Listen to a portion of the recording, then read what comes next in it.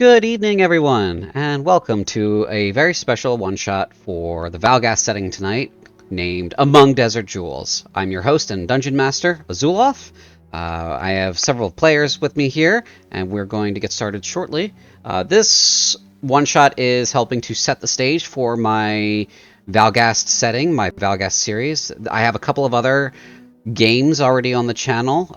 You don't need to watch those before watching this one. They all kind of stand alone. The first one was Madness from the West. That one's kind of long.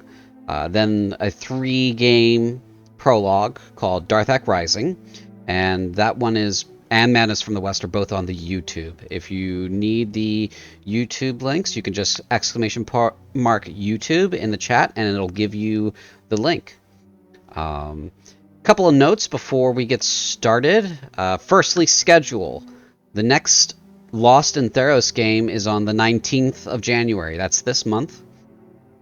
We have a player meeting for Dark Heresy this Sunday, and then we'll put out a new schedule for Dark Heresy immediately after that. That won't be streamed. That's just for the players and myself to discuss a couple of things going on, and then iron out some mechanical issues, and then we'll restart. Couple of other notes here. We got to 50 followers. Hooray! That's wonderful. Thank you all for following. Thank you for coming in to watch. I generally don't acknowledge the chat while I'm running the game because I'm trying to run the game, but I'm happy to have you here. I'm happy to, interact with you guys a little bit after the game or in the middle of the break. We will have a break in about an hour and a half, so that'll be around 9 o'clock US East. Last couple of notes. We don't allow backseat gaming here. If you backseat game, you will be mocked viciously. I will viciously mock you. The other thing is, players aren't allowed to backseat game each other. They are to play their characters themselves. They are going to be concerned with their own characters, and we're going to have a nice organic storytelling experience through that. They're allowed to talk about meta things behind the curtain and that sort of thing, but generally we're trying to keep this as a more or less narrative sort of feel. I generally roll all of my dice physically over here in my nice felt box. You guys will be able to hear it when I roll because it'll sound like this. Another thing is, chat, you're generally allowed to chat, have fun, cheer on the players, and that's pretty much it for notes. I'm going to introduce our players now. We're going to go at the top of the Discord and move down. One of our players is currently absent because of a home thing, but they will be on their way as soon as possible. So when they get here, they will get here. All right. So Lee, go ahead. Hi, my name's Lee. I will be playing Contrary, a druid of some description. Okay. You may want to change your handle in Discord just for the time being, if you want. Indeed. Okay, Jer, go ahead. Hi, I'm Jer. I was also in the first one-shot, Madness from the West. I'm playing Kalem Subari, who is a paladin. Okay, you're having a little bit of mic distancing issues. Go ahead and adjust that. Is this better? That's better. Great. Ram, go ahead. I am Ram. I am playing Khalil, a desert nomad warlock fighter, a patron of Epheretti. Okay. And go ahead, Tao. Hi, I am Tao, and I played on the previous game Darthak Rising as Dexter, coming now as Ras Kurtos, the Monk of the Mercy, Way of Mercy. Let's go. Okay. That's everyone at the moment. We have one more character, Xantur and Zinfiel. Our last player, Tom, will be here when he gets here. So with that in mind, we'll get started. Players, if you're watching the stream, click off that tab because you're seeing the GM's view right now. And you don't need to be looking at that. That's for the audience and that's for me.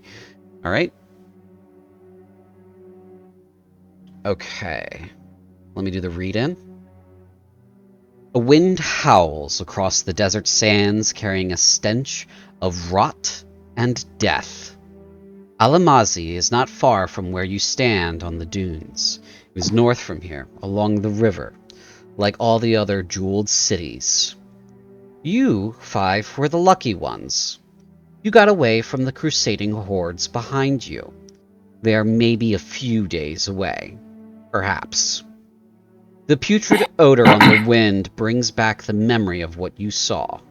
Monsters the likes you've never seen before, acting in an organized fashion, burning down homes, tearing apart people, eating them. Men who should be long dead getting up and driving their weapons towards the living, into them, killing them. The horrors did not end there. Whatever the reason for being in the village you had in the first place, there's only one reason to go north: to outrun them. There were a few cities to the south of you. As far as you know, those have all met the same fate as the village, snuffed out like candles in the dark, silently, without a whimper, so that the others could not be warned of their impending doom. On the rocky bluffs you reach a vantage point that gives you a visual of the city. Night is falling soon, and you won't make it to the city before sundown, and they won't let you in until tomorrow. One more day until safety. As the last light is dying, you can see the glittering gold of the city ahead. It is inviting, the port is active, there are lights, the lilt of music on the air is uplifting. And then you remember the army that is only a few days behind you. If they won't let you into the city tomorrow, you will be caught between hammer and anvil. You are not made of steel, you are made of flesh and bone.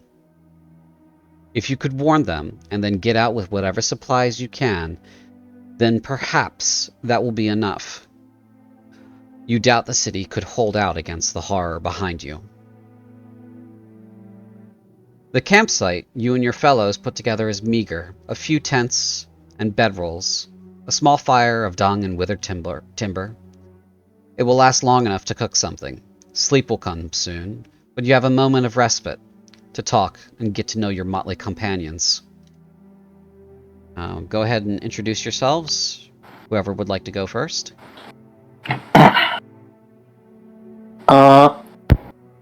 Rez will sit by the fire. It was a long day. He's exhausted. If any of you were injured during the travel, he probably healed you. At this point, he doesn't have his supplies anymore.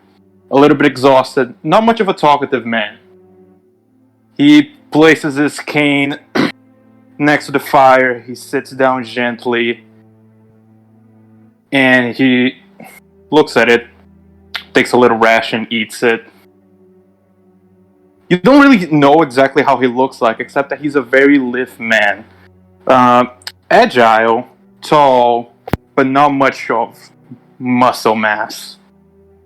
Most of it is covered by a long robe, his face with the turban, mouth covered with some cloth, and his face covered with a mask of an elongated nose. But this should be it. I hope we find no more wounds this journey, else all of you might be in shortage. And he falls silent as he starts eating. Caleb will speak up and respond and just say, if anything happens, I can mend a nick or two. Caleb Subari is a Oath of the Crown Paladin. He is a dark elf, also known in this universe as a Jokager, and he worships the god of death and fate, Azuloth. Shh. Yes. Self-insert. No, you're joking, right? No, that's actually the god. That's actually Oh the my god's God. name. Yeah. God damn it. Wow, that which rules over fate is the DM? Okay. Moving on. Continue. Oh, that's it for Caleb. Alright. Sure. So Ur is quite quiet, warming his hands closely at the fire. He responds under his breath, "May our path through the city be expeditious." His black hair clumsily hangs down over a kind of a gaunt, serious face. Sparkling blue eyes watch cautiously over the dancing flames. He has a decorative headscarf and an earth tone kind of throbbing cloak. You can just barely make out a tattoo of a flaming whirlwind on his right cheekbone, which leaves kind of a disturbing feeling of suspicion. This is Ur Khalil, a true patron and fighter among his people, who praises Omen, his god. He small-framed individual, but there's something irregular about him, perhaps a feeling of anguish or simply arrogance, but nonetheless, he's a true warrior.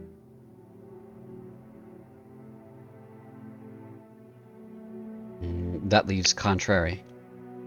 Once everyone sort of settled around the fire, Contrary will sort of stand and begin pacing around, inspecting various cacti and looking down and up and down, sort of trying to compare where he's standing on the ground with some position in the heavens. And he looks strange, certainly. His armor and clothing seem to be made of sort of cured leathers and also some kind of treated leaves. He bears a shield that has on the interior surface a complex network of what look like constellations. And he sort of looks at everyone from the edge of the firelight and says, "Huh." And looks down at his shield. "More of us were supposed to die by now. Oh well." You're welcome. As you say that, the old man over in the by the side, sitting on the rock, says, "Ah, youth. You seem to get along well. It is lucky that you lot have managed to get away. Me, I don't chalk it up to luck. That's just stubbornness. But I don't think that's going to do enough against our foes. This mountain will slow them down, that is for certain. There's maybe a few days before they reach Alamazi. That's the city there. Over yonder. Good people there. You have to warn them at least. If they won't listen to that, that's on them. But warn them." He takes a pause, but he looks like he has more to say. Looks around and he says, "There's a beast that leads that army. I heard it in the tongue of the night in the village. Executor Kovaresh, a name spawned in the boundless pits of the screaming hells. I was a magician in my youth, student of the arcane. You can't study the arcane without coming across the beings from elsewhere, at least not here in Shire. They speak of promises and glory for you if you do what they ask, but usually it ends badly. This thing marching towards us is the result of someone going too far in the pursuit of knowledge. Knowledge is good to have, but just because you have it doesn't mean you should use it. Someone didn't stop to think if they should do whatever caused this, and instead only focused on whether or not they could. Brazen, rash, reckless, negligence. I'm just an old man now. Were I younger, I'd do something about this. Demons, devils, fiends, they're all the same thing. Spirits of the night, of darkness. An old darkness from when the world was young. They're invaders. They'll invade your thoughts, your body, your world, given the chance. Their hells aren't their home, it's their prison. They want nothing more than to get out. Now they're free." He looks done with his rant, but he does seem pensive. Do I know his name? No, he has not given his name. Old man, sit by the fire. The cold of the desert at night brings death to many. has the old man been following us, or did we just come across him in this camp? He has been with you since leaving the village, but this is the first time he spoke at length. Mostly grunts here and there as he worriedly looked over his shoulder at what was following you all. Alright.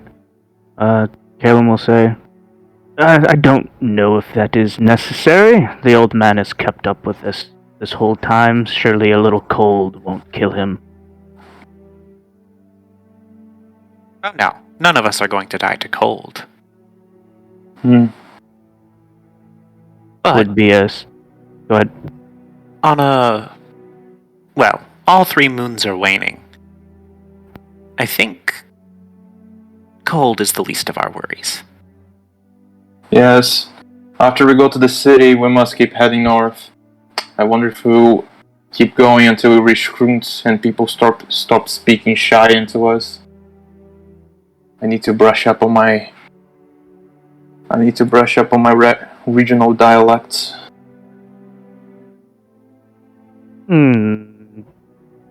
Language is overrated. You think- say in Yes. a tongue. Are you a telepath then? Unfortunately not. Hmm. I feel like talking would be easier if I was. Well, easier or harder. Can you communicate in pure intention?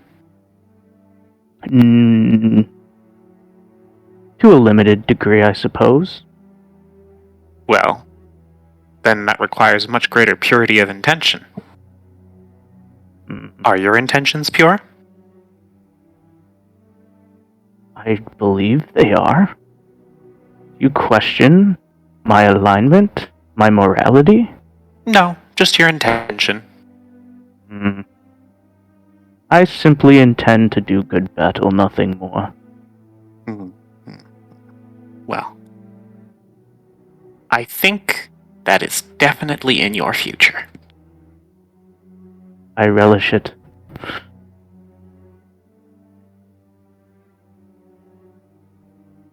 Anything else anyone would like to discuss before we bed down for the evening?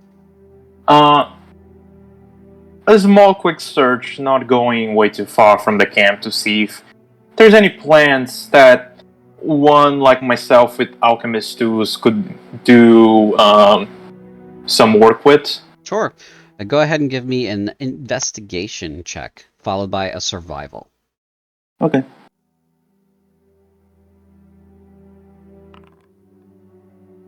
Followed by a survival. Mm-hmm. Okay. You do find some cacti that have a rare flower that, when ground, can produce a painkiller, a very mild painkiller. Mm-hmm. I will make sure to use my tools to extract it safely and carefully. Okay. Anyone else? I would like to do 2 things. Sure. First, I would like to consult my charts. Mhm. Basically, just roll a dice.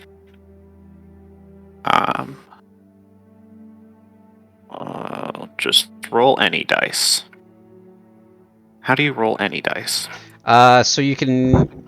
Oh, one of my modules isn't working. You slash, and then roll, and then you can name the die. Not like you would in Roll20.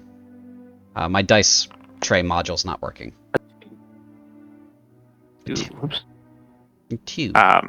Contrary sort of looking at holding his shield like a bowl at this point and tilting it back and forth, letting the moonlight hit various angles. There we go. Oh, I got refreshed. I refreshed everybody, sorry. Fair. Let me pull up the description of the feature again.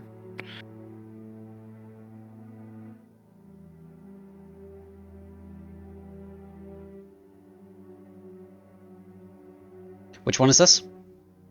This is Cosmic Omen. Cosmic Omen, okay. Technically, I would have done this earlier in the day, but...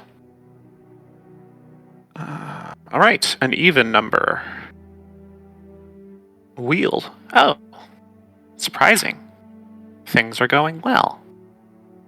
I suppose we should ensure they continue to. I'll produce the sort of long, knotted staff. Doesn't look like it's made of any wood that could grow in a desert, and spend 2 charges to cast Locate Animals or Plants. Mm-hmm. I would like to locate a burrowing owl. They do live in desert environments, and they are nocturnal. Mm-hmm. All right. Easy enough. You will locate a burrowing owl that is nearby within these cliffs. When you find this... Go ahead. I say once I locate him, I would like to make my way towards them. Mm-hmm. And upon finding them, spend another charge to cast Animal Friendship. Okay. That's easily done. The animal is well disposed towards you. Lovely. So you come across this little owl who pops up out of its burrow, goes, ooh. You cast your spell, and then it follows up with, ooh. And one more twirl of the staff, I'll cast Speak with Animals. Okay. Good evening. Or rather, good morning. Do you use the term morning? I don't really know. But I understand that you are just waking up. It's early. Yes. My companions and I are bedding down for the night. And as a favor, and we'll produce some dried meat from a ration in exchange for this, would you be willing to, if you see anybody approaching us, hoot and holler and raise a ruckus to wake us? Oh yeah, sure. I can do that. Yeah. Wonderful. Thank you so much. I predict good things in your future. Wow. Okay, you leave behind the food? Yep. Okay. Yep. It eats the food and then will take off and kind of do circles around your camp. Wonderful. So, what did it say? Well, that it's very early, and it's going to watch our camp to see if anyone approaches. Useful. I like you. You don't know me. Yet. Fair enough. True knowledge is ever beyond our reach. Speaking of knowledge, what were those pretty parchments you were looking at? Oh, he doesn't use parchment for the star charts. It's carved into the relief of the inside of his shield. In that case, what is that on your shield that you were gazing at? Stars, of course. His brow furls in confusion, almost like his head hurts, and he just kind of walks away.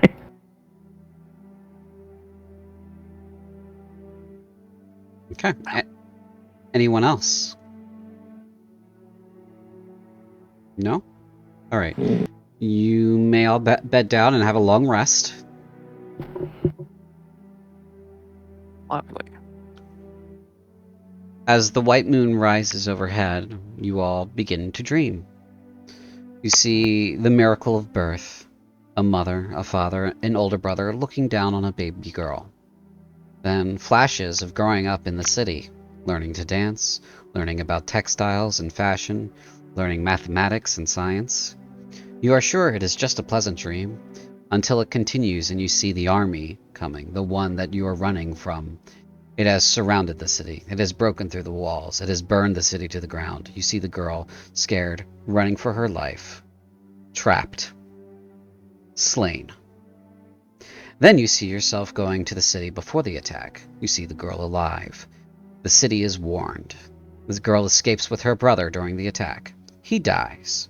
Her horse dies. She makes her way across the river alone. Escapes. Heads into the desert. towards the pyramid. You see a woman, a little girl grown, standing on a strange fortification in a colder land. The laurels of leadership adorn her. You hear a coin flipping, the ringing sound in the darkness haunting you. On one side, the girl, trapped, slain.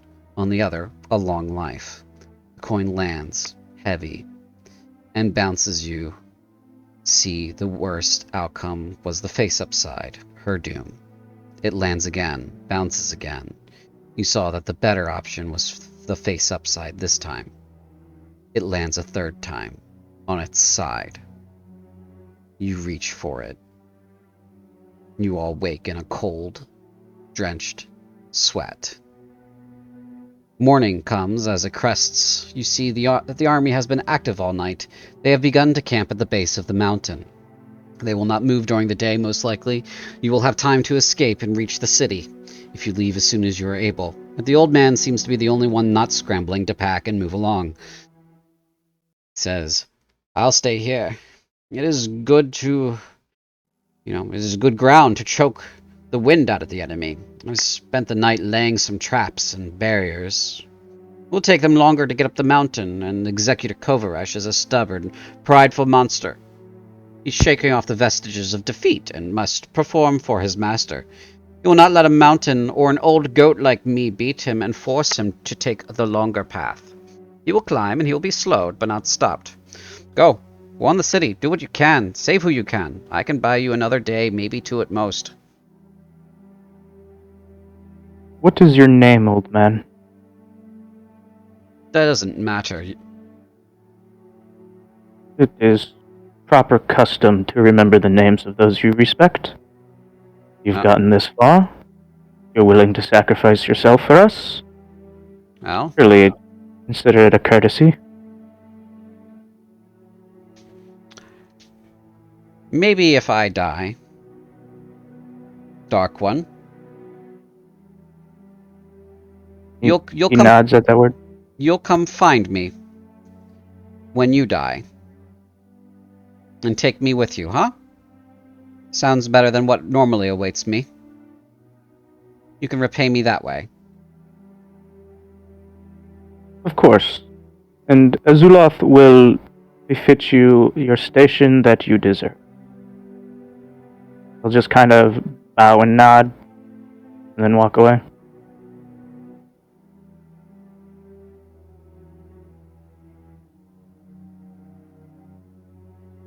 Are there any large, particularly large plant life here? Not really. Most of it is small shrub, bramble, and cactus. These little ones over here are spiky plants. Spiky leafy plants. We got some cactuses. This large bramble over here just looks real nasty. You wouldn't want to fall into it. Indeed. That's about it. Huh. Unfortunate. Raz is gonna approach the old man. Oh, sorry, Lee, were you not done? Oh no. I'm done. Raz is gonna approach the old man. Are you sure about this? Positive. Do you need anything? No. Very well. Raz is gonna bow to him and start moving. Okay.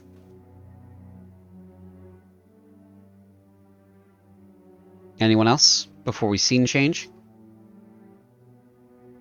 Earl will just walk up, saying nothing, look into the old man's eyes and just give a nod and follow Raz up. Okay. Since it is another long rest, I've got to redo my Cosmic Omen, so I will do that. All right.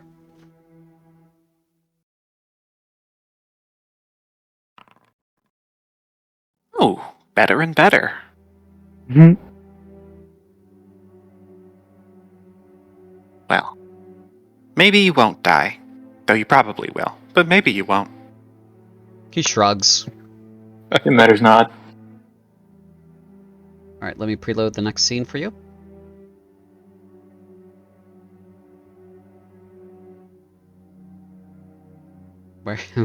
Where's the thing? Configure. Doo-doo-doo-doo, doo-doo-doo. There we go. It's loading. DMCA. And activate. And there we go. All right. Oh. Beautiful. So you guys arrive coming from the south. So you guys are down on this end here. Down over here, guys. Oh. Oh no, it has a date next to it. What is wrong with having a date next to it, Tao? It implies it might have a new updated one after it. It implies it is of Oh, no! historical significance. All right. So you arrive outside the city here, on the south end. Mm-hmm. Is there any custom to bring down the bridge forward to us? As you approach, there are a few guards outside the gatehouse. However, you guys will need to first make a Constitution saving throw. Mm-hmm. Oh. For what purpose is is it a conceivably observable phenomenon that will require this saving throw? Yes, it's heat exhaustion Okay, in which case, from crossing the desert. before they set out, Contrary is going to cast Enhanceability on himself. You also get a +3 if you're near my character. I seem to have lost my character sheet. If you look in the top right-hand corner, there should be a bar. The one that looks like little people, next to the one that looks sort of like a folding folder, is the actors directory. When you click on that, it should give you a folder that says Prologue PCs, and your character should be in there. You found him? Yeah. Okay. I don't know if this matters for the screen, but I have 6 temporary hit points. I don't know if you can put that on the overlay. I cannot put that on the overlay, but I can put it on you. So, unless you already took care of it, you did. Okay. I did. I put it on the character sheet. Yes. All right. Okay. Kaleem, you make your save. Am I receiving the +3 from the paladin? Sure. So long as you stay near him, then yes. It is a you decision.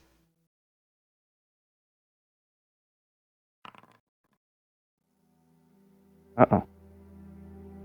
I'm supposed to get advantage, right? Oh yeah, enhanceability is advantage? Yeah. Well, he gets a contrary gets an advantage because he casts it on himself. Oh no, gotcha. no, that was advantage. You roll a 1 and a 2. I rolled a 1 and a 2. Ooh. Wild. Okay. Yeah. I'm going to use Cosmic Omen then to improve my lot somewhat. Okay. Cosmic Omen. Raz, you make your save.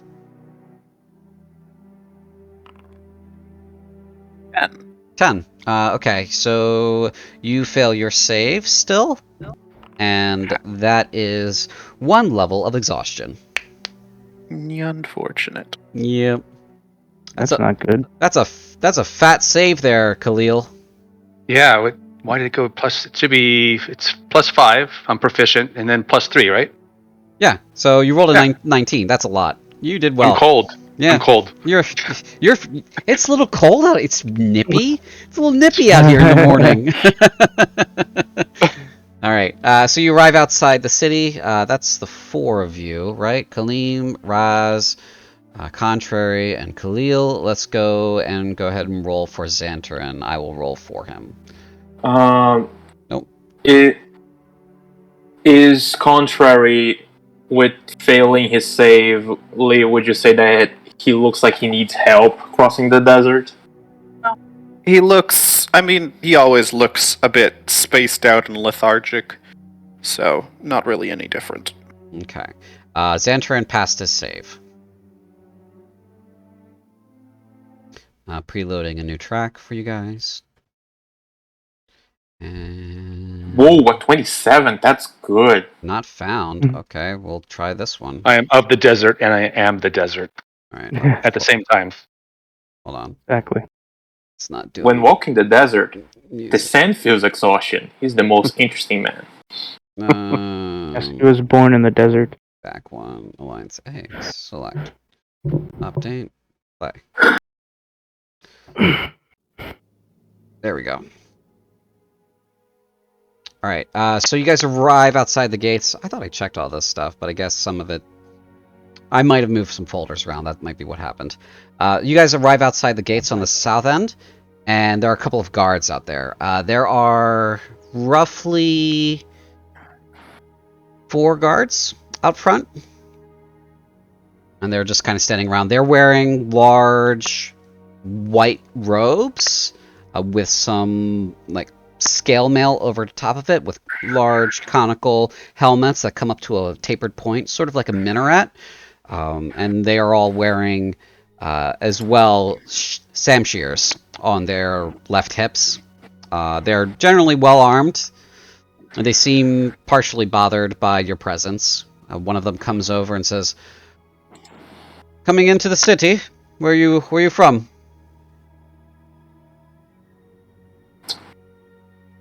Where was the previous jeweled city we came from? You came from a jeweled city to the south. You would just call it Topaz. Alamazi means something specific. It means a specific gem. So you would call it Topaz. You guys came from Topaz. Well, I suppose the place doesn't exist anymore because it was destroyed. He furrows his brow. We come to warn the leadership of this village of an impending army of demons and beasts and monstrosities. We request entrance Make a and parley. Okay, make a persuasion check.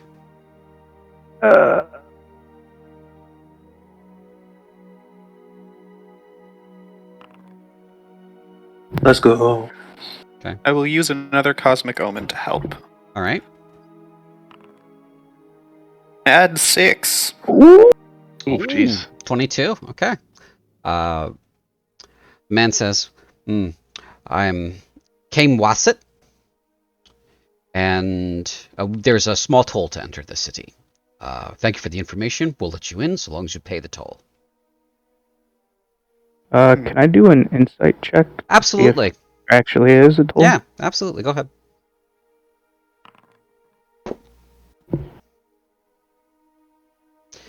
Okay. Just a second. That'll be in your DMs.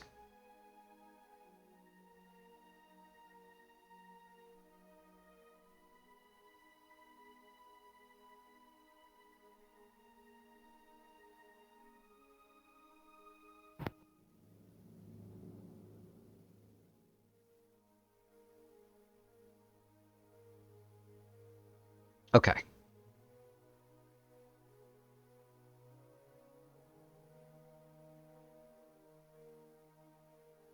How much is the toll? We'll call it 5 gold pieces each. Paltry. I'm willing to pay. Caleb will reach into his bag and grab 5 gold pieces. All right. Hearing the price, I would love to insight if I can. Sure, go ahead.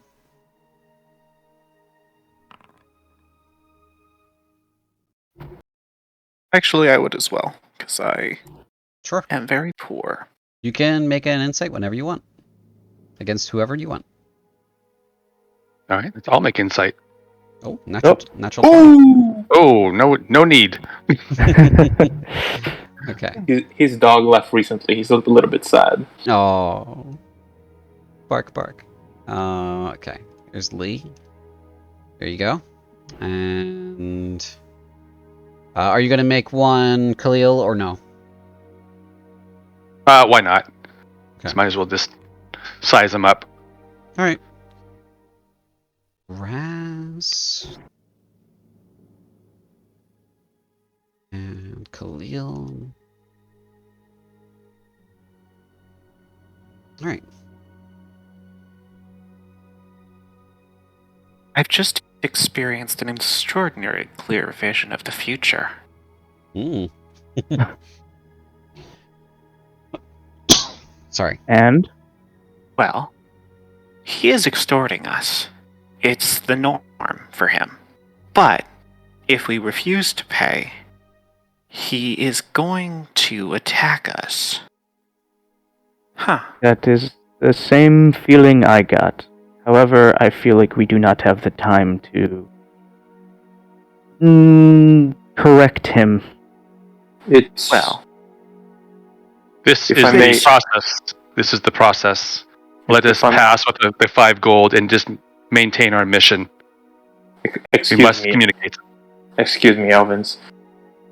We either chose not to go to this stove and we just move on forward, or we pay and we warn. Either way, I believe we're going to have to pay. For I believe we will not choose to fight. oh, well, Yes. the girl who is pivotal to the future is inside this city, yes? I You believe had so. the same dream? Oh, you have visions of the future too. Lovely. Uh, Having someone not. to talk about them with is so much more reassuring. Otherwise, you think Ma- you're starting to go crazy. Excuse me. Besides the girl, did it also involve the tossing of coin multiple times? Oh yes, your standard sort of balance of fate, what will or won't be. Usually it's a lot more than one coin because there's a lot more than 2 outcomes to any given future. Anyways, well- turning back to the guard. Most perturbatory. Really quick, Well, Calum pulls out a coin and flips it. Alright, that's it. You go ahead and you flip it. It goes up, comes down, hits the sand. You want to look at it? Yeah. Okay. It's on the tail side. Hmm. see, Just the kinda- problem I have with flipping coins is that, like, physically, mechanically, they're not actually truly random. You know? What? Well, it's physics, mechanics.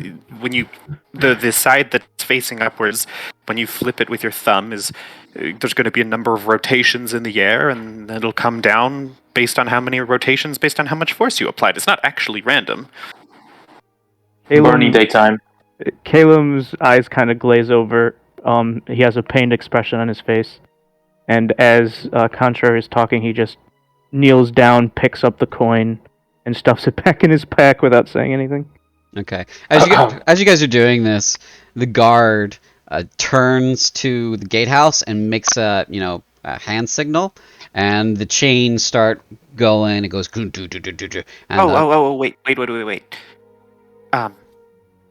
We will pay, but I do want to give you a message about your future. Oh, I'd love to hear it. I'll hand the 5 gold. When the army comes, you will pay for every dollar, every piece of gold you've stolen from weary travelers. Hmm. But have a good day. Do the rest of you pay? Yeah. Okay. Calum will pay, but give the guard a knowing look. All right. Or we'll just say, prepare the southern gate because hell approaches. Raz is gonna pay as everybody goes on. Don't mind what they say. You already know what's coming, so there's no reason to be worried about it. As you guys, Oh, he absolutely should be worried. In like 17 futures out of 20, he dies. Oh no, I don't mean the horde when he knows what's approaching. I meant when he dies, he knows what's coming. Oh, yes, you do know what's coming. the guard, Kame Wasset, who you've been talking to, as you guys are crossing the drawbridge and entering the city, he turns to the guy next to him and says, "Udu, every day gets weirder. I swear, every day gets weirder. The other day we had a couple of people come in and they were just as weird. These people are now spitting portents of doom, like, the sky's gonna fall. What next? The water's gonna No, the turn down. sky's not gonna fall. CJ, Yeah. I feel like all four of us should roll intimidation by accident. No, well, you guys are moving along. You guys are hearing this as you're moving, so. The sky won't fall for another 2,700 years and 5 days. And now you I guys do have are time to prepare. out of earshot, so. You enter the city, which is in this section where you are. There is this area here, which is a obviously poor district, a little ramshackle. It's kind of partially obscured by the trees and the boulevard. It's got some nice little shrubs and trees, all that kind of hiding what's going on over there. But you can see through all of this that it is a ramshackle, low-income neighborhood. And to the left is a little bit of more of the same. But there is a nice square and several interesting buildings coming up. You're free to explore the city as you would like.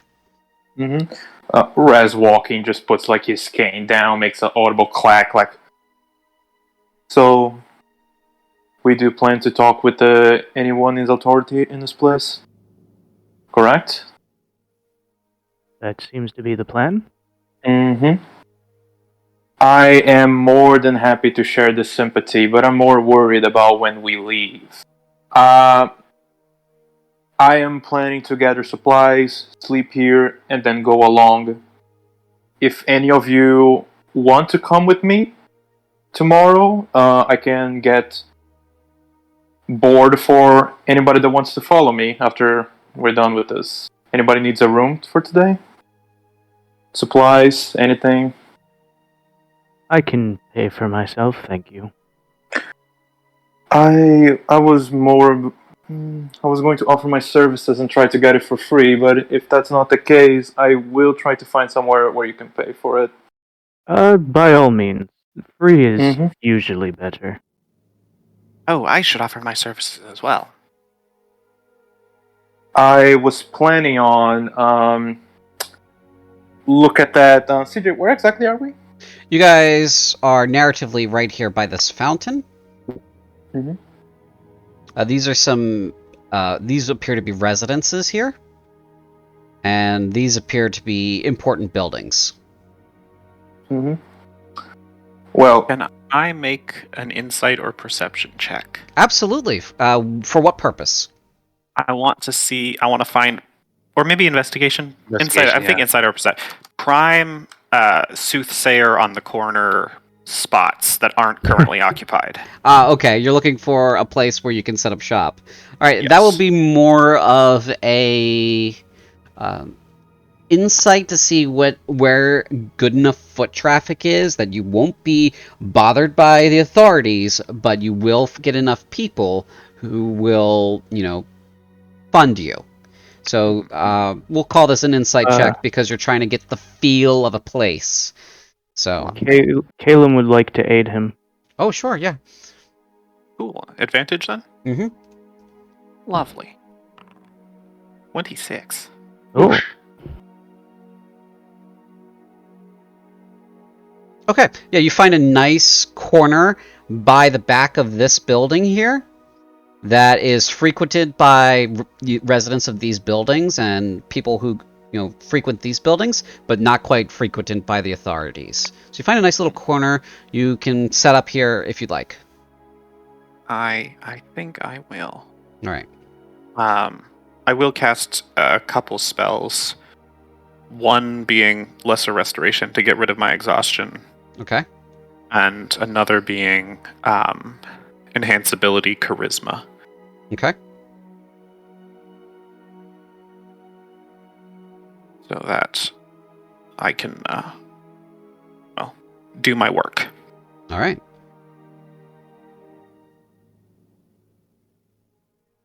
I'm just catching Tom up with the narrative bits. Okay. And then we'll be good to go. Caleb, in the meantime, will say, what you mentioned earlier, the dream was a first for me. Oh, new on the path of seeing the future. Well, Strangely, my god I'd be happy is... to apprentice you. I probably wouldn't mind that. My god does lord over death and fate. So I must admit, divination has always interested me, though I feel like my brain can't quite grasp it. Well, sorry, because I'm new. Were you the one who flipped the coin and Yes. got the ear? Yes. Well, I understand you did have some trouble with understanding the nature of true randomness. Yes. Practical usage of numbers and is physics? What did you call it? Physics. In any case, soothsaying is as much to do with divination as, I don't know, sword fighting has to stabbing a man in the neck while he sleeps. Understandable. Basically, it's all about convincing people that what you're telling them is what they want to hear. So, Understand? deception? Oh, not so much deception as, well, molding, managing expectation, and then fulfilling that expectation or surpassing it. Oh, so making it true. Nothing's true. And everything's true. You know? Caleb scratches his head. His brow furrows like it did before. How far away are they? Most... I was just sort of... I've been, I guess, moving towards this area, because we've been taking a look at a place, so... around. All right, yeah, you're in this, zone here? Yeah. Okay.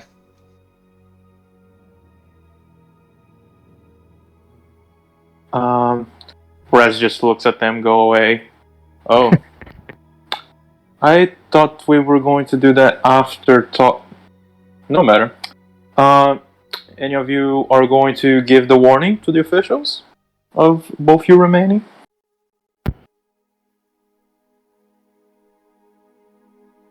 Caleb First- will... Oh, go ahead. I would say first we must find the officials, those that control the city that will hear our words. Very well. I'll let you do that, and I will accompany you after I talk with the others.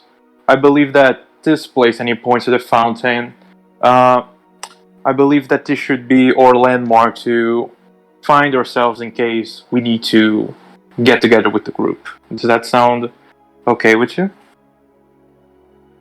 This is fine. Yes. The South Fountain, right? Mm-hmm. Yes. So what Raz is going to do is going to find them, tell both Kalen and Contrary of the meeting spot, and say they should be there after, I should say, lunchtime, midday.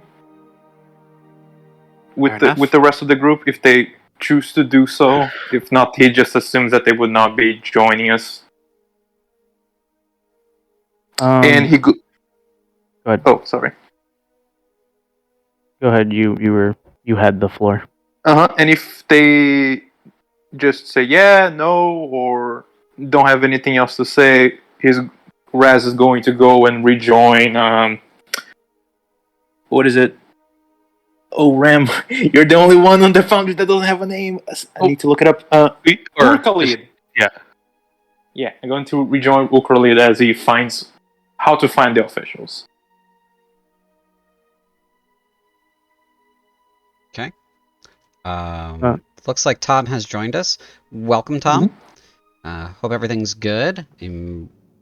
Anything you'd like to say or do before we continue on? I did send you all of the narrative beats you missed.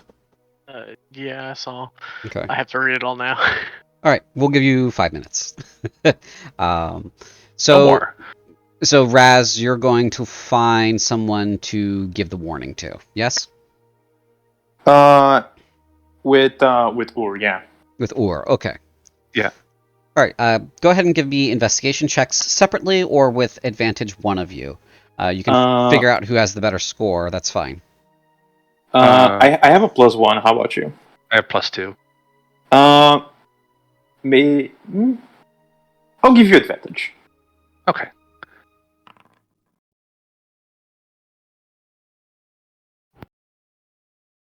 Okay. 13. So you have come to the understanding, after wandering around in the square and asking a few people here and there who was in charge of the city, that there are two schools of thought of who's in charge of the city. There are the guards, who believe they're in charge of the city.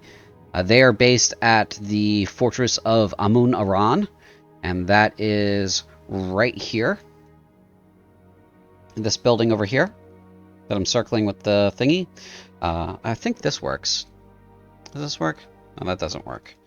Yeah. Your look here doesn't work. Yeah, my look here doesn't work. A lot of they did an update today, and a lot of crap broke. So. Yeah, I know. Trust me. So yes, Of course. the Fortress of Amunaran is this building here. There is another school of thought that the mages believe that they are in charge. The mages are based here. No, wait, that's here. It's here. This building. The Mages Guild is called the Ginizabui. Yeah, the Ginizabui. So I'll type that in the chat for you. Ginizabui. And then there's the third one. There are actually three. The Merchants Guild and Ibis Concordat believe that they are in charge of the city. So you have three factions that each believe they're in charge of the city, and the Merchants Guild and Artisans Guilds are basically here and here. So, and they make up the Ibis Concordat. Mhm. This is the university, and this is the library. Well, since Ur made the check, he'll communicate all that and say there are three factions that believe they're in power: guards, mages, and artisan guild. However, I do believe the mages should be our first stop since we're so close. Yes, I do not care about their politics, so might as well just give the warning to all of them. Well, we must be respectful of their politics because our purpose here is to warn the city, and we'll need help from them all to communicate that. Mhm. So perhaps we either visit them separately or call a meeting altogether. I only care to give them the warning. I would not try more to have them accept it. If you do choose to do so, I will help you as I... What's the difference? Very well. Then let us go see the mages. They have true power. They might be able to influence the others. Oh, speaking about the mages, did the mage come to us and he's gonna see if Tom's character is here with us? Tom's character is here with us. So... Oh. Sorry, real quick. Was this conversation happening around everyone, or did you guys go off somewhere? They would have had to go off somewhere to find that information out. Okay. So. Oh, no. As I understood, Kaleem and Contrary just sat down and started doing their soothsaying, so while I think we went off. So I don't think we're together, unfortunately. Yes. and Raz are in this locale right now. And Kaleem and Contrary are in this locale right now. So really, it is up to Xanturin as to where he is between the two. Or if he's in a separate place. Mm-hmm. He's not currently on the voice chat, however. Yeah, he disconnected, I think. Well, we can always come back and communicate it. It's not like it's you're too far. You're only a couple hundred feet. It looks like his internet and cable has gone out at the moment. Yeah, I see him on his phone. Yeah, so we'll hang on and we'll continue on. He'll hop in if he can. So Well, Raz gives you the okay for you to lead the way. Okay, so you head over to the Mages Guild. The Mages Guild is a large building, self-sufficient, it seems from the outside, made of this sandy-colored stone that is carved smoothly. It appears like all of the blemishes and such of the stone has been done away with magic. Various little, mosaics have been put into the stone that depict, various mages of, some renown probably to this city. You're unfamiliar with who they are, and their accomplishments. As you enter the building, you are beset by a young man. He looks up. He's wearing a sort of long white robe. His hair is cut. It's black in a sort of bowlish cut, and his tan bronze skin is kind of accented with gold paint here and there around the face and eyes, as well as thick black eyeliner. He looks up and he says, "Oh, travelers, caravanners? You speak Cheyenne, right?" Raz will give like a greeting Cheyenne. Do we speak Cheyenne? I guess that's the I question. do. I would assume You that speak you. Gnomish? I would assume that you do for this. It was assumed generally that if you took Common, you took Cheyenne. So, Okay, got it. yeah. Of course we do. Yeah, of course you do. Because that would just be, a huge Odd. yeah, it'd be an odd. Why would you be here this far south without knowing the local language at least? Ale Bagundi? Baba Sebuduba. Wow. That's So- not racist. That's Semish. The man says, "I'm Ineni. I am a student here. You're probably looking for Master Huya." So, Is Master Huya the Mages Guild Sultan or head yes, head mage? he is the leader. Yes, we would like a forum. We'd like to speak with him immediately, if possible. I will see if he's available. And he closes the scroll case that he was working with and puts it away. And he gets up and he goes up the stairs. Make perception checks, two of you.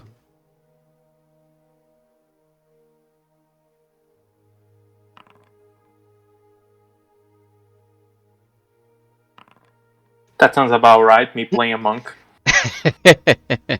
All right. We say nothing. You hear the rustling of papers behind the stacks. You're in a sort of library-ish, study-ish kind of space. There's a lot of various little, shelves full of scrolls. There's tables for reading. There aren't many chairs, it seems. People don't seem to sit in this space. But you do hear some rustling behind one of the stacks.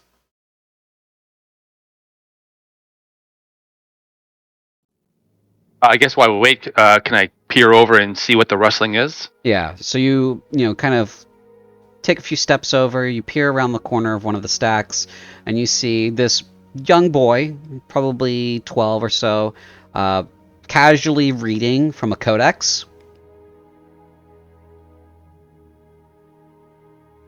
Okay. Uhura would say, "Boy, what are you reading?" He turns his head and he looks to you and he says, "What business is it yours?" He turns the book sideways. He closes it. He puts it back on the shelf.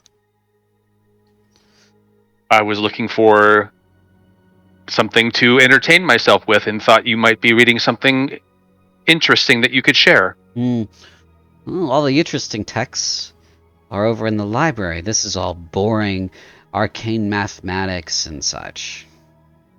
Are you a student here? Sadly. Are you a student of, was it Hulu again? I'm sorry, what's the name? Huya. Huya. Are you a student of Huya? Master Huya is a dried up old goat that unfortunately knows his stuff. And you seek to be much like Master Huya? I seek to live as long as Master Huya, or longer.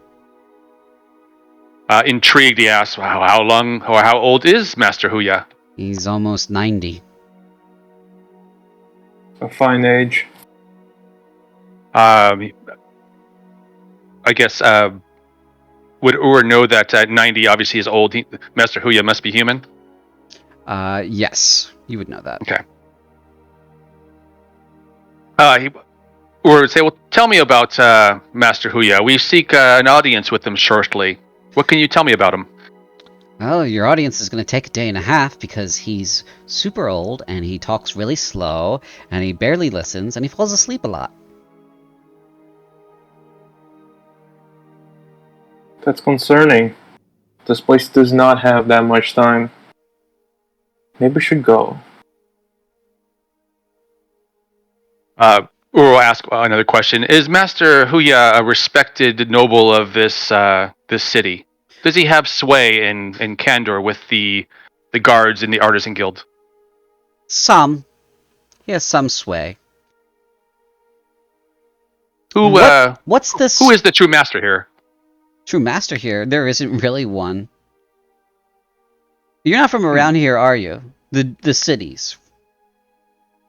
No, we are not from the city. We have journeyed from Topaz with great warning of an army that approaches your city. Well, here in Emerald, okay. Here's how things generally work. Most mages kind of study and apprentice under a master, but they study on their own. We're all kind of independent. So there's that. The other thing is, what's this I heard from you just now about not having that much time? What rush are you in? Well, you did hear what he said about an army coming, didn't you? Topaz probably lays in ruins as we speak. There was much death in the way of here. And we imagine you follow in. Raz looks up, his mask masking like his face, so he makes a little bit of a exaggerated motion, like looks up at the sun. A day in the chew, maybe? One day. Probably. He purses his lips and says, I doubt they'll be able to get past the moat in the walls. I did hear the same thing before on Topaz. You should... Oh, okay. Make a persuasion check. +0, let's go. Team. And he says, you're serious. You're actually serious. Very much so. Alright. We are planning to give the warning here, tend to the guards, tend to the merchants, and hightail after a good night's rest. What are you going to do? He looks confused for a moment, and then very concerned, and then his face twists, and he looks upset, and he doesn't. You can tell he doesn't know what to do. Ur will ask, who else can we speak to that will take this seriously? Anexi and Aset at the university. They'll take it seriously. Amanamet, the coin master over at the offices of commerce, would take it seriously. Atet, the representative of the Concordat over at the Artisan Guild Hall, would take it seriously. And that's pretty much it. You're probably not going to be able to get the guards, Captain Sabaf, to take it seriously. They're arrogant. They're very arrogant. So, will Captain Sabah listen to Anexi, Anamet, and Atet if they hear our words? Probably not. Sabaf thinks he's in charge of this whole city, and he would be if it were not for magic. So, you know, in effect, they may have a voice, but I don't think they'll be able to sway him. We'll kind of look at Raz and give him kind of a nod, and then ask the boy. He'll pull out a couple gold pieces, 5 gold pieces. Go tell Anexi, Asat, Animet, and Atet the words that we speak. We shall go see Captain Sabah and convince him. And he hands him over a couple coins. Hold up. Yep. Curiously enough, I was going to ask the same thing. However, it's best for them not to hear these words from the boy, as anybody could pay him. Maybe have him arrange them to meet us here? Anywhere else? Or at the very least, get them ready for an audience, so when we come, we do not have to waste time. That is one method. However, I do believe that they would hear the words of this boy. Our main issue seems to be with the immediate protection of the city, and our focus is best put on Captain Sabah. Now, But boy, what's your I'm name? open. The boy says, Teheti. Tahiti. I cannot help but wonder, you didn't say for us not to bother with the guard, you just say nothing will convince him with our methods. Is there any method to convince this guard's leader? Do you have a ship full of gold?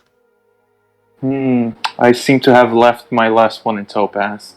Well, then it sounds to me like you don't have enough money to be able to convince him. That is a shame. Or we'll lean over and just kind of say, remember the gate guards. I'm sure it goes all the way up. Well, we do not have more gold than a couple in the words that we came to bring. So, Raz shrugs to you.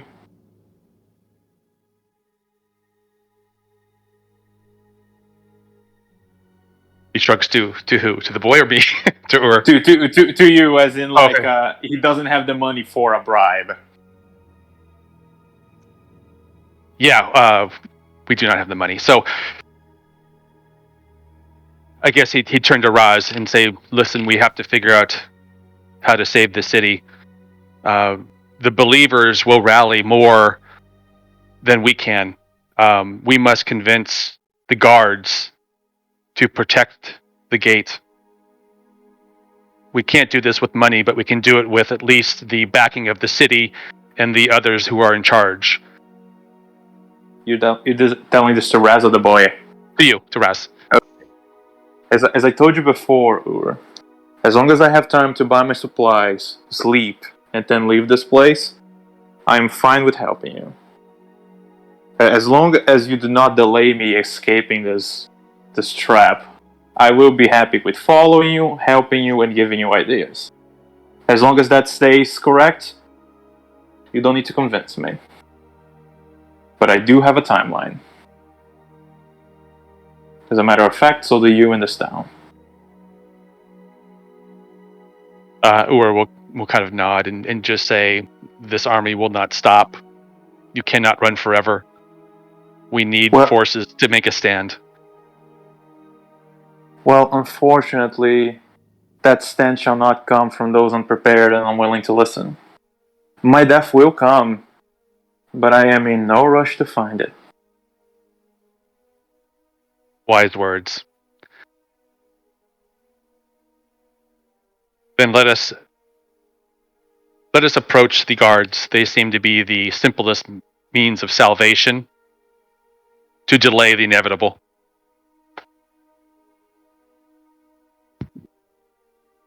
You do remember Topaz, don't you? I do. DM, question. Yes. Here, compared to Topaz, when we were there. Bigger, worse, insecurity? More fortified? What's the level less of... fortified, more fortified? So between the two cities, they're about the same. All of the city-states are named after jewels in the jeweled cities. The village that you had kind of gathered in was between the two. That was extremely unprepared, but Topaz was as prepared as this one, and you can't imagine that that army left it at all alone. Those of you that would have been there would have seen that the walls and the troops that were available fell in the same way that Kanpeki did, overnight, as if it was as if a stiff breeze blew it down. So you're dealing with a situation that even a stiff and firm resistance would have no effect. We're screwed. Yeah. Mainly because of a variety of factors that have more to do with the culture and the location, right? Because they have nowhere to really retreat to other than more desert on the side of the other side of the river, or to go north, which leads to another city, which leads to the same situation again. So you're kind of in a place where you have to run, you have to give a warning. Staying and fighting is a death sentence for anyone who does stay and fight. The best course of action for anyone is to get out, and get out as soon as possible and as far as possible. That would be the mindset of what we currently have, right? Is just get where we need and go. Yeah. I was role playing under that assumption, but now that we have clarification, I imagine that Ur knows, like, he has understanding what Raz is talking about.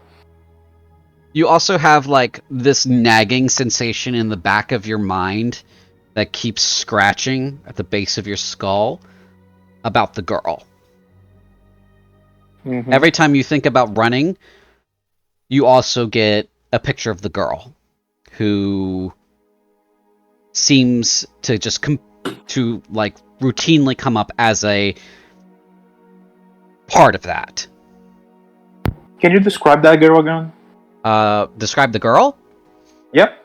Yes, she is definitely very young. Probably about the same age as this kid, now that you think about it. She is well-dressed, so from a family that has money, and a lot of children kind of have similar features. She has very distinct features in that her eyes are green, which is different than most of the people you've seen here. Most of them are brown and blue. Her eyes are green, and she has a sort of different kind of way about her. In the dreams that you had, she spoke to her older brother Saif, and you've heard his name before, Saif, as if they were equals, and that is generally not the case in the Jeweled Cities.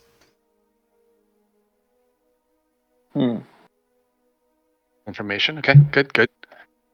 Okay, so we got this feeling on the mind, very intrusive when we say about leaving, which Raz is doing a lot. Yeah, every time you bring up leaving, you get these intrusive thoughts about the girl.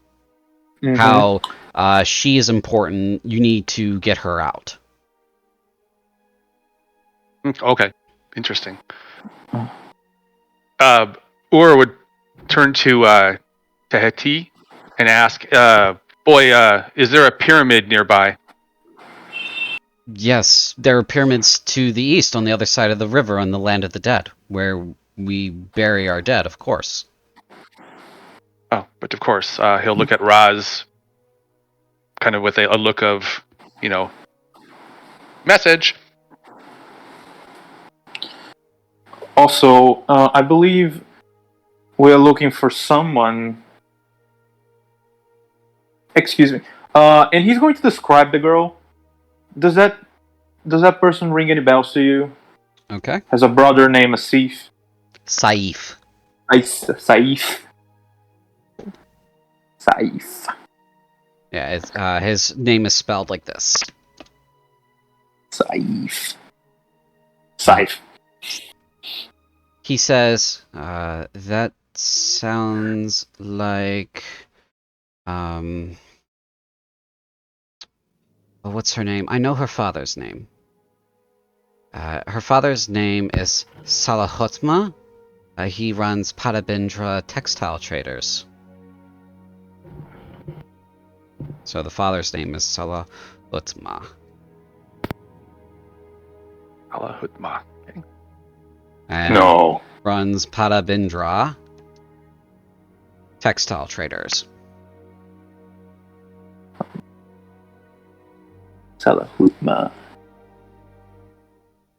Making this intentionally difficult for us. I never said any of these games would be easy. No, I said they would be a great time, but not easy. I'm not complaining. It's just my I'm tongue having a doesn't time. work in these ways. I am having a time. You're having a time. All right. And this place is where? The Textile Traders? Yeah. He points. He's by the water. It's by the docks. They offload. Thank you. Now for the messages. I believe we kept you long enough. Yeah, I'm going to start moving now. Thank you for the money. I suspect this will be useless soon. We are planning on leaving. If you want to meet with us, more numbers are great. And he's going to describe like the fountain and where we plan to meet up to him. Yep. All right. Mm-hmm. He says, I will see if I can get there in time. And he leaves.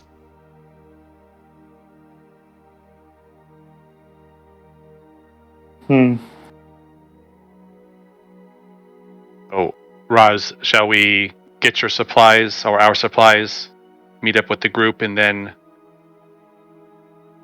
discuss with them on communicating and our immediate exit? We are still waiting for the audience here, but if you want to hear my opinion, keep running with 1 day away from an army is not very smart, I would say. So my suggestion would be to try to find a boat. And with all our money, try to get one to the north, or at least pay off somebody to change their course for enough money. Yeah, out of character, I forgot. We're waiting for Master Huya, who's waking up. Mm-hmm. Back in character, great idea. We can go to the docks and snoop around there with this Textile Traders to see if anybody is traveling north. Yes, he touches like the temple of his head. This girl, he probably came back into his brain as soon as like he was discussing how to leave this place. Mm-hmm. Yep. Yeah, he just touches this temple. Quite weird, isn't it? Anyway, do make sure to remember not to mention or warning to them while we are trying to find a boat. I imagine they will all leave when the siege starts if we don't leave in time.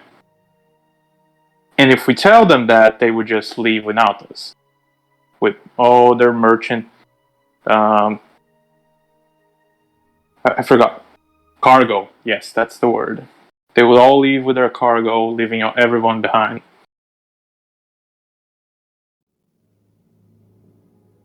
Then perhaps we should delay our discussion with Master Huya and go seek passage first before the message of the oncoming armies spreads across the city. No. I imagine that this man, old as he is, he will have time. He first will need to believe us, spread this message throughout his faction, then throughout the other factions, then to their own followers, and then to the townsfolk.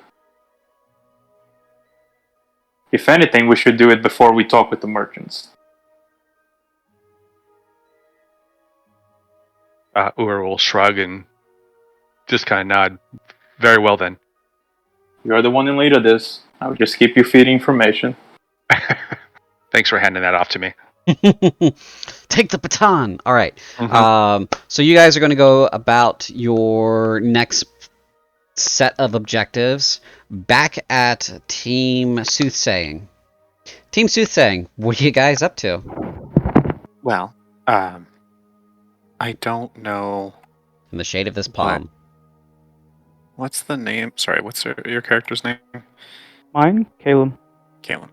I don't know what Caleb's plans are specifically, but Contrary will look at you and say, "Who do you think has the most power in this city to facilitate the exodus that we need?"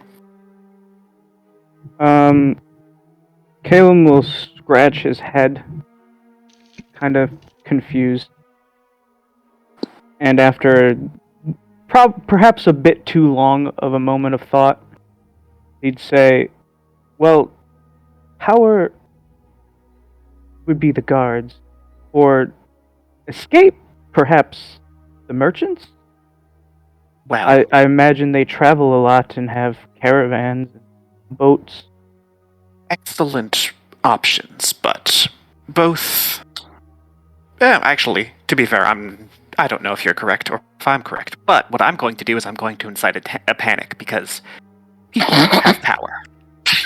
I do not know if that is the best option. We're trying to get people to leave the city. Get them to leave the city.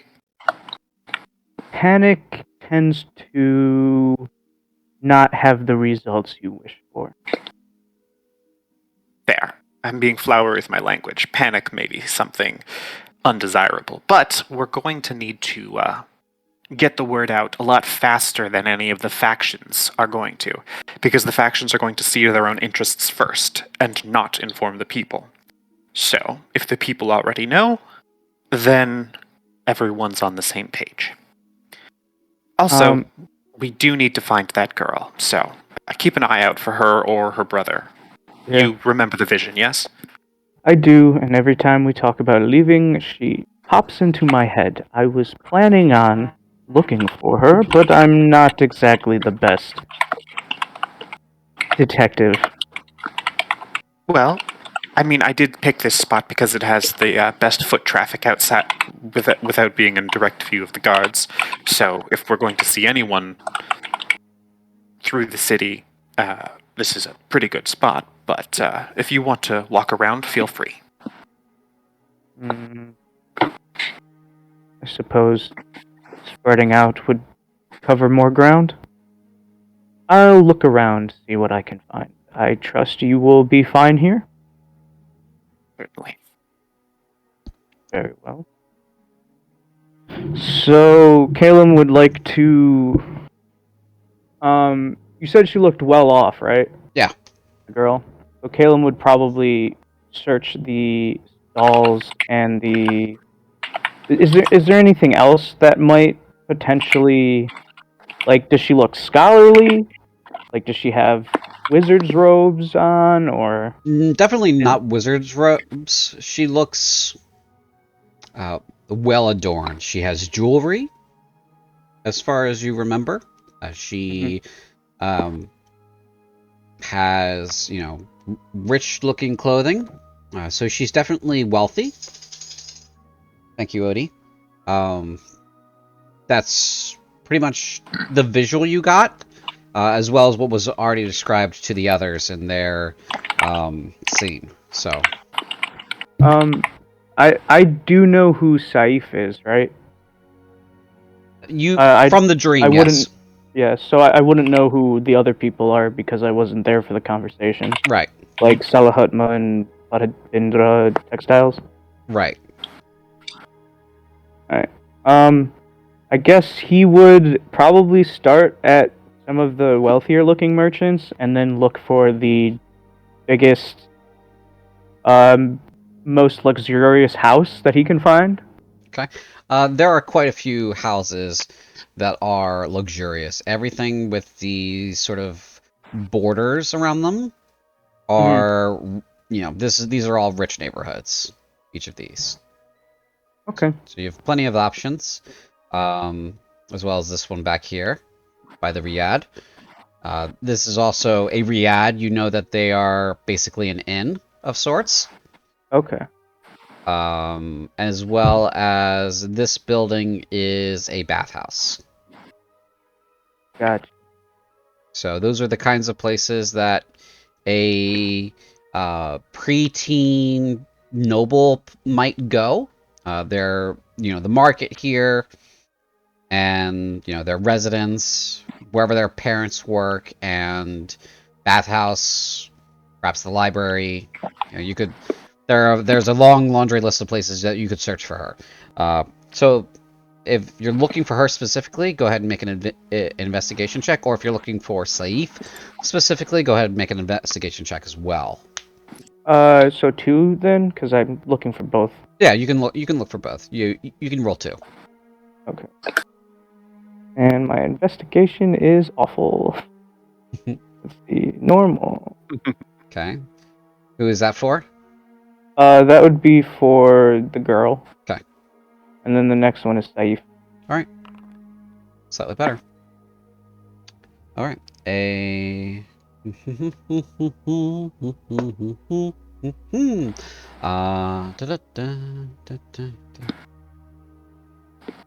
By the Riad. That's this building up here. Yep. You're kind of taking a break there. You're getting a small drink, water, chilled water. A young woman, probably late teens, that you're talking to. You ask her about the Saif, and this woman says, "Oh, Saif. Oh, blessed from the sun. That one is. Oh, so good looking. You're looking for him. Why?" He'll kind of smile at her obvious infatuation. And he'll say, I've come to understand that he's somewhat important in this town, or at least perhaps related to someone important. I have something I wish to discuss with him. Oh, okay. Go ahead and roll a deception check. Just do that for me real quick. Getting a little static from somebody. Tao, check your mic. Sorry. 18. Good. She says, yeah, his dad's Salutma. He's the silk and textile trader down at Patabindra. They're next to the dock. He'll be important when his father dies, pretty much. So. Sad thing to think about, but I mean, it's how it works, right? Yep, I'll inherit. to all of us. Yeah, I'll inherit the Cafulso guest house when my mom dies. So it is what it is. Yeah. He'll kind of grow quiet, look a little solemn. She does and too. Just nod at her. Yeah. Thank you very much for your information and your conversation. I appreciate it. Oh, no problem. I wish you the best. And I'll head off to Paladimbro. Okay, so she points you towards. She says by the docks. So. That'll take you down this way. The docks are here. Okay. Contrary, while he's doing that, what were you up to specifically? How were you inciting this business? If they don't want to panic, I won't give them a panic, but I am going to start informing people. Basically, you're looking for clients as you normally do. Specifically looking for busybodies, gossips, people who are talking loud, talking to a lot of people, sort of your rich, about town kind of people, to also make money if I can. But sort of trying to, and basically once I get them to accept my services, do sort of one of two things depending on my assessment of their demeanor. Either warn them, encourage them to seek opportunities elsewhere, or if I think they're the type that's going to spread news quickly, I'm going to use sort of druid craft and and other sort of minor magics to make myself glow and look esoteric and all that kind of stuff. Okay. And then sort of grip them by the hands and say, in tone, in an otherworldly voice, "An army, it approaches. You must flee."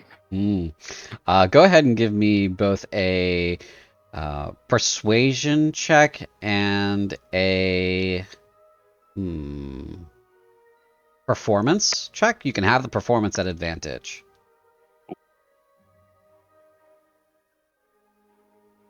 I do have advantage already from whatchamacallit, the other enhanced ability I cast. Then never mind then. Okay.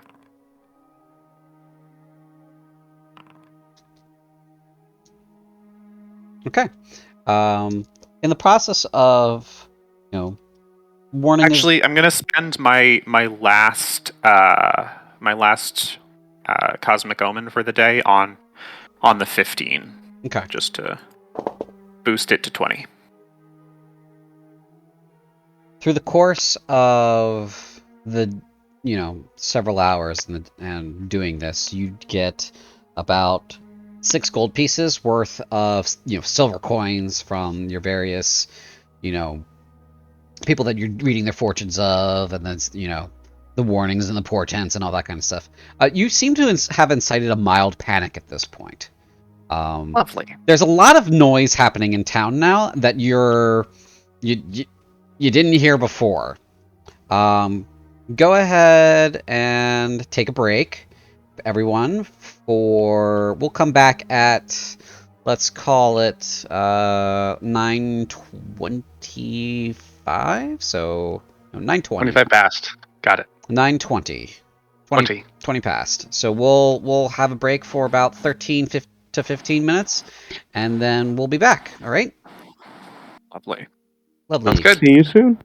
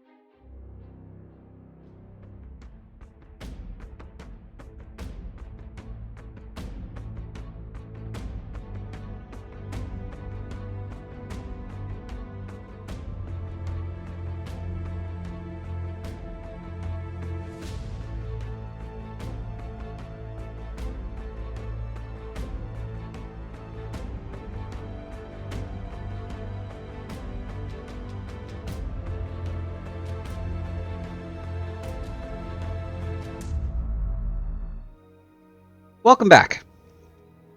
We are back from break. Pretty sure everybody's here. If not, they'll have a minute or two to trickle in. Now that a mild panic is starting to spread through the city. God damn it. Well done, Raz. God fucking damn it. A mild panic is spreading through the city now. Let's go with Jer. You arrive at the docks. Yes, down there. You were in the right spot. Here. What would you like to do as you arrive at the docks? Probably look for the textiles. Right, okay, so you arrive at the docks. Give me a perception check. I'm decent at that.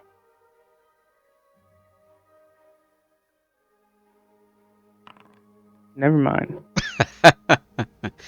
Well, luckily the textile place is right next to the dock. It's this building here. You're kind of looking around. And you're like, I don't know if any of these places are textile places. And then you hear someone saying, "Hey, you got a bolt of silk?" I'm like, oh, that's a textile. You turn, and there's the building. Oh, well, there we go. Caleb kind of like shakes his head, a little disappointed in himself that he somehow missed that, and then heads towards the building. Mm-hmm. He'll kind of be, I guess, at first he'll kind of look around outside, because the building is pretty much as big as it looks on the map, right? Yeah. So he'll kind of look around outside for the girl, or perhaps anyone that looks like they might be related to her. Okay, go ahead and give another perception check. Nat 20. All right. Whoa. There are quite a few people here. There are a lot of customers who are, in the midst of purchasing dyes. They're purchasing textiles. They're dealing with workers. None of these people look like your target. There's a man walking around in white robes with a blue jacket on. He looks important. He looks like he could be, now that you think about it and you really think about Saif and the dream, he could be Salutma. Salahutma, basically. The father? Yeah, the father. You think that could be him. He's walking around, he's inspecting his goods. The workers seem to defer to him. You watch him for a good 5 to 10 minutes. You're pretty sure it's him. Okay. Caleb will, looking as unthreatening as he can, gently approach the man and hail him. "Greetings, sir. May I speak with you?" He turns and he says, yes. What can I help you with? Would you happen to be Salahutma? Yes, I am Salahutma Padabindra of Padabindra Textiles. Are you looking for a fine bolt of silk or something similar? I wish I was. I was actually curious. You have a son and a daughter, correct? His eyebrow perks up. Yes, why do you ask? I have business with them and wish to speak with them. Okay. Roll a persuasion check.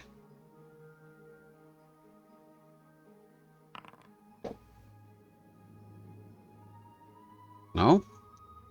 Oh, any business you have with my children, you could have with me. You see, it has more to do with safety than monetary. Are you threatening me? No, not at all. I assure you I am not. Your daughter specifically, may have a role to play in a upcoming conflict. It is difficult for me to explain. Go ahead and roll another persuasion check. This one at disadvantage.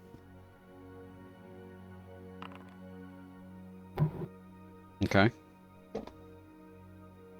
He says, "Oh, what conflict does my pretty little flower have to play a role in?" So, you are aware of the village of Topaz, correct? City, yes. I'm aware of Yes. Topaz. Well, it has fallen to a army of monsters. Hmm. Me and my companions have just traveled from it. Hmm. And for some reason, through some no idea of my own, your daughter... this is gonna sound insane. You don't. Your daughter came to me in a dream. Hmm. And I believe that her survival is important for the future. Hmm. What was your name again? Kalem Subari. Subari, sir. I'm going to say some things, and I want you to take them as they're said, okay? When you approach a man about business with his children, and specifically his daughter, who is very young, and you don't have anything of value to offer, it's best to not at all approach the man about any of that. In fact, you sound quite insane. I would suggest that you maybe go to the riad, get out of the sun for a little while, have some tea, and just relax. You'll find that whatever monsters plague you go away with time, okay? You're clearly having a thing, and I don't need my children to be any part of it. If you come around here again, or if I see you around my house, I will kill you. You understand? Kalem will look like he wants to say something at the threat, but then will think better of it. Forgive me, I believe we've gotten on the wrong foot. No, there's no foot now. The foot's gone. Please leave my place of business. May I say one last thing? It better be goodbye. Very well then. And he'll leave. Okay. You leave. You did draw some attention, it seems, from the crowd, but you left. And where do you go now?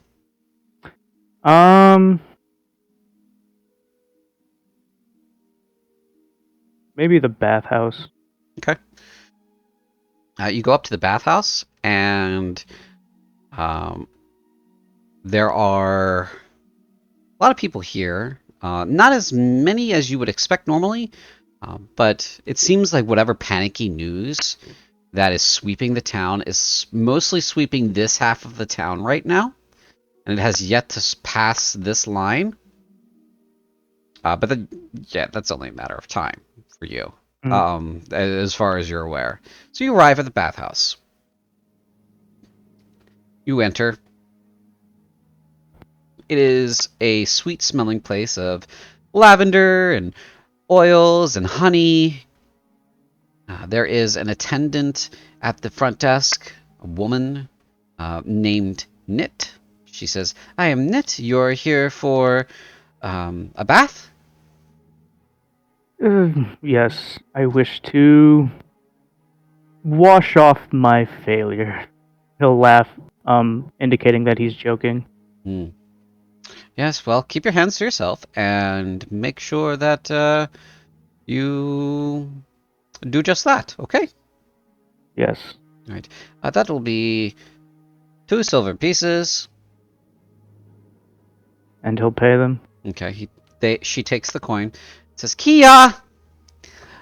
Come and take this filthy man away." He'll kind of like sniff himself and just nod. A slightly younger woman comes out, and she says, "Okay, sir, follow me. Keep your hands to yourself." walks into the bath, puts linens into your arms. Says, these are for drying. These are for washing. This is your soap. Go and take care of yourself. Thank you. This bathhouse is a multi-tiered bathhouse.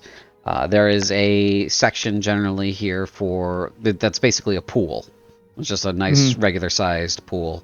There is another pool that is chilled water. It's got ice in it.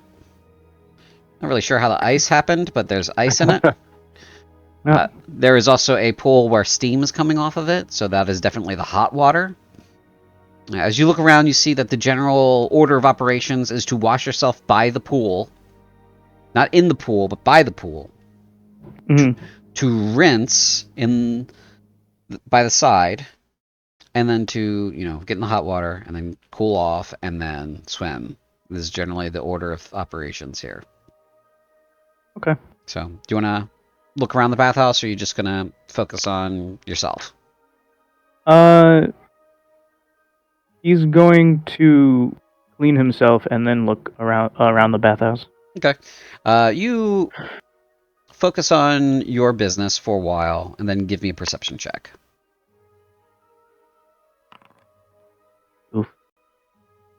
Oof. Okay.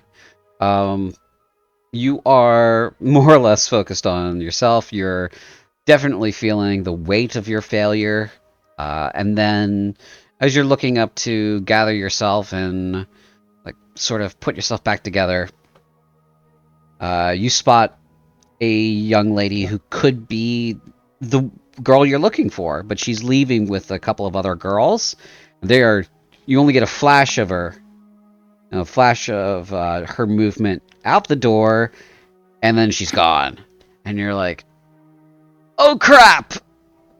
Yeah, you have kind of.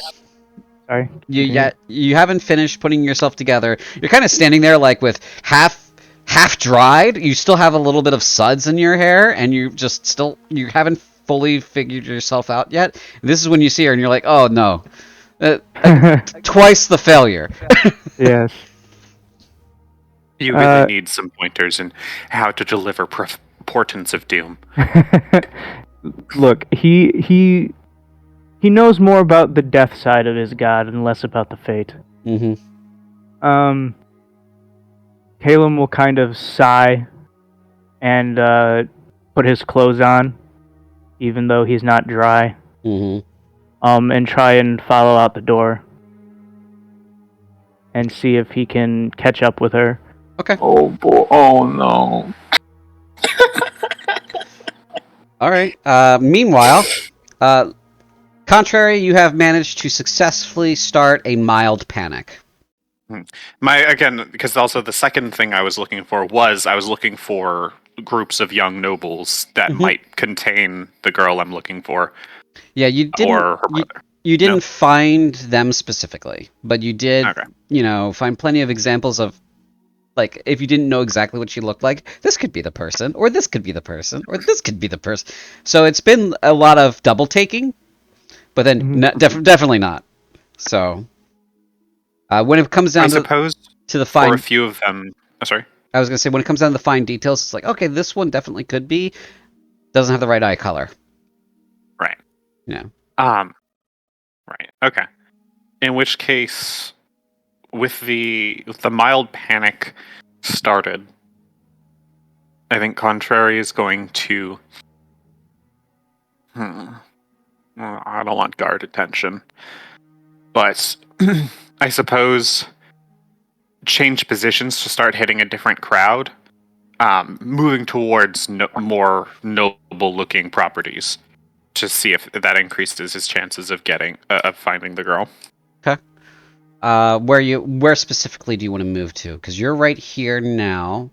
These properties are all more or less the same of what you're looking for, as well as these and this up here. Do you need me to do that again? I suppose if this sort of interchannel is less visible to guards but still gets good foot traffic, I'd make my way along there. Okay. Yeah, you go ahead and you make your way along there. Go ahead and give me a perception check.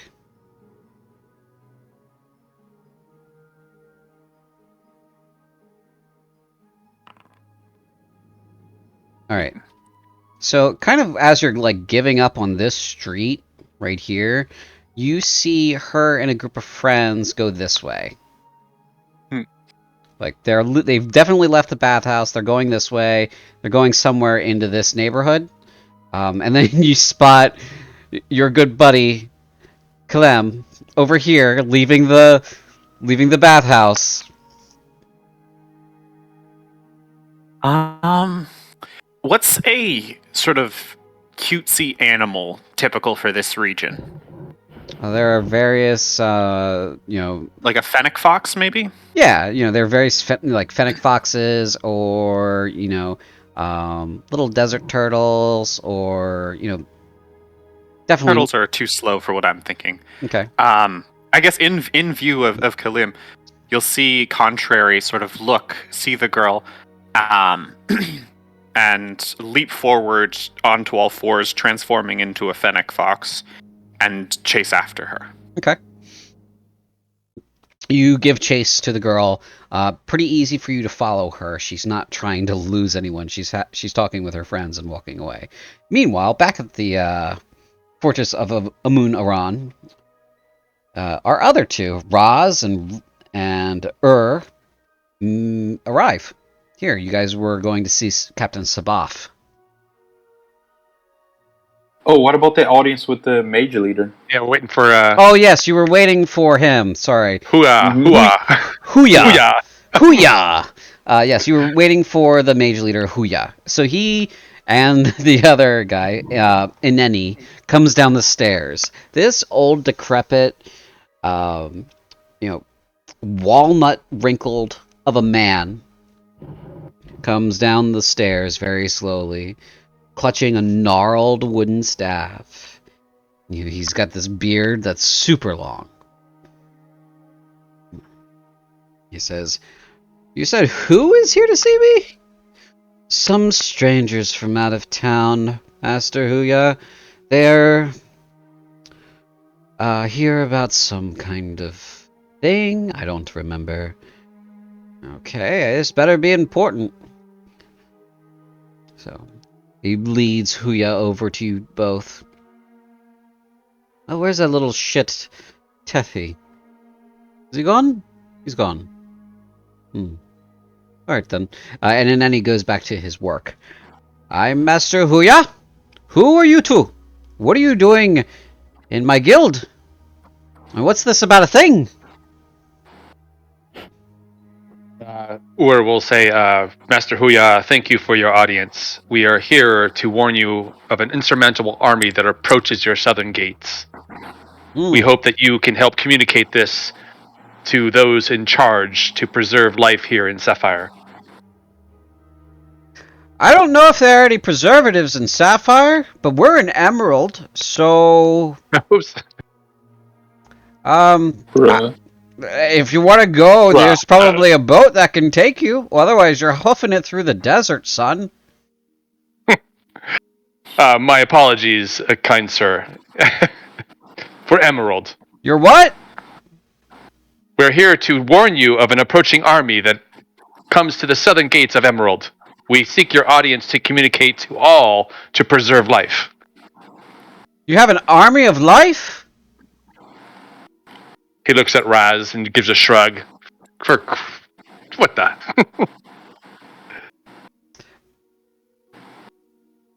You need to be a little bit more concise with him. He gives a nod. Master Huya, Yeah. an army approaches from the south. Oh. An army? Of what? Correct.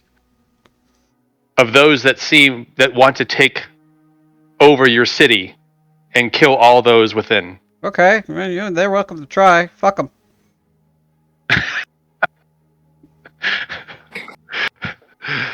So, we came here after Topaz fell. What did Topaz fall off of? It fell in the sense of on the army which we are trying to warn you about, destroying it. Yeah, I didn't catch any of that. Somebody fell? Okay. It sounded, okay. sounded like you said Topaz fell, but it can't because it's a city. Okay, I'm gonna punch him.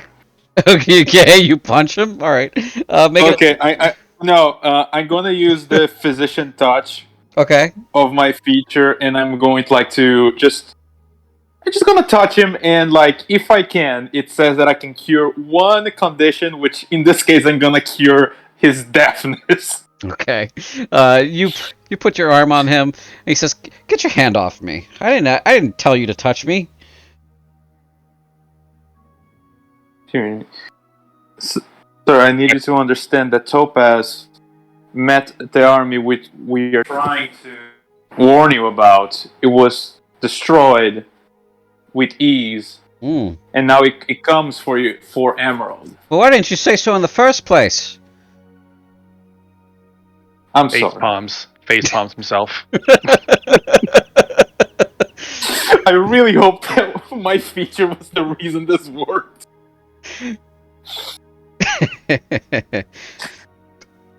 All right. So he says, "Why did you say so in the first place? We have to tell everybody. This doesn't sound good." He starts to hobble out of the Mages Guild. Or I don't know if you need to roll for this, but like what you saw Raz doing was like touch like a key point in him.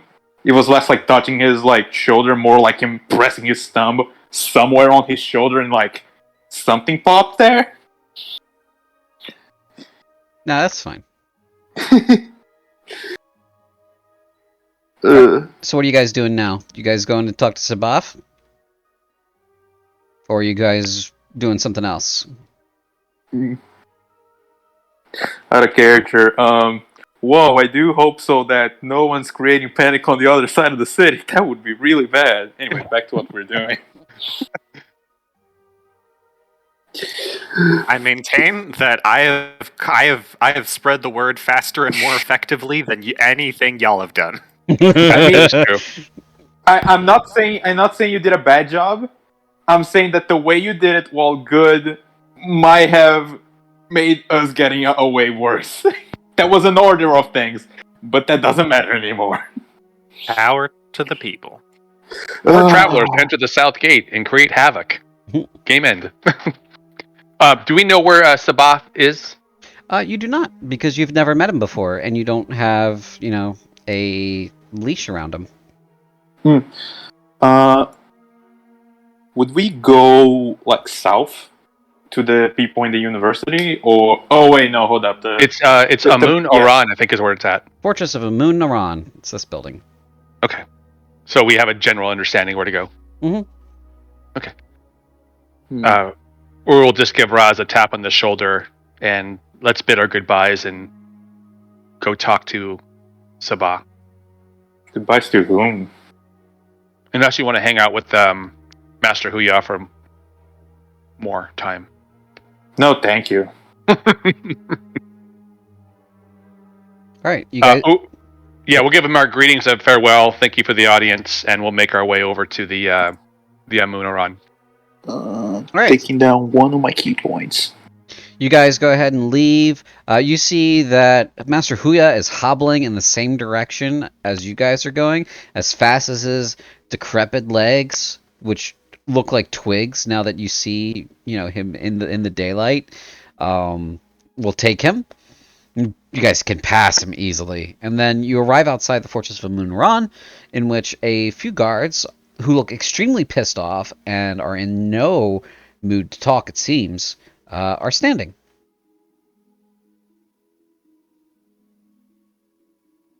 Looks back and see how the master is doing on his way here. He's doing. It's going to be a bit. Or we'll say, Master Huya approaches. Be ready for an audience. No. He'll look back about 300 yards that Huya is stumbling up. Guard says, no. He seeks an audience with Captain Sabah immediately. I don't care. Who are you, soldier? Who am I? Who am I, he says. This out-of-towner asks me who I am. Answer the question. My name is Maketra. Maketra, you shall be accountable to Captain Sabah if he does not hear what Master Huya needs to say. Okay. I like this guy already. I like to imagine there's like the Monty Python of like the soldier just looking at like Master Huya approaching but charging like with the it's a super long charge. Are you guys just gonna hang out and wait until Master Huya arrives? Yeah, I don't think I have the persuasion to change anybody. Roz, what do you want to do? How much would it cost for an audience? You got a sister? No. Then you don't have enough. Can I just not pay you for somebody that would take the services you want? No. Well, I tried. Tap out. You've met a brick wall guard. It's Would persuasion people went to fuck off. could Or do an insight? Plan. Yeah, could Or do an insight on his legitimacy, like his threat level? Sure, go ahead. All right. What do you mean persuasion people? I have a -1 charisma. I'm just crazy. I mean, you're the one with the great powers of like enhanced ability and greater restoration. All right. So Maketra is he's definitely a thug. Like he's a straight up. This man would be a criminal if he wasn't a guard, and you could probably kick his ass. But then he's got all these friends, so domino pile. It would be a problem. As far as his legitimacy goes, the other guards around him aren't stopping him, so they seem to be on board with what he's saying. You're getting the impression from like the gate guard and this guy that generally, if it weren't for the fact that they were the guards of the city, all of the guards would just be bandits, and that this whole thing is just a criminal enterprise. Like they probably exploit everybody in town for protection money. You know, they're basically the mafia. So. Oh, good. Well, then we're not going to warn them at all. We're going to leave them to their devices with the approaching army. Moral That's what I'm ambiguity. saying. Get the civilians out. Fuck everyone else. I'm still impressed that the man was like, hey, can I pay you for this? And he was like, no, out of spite. Like, I don't care how much money you have. I still won't let you go through. Well, I was going to offer him Kaleem as my sister. You know, he's got a little bit of face. She's got a little bit of facial hair, but you know. Yeah, I see. Mm-hmm. All right. So what's your plan now that you've arrived at the guard who's a brick? I mean, I want to see what Master Uha Agree. has to Yeah. say. Let's Right. wait. So you wait. Master Huya arrives within 20 minutes? Oh my god! I would help this man if it took that long. He takes a break at both fountains. God damn. Like, you guys passed him around here, and when you looked back when you guys were here, he was taking a break at this fountain. And then, Man, I would have cast haste on him or something. and Jeez. then you arrive here, and you look over, and he's coming, and you're like, okay, he's gonna get here. And then he stops, and he takes a break at the fountain. He like refills his water skin. He washes his face. He looks up at the sun. He wipes his brow, and then he starts moving again. And he comes up, and he's like, how'd you guys get here so fast? Whatever. A strong pace from traveling, kind master. We're waiting for you. So, we need to talk to Sabaf. No. What? You're gonna let me in? No. You're gonna have to do something, old man. No. Just no. Fuck you, no. Youth these days. Look. I I could kill you with a thought! And I would welcome it. Life is misery, so is the afterlife. Wouldn't change anything. That's true. It doesn't... Or whispers to Alright, fine. Die if all I care. And he shuffles off. Fine, we'll just warn everybody else. And he just scoots. He's starting to head towards the library. Or snaps his finger and follows him. He's done with the guards. Okay. Yeah, in the interest of time, you guys will arrive at the library. And you guys will pass the warning along to the librarians, as well as the university, and the various other merchant guilds. Is there any subject you want to research while you're at the library?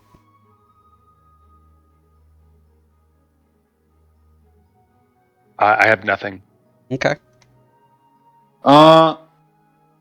Yeah, sure. Let me ask for people receiving visions on their dreams and how often that happens in this world. Alright, make an investigation check. I'll be happy to. Investigation check for scholarly pursuit. 5. Oh no. No, You suck. it's like every esoteric text about divination or dreams and stuff has been checked out of the library today. You don't know what's going on. Or I need advantage. Okay, Ura will point to some of the, textbooks titles to help him What about figure those? out which one's right. Yeah, what about this one that's in gold embroidery and nice raised green spine? I'll let you roll again. Go ahead. Take advantage? Or yeah. Not much better. You get a book about dreams, like interpreting them.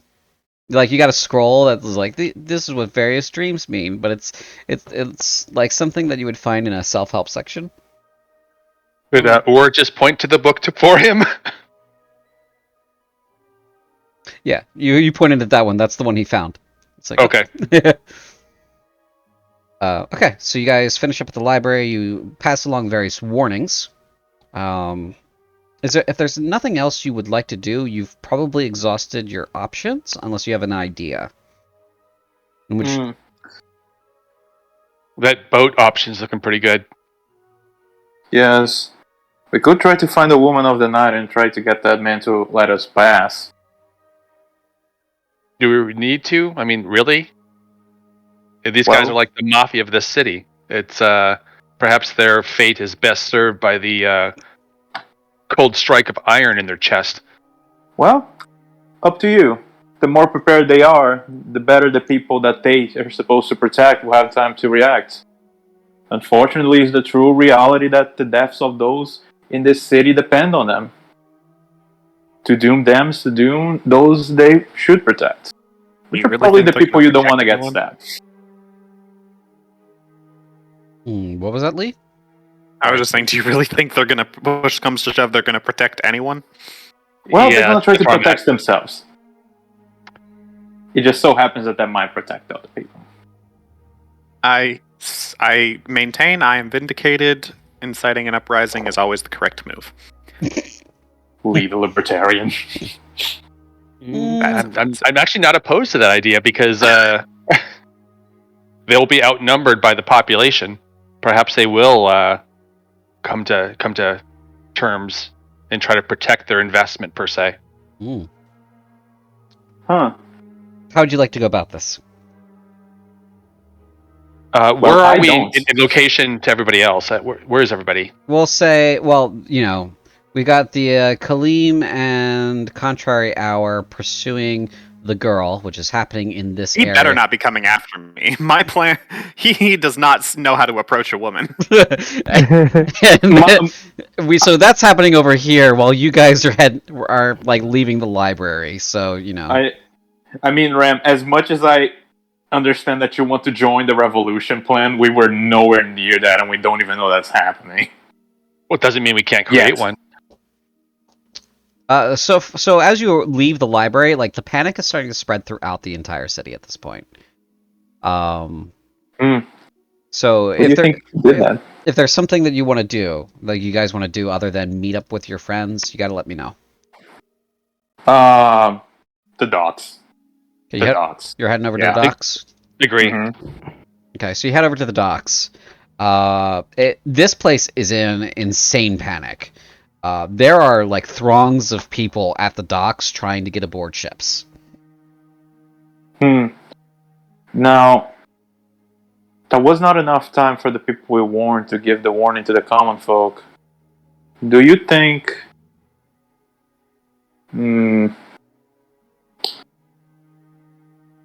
those fools... Well, Raz is going to go and try to join this thing and try to find somebody to do, like, To get a an ship? escape with. Yep. Alright. How much are you willing to spend? Money-wise? Yeah. Upwards to 150. Alright.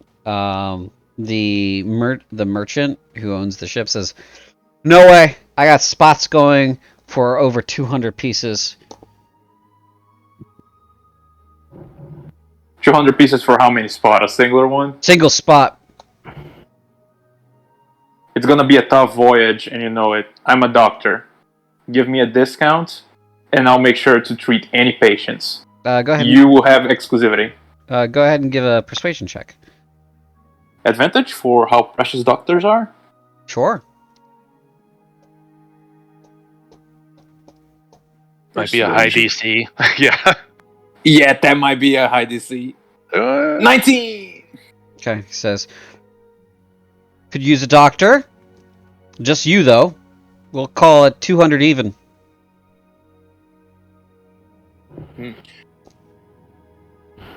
Uh...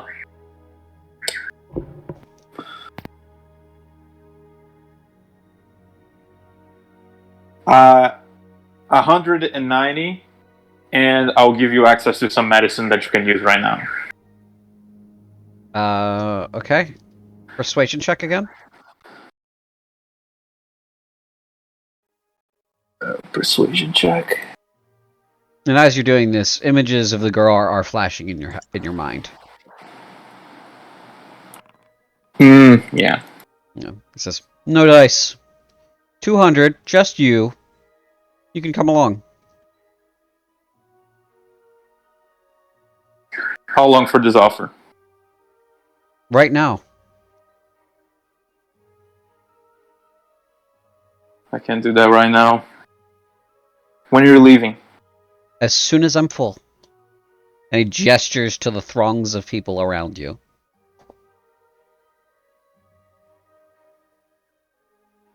Rez leaves. Okay. Ugh. Alright. What is Ord doing? Yeah, what is Ord doing at this point? Looking at Raz with disbelief. Okay. What? Nothing much. He just listens and see what you're doing, and he's going to hold his tongue and the hilt of his sword. Why didn't you join the crowd? Because I don't have 200 going. You can negotiate. Yeah, you did a good job of that.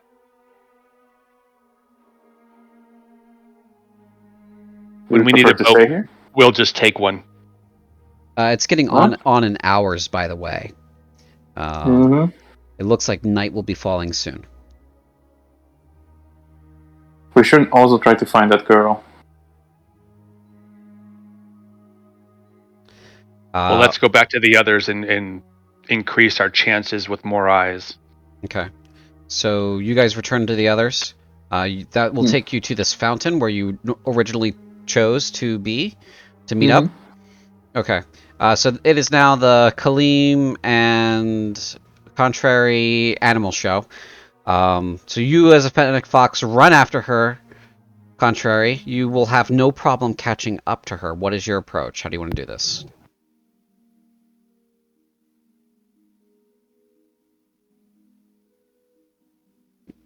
Are you there, Lee? Oh, sorry. I thought you were asking Kaleem. So yeah, my approach is going to be bolting past her, yipping loudly, and then skidding to a halt, turning around, and starting to do tricks. Okay. Up on hind legs, rolling over, dancing. Okay. Yeah, this definitely grabs her attention. Go ahead and give me a performance roll. Do I get advantage for being cute? Yeah, for being cute Fennec Fox. Yeah. Oh, there we go. All right. Yeah, you definitely like her and her friends are definitely enamored with what's going on here. They all kind of like, keep their distance a bit, but they're completely focused. And as you're doing tricks and rolling around and all that kind of stuff, they kind of settle down on the street there and just watch you, laughing. I have a question. Sure. If speak with animals allows me to speak to animals, if I were to cast it as an animal, could I speak in this form? I don't believe that's the normal spirit of the spell, but No. for the sake of fun and expediency, because we do have, we are getting on in hours, I will say yes. All right. In which case, I will look to her. We never got her name, did we? No, you don't know her name. Hello. Yes, I'm a talking animal. What? And Yo! they're all like, what? This is the most mind-blowing thing that has ever happened for any of these kids. Now, I take it. Have you been hearing the gossip that's been going around the city today? Oh, well, everybody wants to date my older brother, Saif, because he's so handsome. No, I was talking about the army that's invading. What? Wait, what? Did you not hear about... Okay, well, long story short, I'm a talking animal. All talking animals are assigned to people of particular portentous destinies. You are the one that I've been assigned to. Okay, roll a persuasion check with advantage. Because that's definitely something a child would believe.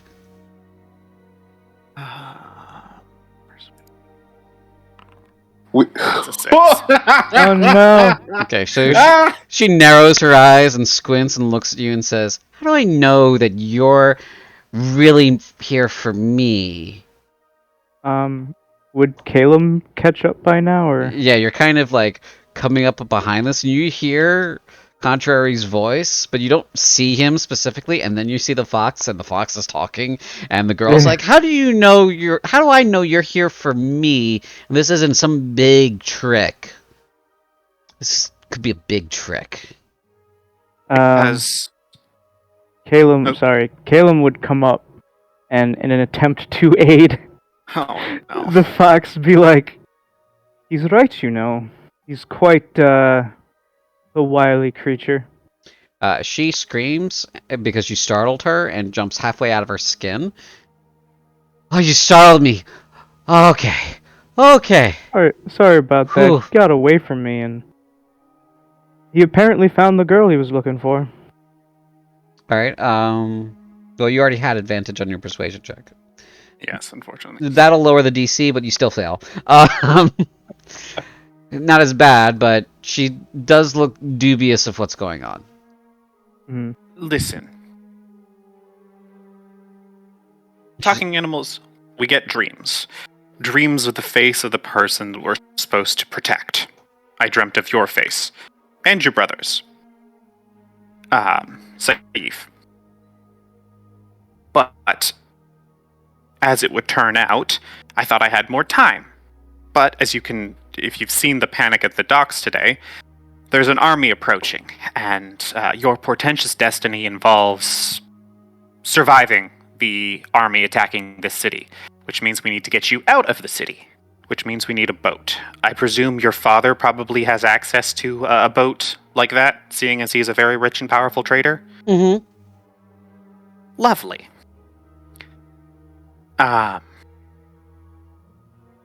Well, the pyramids on the other side of the river. That's where we need to go. Okay.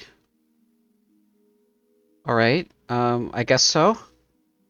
All right. Well, I'm going to go turn into my human form and gather up the rest of our comrades, and then we'll meet you by the docks to go to the pyramids. Yes? Sounds good? I believe we were going to meet at the southern fountain first.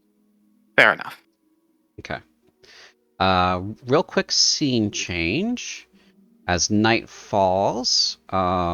So give me a second to configure and reload. And then what was I going to preload here? Okay. Not that one. Yeah. Let me just make sure that loads. Okay.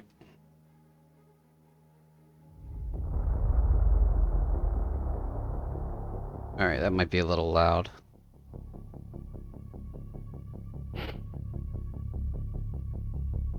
Okay, so let's activate. Oh, yeah. Yo! Shit! Oh. Oh, anarchy is good, you know? So, Good job! Oh shit, they burned the barracks! So, as ships begin to run out completely, you guys gather with the girl, a couple of other kids, and the boy you met from the Mages Guild, and you head over to the dockside. But by the time that you get there, it's abandoned.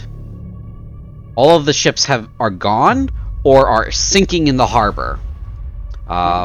The few people that are in the harbor are trying to desperately either swim across to the other side completely or swim back to this side of the river.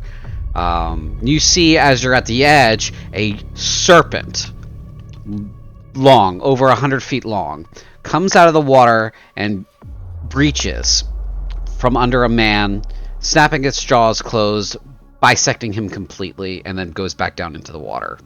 And that is, you guys are aware that is a normal creature for the river. Swimming in the river is always generally a bad idea.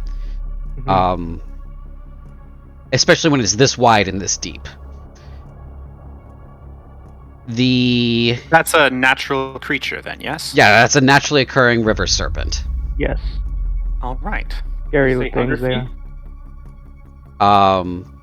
The panic that has gripped the city has started to spread away from the docks and is heading this way. It looks like the farm road is the only other way out.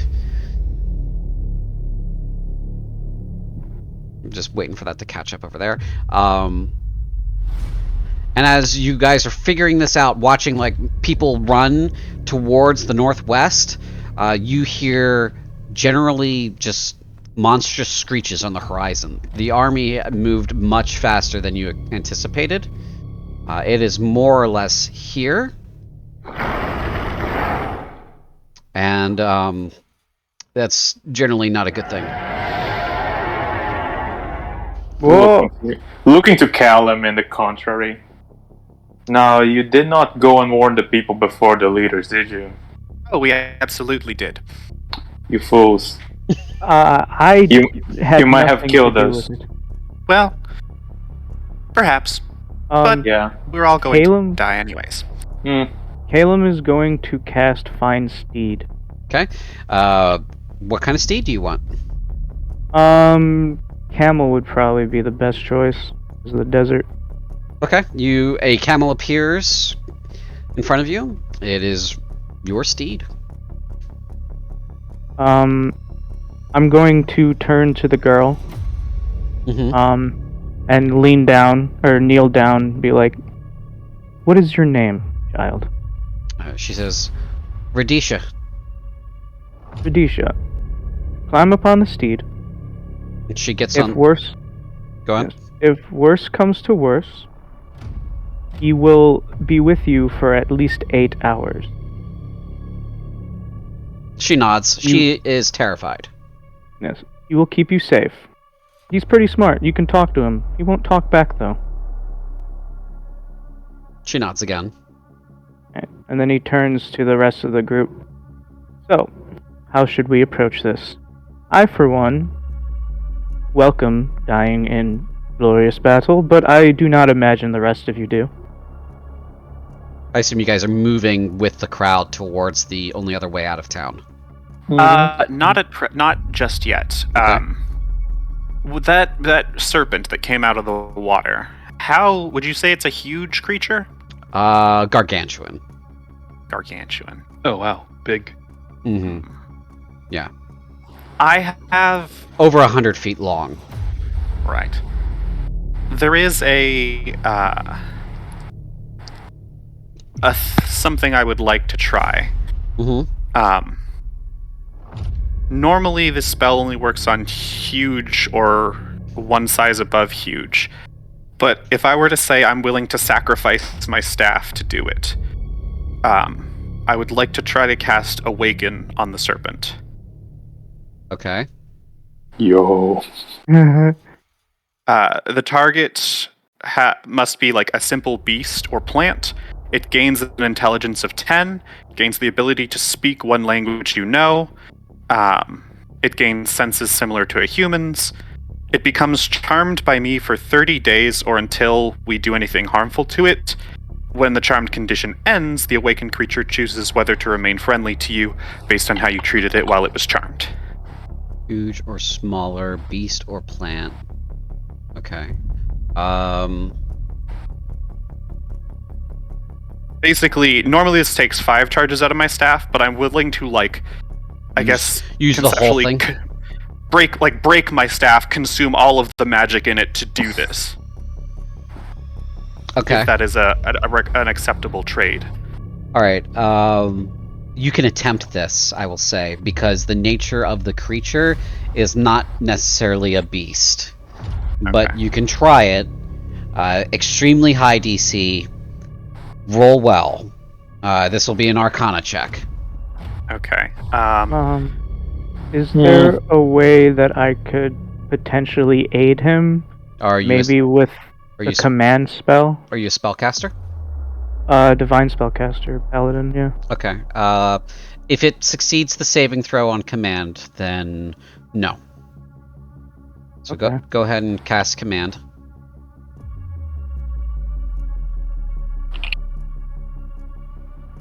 Isn't command for humanoid or something?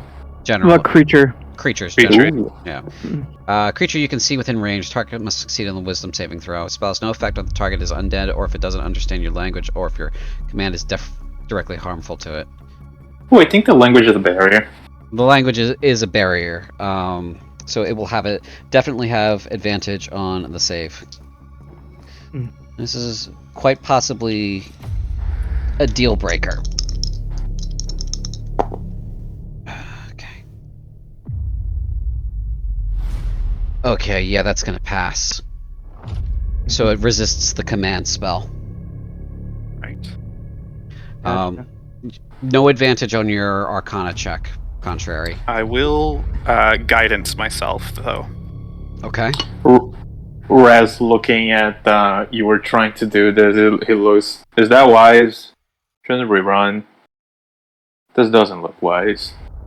Well, what is wisdom, really? If only there was a way to quantify it. 17. Okay. I was hoping for. Did you already roll your d4 in there? Yes. Oh, I can actually, one last Cosmic Omen. Let's see if it does anything. Okay. So 22. 22. Not quite there. The number in my head was 25 to break both the barrier of the creature and its size. It's not quite enough. I don't think I Is have there anything else. anyone else can help? Squeeze out 3 points and you've got it. I can't aid for advantage, right? No. Oh, wait, sorry. Okay, this is stupid of me. I could have enhanced ability myself. For advantage, if you would accept that. Okay. Only if you roll higher. You'd have to Okay. roll the d4 though. Reroll a d4, right? Okay. Yeah, the whole formula has to be re-rolled.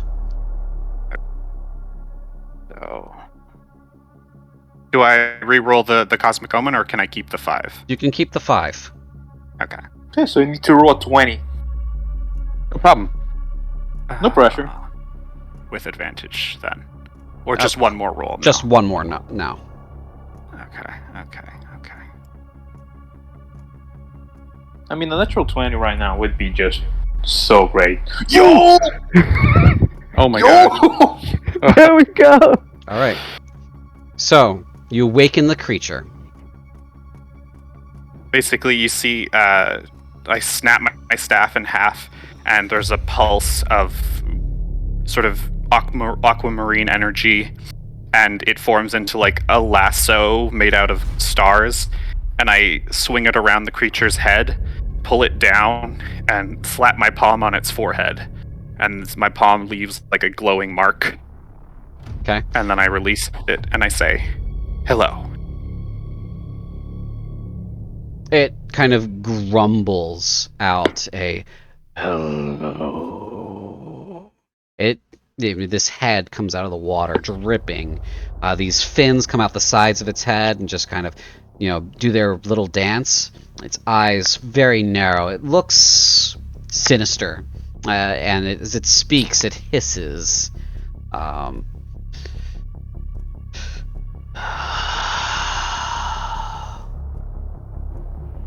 Demons pursue us, and we need your help to escape.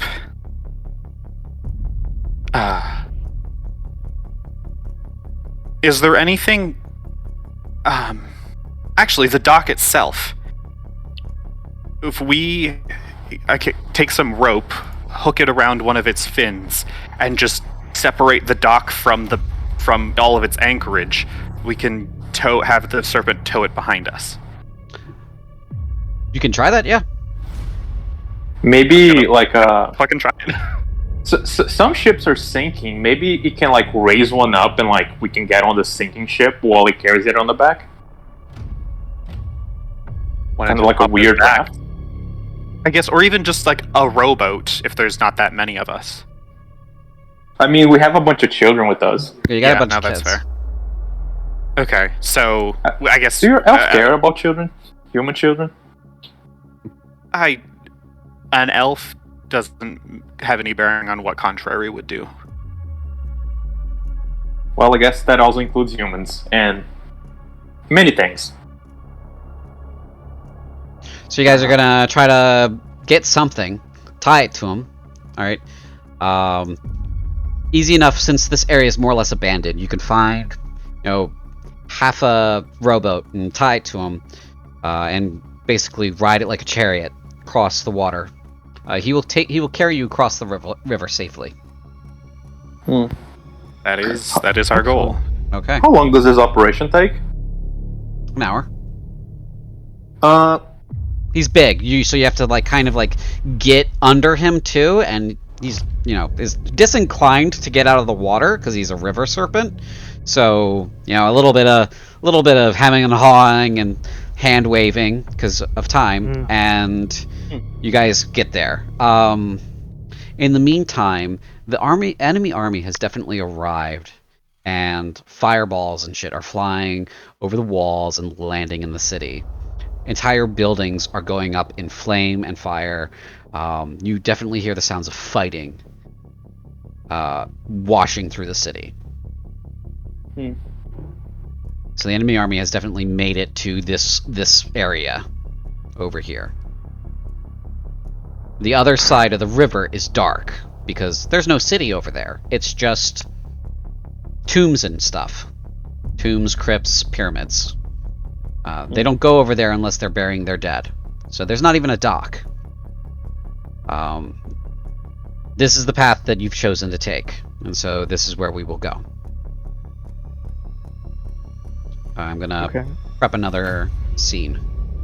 So while people are doing this, can I take a short rest? Yeah. Hold on, I got some stuff broke. In the update. Mauler. Skeleton Archer. Okay. Skeleton Archer. Okay. Skeleton archer. Alright, sorry. Oh. Yeah. Jesus. Token. Nope, we don't need that. You know, Lee? I gotta admit, you do some weird shit, but it is always creative and helpful at the end. Oh, why didn't that update?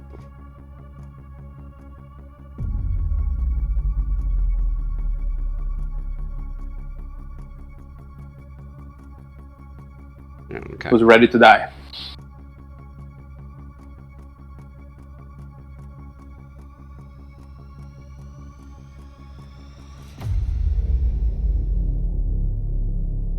Oh, for fuck's sake.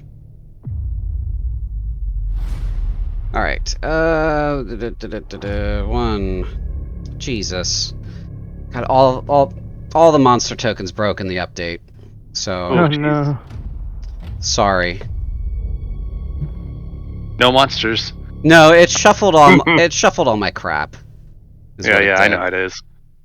Alright, there's one. If the DM doesn't make the battle map in 15 minutes, we're legally allowed to leave. We're legally allowed to leave though. And also the grid is off for whatever reason. So don't mind that. When you need to measure, use your measuring tool. The stupid 9.1 whatever update kind of broke some of my stuff, and I need to fix it. I didn't realize it broke it. I thought everything was ready for you guys, and I was wrong. So No worries. just another moment. I need to fix 2 more tokens, and we're good to go. Prologue PCs, and the only 2 we don't have over here is Kalem, and we got Khalil. Okay, Xantorin.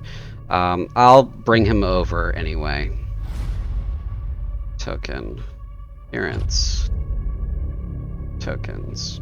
Characters. Okay. Update. Alright. Yeah, close. And token. Monsters. Monsters. Mauler. Update.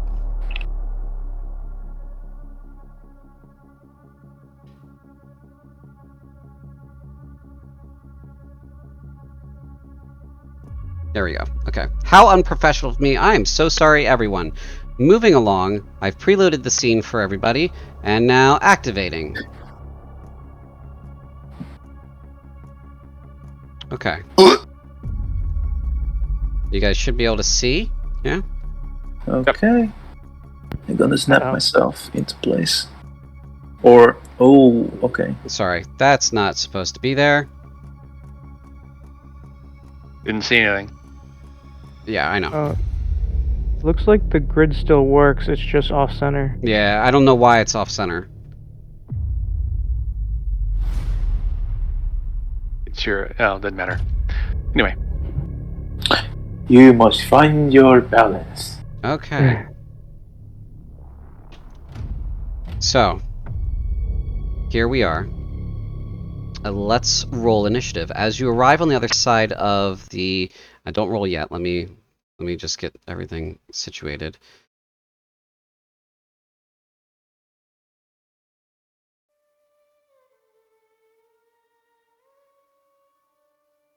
Alright, refresh. And make sure everybody is in combat 1, 2... Okay, we're missing... What are we missing? 1, 2, 3, 4... 1, 2, 3, 4... yeah, we're missing this guy. Yeah, we're missing this guy. We're missing this guy. Holy Jesus. Not that I'm looking at initiative or anything, but... You can hide those, by the way. Oh, I know. Okay, so everybody should be here. Who isn't? This guy isn't. There's Kaleem and Raz, you're in here. Okay, and You're in here, and this guy's not in here. Okay. So, you're definitely in here. Yeah, you are. Okay. And Yeah, I'm there. Radisha. Okay, go ahead and roll. I am alone on the map. Yeah, that's because it's dark. Oh, imagine we would have light up a torch or something. Would you like to light a torch? Thank you. Yes, please. Okay. Wow. Dim out to 60 feet and bright to 30, I think? Off the top of my head? Let me look at it Yeah, hold while on. everybody does their things. Yeah. Torch. 20 foot. 20 foot. Yeah. 20 and 20. So that's 40, dim, bright 20. Update. There you go. Mm-hmm. Now you can see. Okay. I'm still a little bit off center. Is that okay? Yeah, it's fine. The grid is broken. It looks like there are two grids down there. Mm-hmm. The very pale one is the correct one. Okay, that's fine. The pale one is the foundry, and the black one's your image. You can adjust that with your offset if you want. Yeah, that's going to be a lot of work, so we're just going to deal with it right now. Yep, I'm good. So. Oh, hey, Radisha Token is that girl from Yu-Gi-Oh! Yeah, thank you. For calling out that I don't have the art ready yet. I like Yu-Gi-Oh! Oh my god, you're right. Ah! Okay. Serious question for serious DM. How deep is the water as soon as it hits like the land? I mean, this around here isn't that deep. Mm-hmm. It gets deeper as you go out. Okay. So it's like wading out to 15 feet, and then farther out it's swimming. Would going into the water be considered like It's difficult, even if it's difficult terrain? Yeah. Mm-hmm. Water, knee-deep water is always difficult terrain. Okay. All right. So first up, we have. Let me just go all the way through, and Skeleton Archer B. Did you rolled? Okay. Yeah. I didn't roll for Centauran. Our initiative rolls are not great. I love that we use pi r squared as part of the initiative. Yes, it's it's to keep the keep different creatures from not doing things at the same time. What do I want to do? Yeah. Okay. So this creature, you guys arrive and you see this like shambling skeleton after the torch is lit. Those of you with dark vision and such can see much farther, and you can see a lot more of what's going on, and it scares you. I can see 120 feet. Yeah, you can see quite far in the dark. The most threatening thing that you see is over here. Mm-hmm. I know who that is. Yeah, so an arrow comes flying in at you, Raz. Mm-hmm. That's gonna miss, because that's a natural 2. Yay. Yay. All right, and next up we have sound effects. Let's do sound effect. All right, so that misses you. Let's see, who's that one? Skeleton C. Uncertain Skeleton C. He is... Love the names. I know. He's not on the map. We have too many skeletons. 1, 2... A, B. Call one of them dubious. Remove combatant. Okay. Yeah, okay. There's D there. Okay. We'll just remove this combatant. Alright. The update really scuffed a lot of stuff. Okay.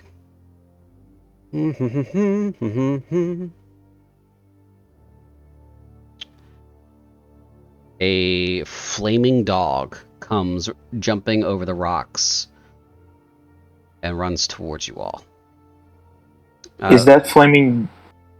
Sorry for interrupting you. I'll let you finish. You're okay. It is indeed giving off some light. It's like you can read my mind. Yeah. It's going to blow some fire in a 15-foot cone. Bruh. Yeah.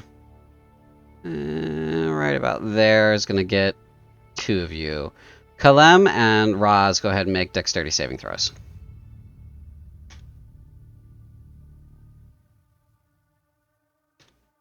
Don't forget you have +3. Thank you. Whoa, shit. Okay, that succeeds for both of those. Jesus. You take half of this.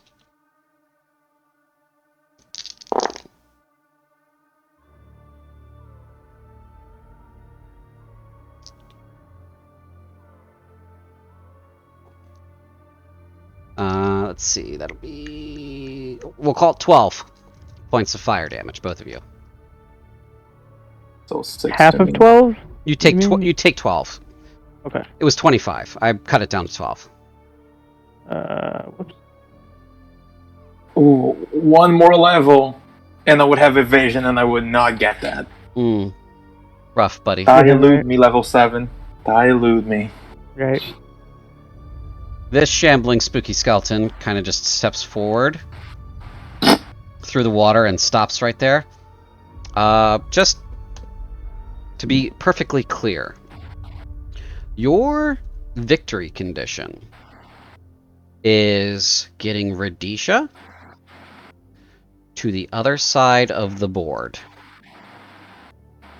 Getting her all 150 feet to the other side of the board. This edge is where she needs to get. You see my line? Yeah. Yep. You guys got to get her there. Doesn't matter which block on that line. You got to get her there. The secondary victory condition, one where she is not ruthlessly pursued, is slaying him. Kalame can see him, but nobody else can see him right now. But slaying him will prevent her from being ruthlessly pursued. Your lives are, not victory conditions. The victory condition is getting her to the other side and killing him. That's the best condition. Okay? You guys can still escape. That's still a thing. So I'm not telling you that it's pointless. Your guys are going to die. You're not. That's up to the dice. So it is now another skeleton archer's turn, and they're going to take a plinking shot. And that is a... God, what is your bonus? Off the top of my head. Alright, we're going to just look at over here. That is a 20 to hit you, Raz. Okay. That is 4 points of pokey damage. As a monk, I use my reaction to deflect missile, and 4 damage is enough so Raz can catch the arrow before it hits him. Okay. Nice. Yeah, it's scooted forward a bit too first. So, Radisha should still be on my steed, right? yes, I don't have a token for that right now. Gotcha. So, yeah.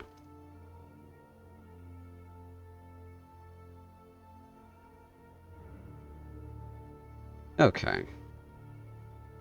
Did I not put in that detail? Because that detail just doesn't show up for some reason. Alright, screw it. Yeah, screw it. Okay. Next up is another spooky, scary skeleton. 9, 10, 15, 20, 30 feet. Okay, it's going to shamble forward.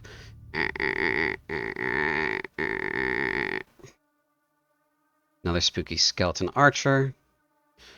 This one is... Where are you, buddy? D. E, A. Okay. We're going to just delete that one.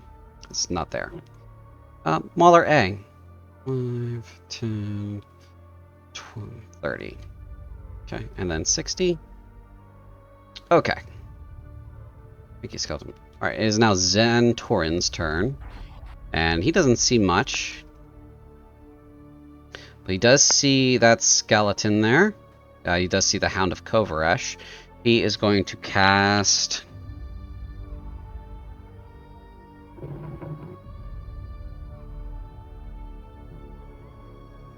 He's going to cast Haste on Roz. So Roz, you're hasted. Oh shit!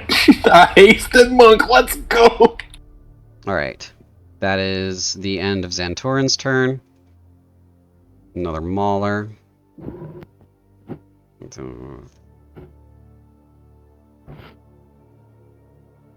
Okay, and now Skeleton C. Here, he's gonna move this way. Okay, and then this guy. Skeleton D.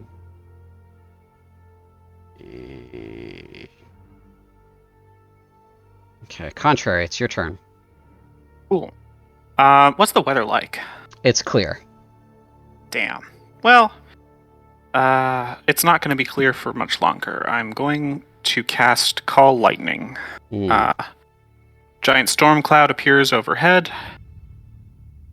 and I'm going to need all creatures within 5 feet of this point, so these two, to make a DC 16 Dex save. Which two? Again, specifically? These two? A DC 16 Dex save? Yeah. Okay. Failure and failure. Cool. They both take... where is it? Which spell is this again?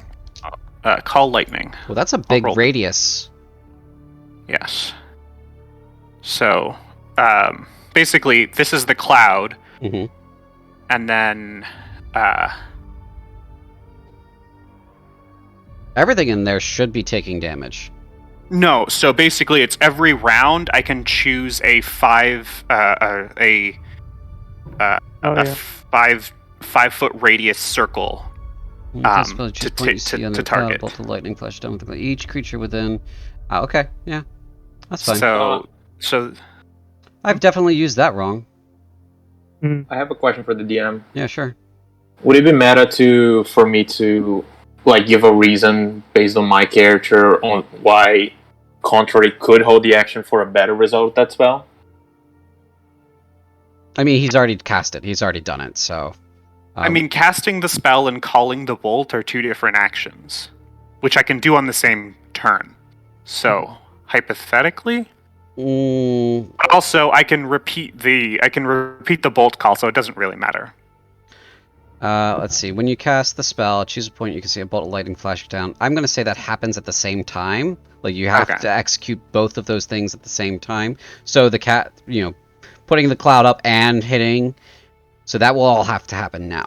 So the first bolt has to happen now. Okay, so then just tell me about it next time. Yeah. So then normal damage, I didn't...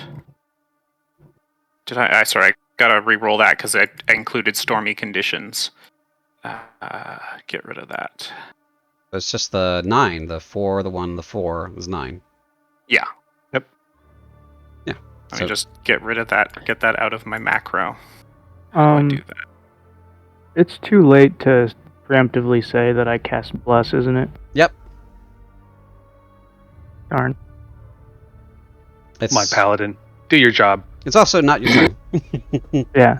Well, I meant before we got to the shore. Well, turns have already happened. Turns have already happened, so... Mm-hmm. Alright, end of your turn or no? No, not yet. So then, bonus action... Have we been taking damage? I have. Roz has. I have How 2. much? I have taken 6. The paladin has taken 12. Wait. Was it 12? And then didn't we both I'm pass? sorry. I thought you failed. I'm sorry. My mistake. Okay. both failed. In which case, I will use my second wild shape to turn into chalice form. Which doesn't do anything just yet. So Azu, sorry, was the 12 already halved, or was the successful save for the damage only 6 damage? No, the total damage of the fire breath was 25, and I cut that down to 12. Gotcha.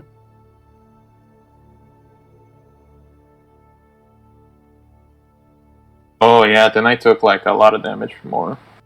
Okay, yeah, I'm in chalice form. I am at 33 HP. Okay, I'm in chalice form, and I will move over here. Okay. Raz, it is your turn. Mm-hmm. Okay. Are those all like palm trees? Yeah, so these here are bushes. Right, this is a bush, that's a bush, these are bushes, this is a tree, and that's a tree. And this is a tree over here. Those are the only trees. Okay. Okay. I'm gonna go 10 feet here. Mm-hmm. And time to start some pro gamer moves. Am I right, gamers? Let's go. Okay. Yeah. Okay. Time to attack. I am a monk. And so I shall keep monking. Because it's really disorienting, I'm going to turn the grid off in the background. Yeah, probably better. Okay. So I'm just gonna start wailing on this thing. That should have, like, broke it. All good. Yeah, I can't see anything now. Okay. Time to attack it. There we go. Okay, go ahead. Womp. 23 hits. 23? Yeah. For 7 damage. 7 damage, okay. Okay, another one. 14. 14 does not hit. Okay. It kind of jukes to the side. Mm-hmm. Oh wait, no, that's damage, I'm sorry. Another one, 24. 24 hits. Hits. Oh yeah, I forgot I'm using this. You're also hasted. Yep. 13. I still have 3 more attacks because I'm flurrying of blows this shit. Okay. You really bothered one it. More. Ooh, nat 20! Yay! 13. Okay, so that is 16 plus 5, which is 21. You've destroyed it. Oh boy, Res is just. Yeah, that bad boy's dead. Mm-hmm. Okay, so I already used 10 feet. I'm gonna use 12. I'm just gonna say this is 12. I'm just gonna say this is 10, 20 feet. And I still have my flurry of blows, so I'm just going to start like whamming on this guy. Mm-hmm. Unarmed attack for 22. 22 hits. 8. Yeah, that finishes that guy. And I and since I flurry of blows, I have 2 of those. So that was the first one. Oh boy, I love this. Mm-hmm. Hasted monk, let's go. And if you feel necessary.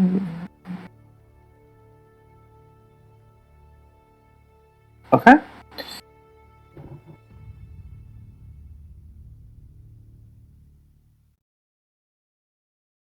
And another one for my last one. Another attack. Oh, You know what? No, I'm not gonna attack him. Rather, since I'm using a Flurry of Blows and I have 1 hit left, when I'm using Flurry of Blows, I can instead forsake one of my attacks to use my Hand of Healing on myself. Okay, nice. So let's see how it works. It is Implements of Mercy. No, it's Hand of Healing. It's gonna be Martial Arts die plus Wisdom modifier. My Arch is currently at 1d6, so that's gonna be 1d6 plus 3. So I recover 6. 6 HP, plus my 3, so it would be 9. Up to full health. Nice. Toodaloo. Whoop. Whoop. Okay.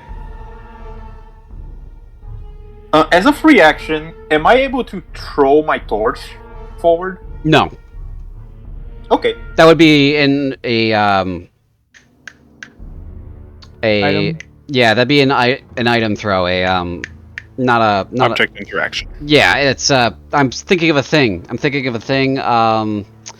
It's late. Sorry. It is called a what is it when it's a weapon that is not intended to be Improvised. ranged attack. It'd be an improvised ranged attack. Yeah. Yeah. And using the rest of my movement, which I have like 90, I'm just going to whoop. You're gonna zip back.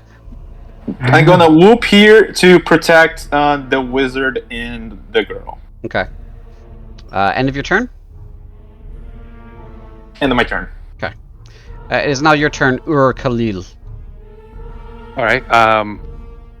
Well, now that he devastated the perimeter there, I guess the only attack really is moving up to here. And which one is this? That is a skeleton. Yeah, which one that one is by ID. Skeleton I'll send some.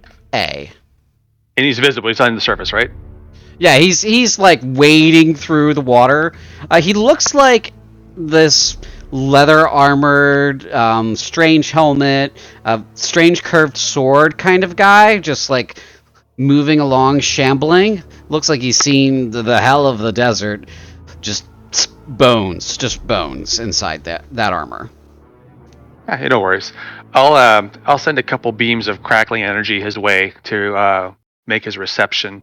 Are you going to blast of the Eldritch variety? Well, I was thinking of the very same thing. Yeah.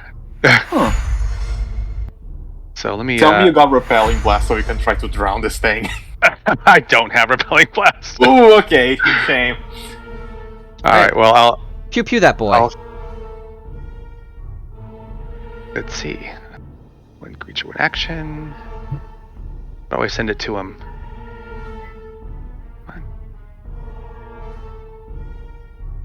Did it to click on the spell? Is that what it is? Yeah, there you go. You got it. And then in the chat, Right. you can click on attack and then damage. There it goes. Okay. I'm just lagging hard. And does it send 2 bolts or just 1? It's because I'm preloading more music. 2, because you're level 6. Yeah, it's Yeah. Can I add that or I do it twice? yeah. Just do it twice. Okay. So normal That'll hit. Ooh, baby! and Regular the other 20. bad boy. Close. Pew A pew. dirty 20. Damage for that one.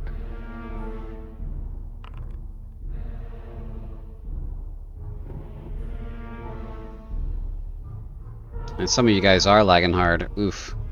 Yeah. I'm. It's like. So if I roll twice, I apologize. Attack. Normal. Ooh. Good. Okay. 1100 ping. Oh, well, that didn't do much. Yeah. So just the one hits. I'll take it. Yeah, so you are the one that splashes into the water. It's kind of hard to see, even with whatever dark vision that you do have. You're having some difficulty seeing just because it's of how purely dark the night is. Okay.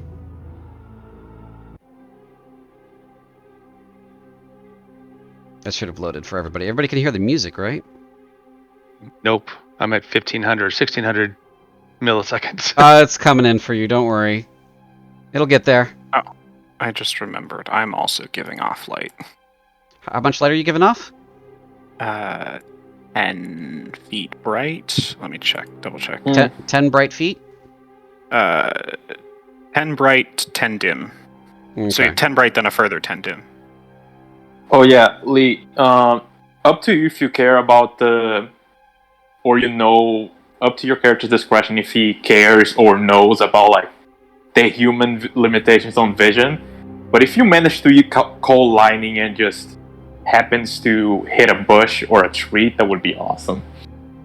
We'll see if that happens.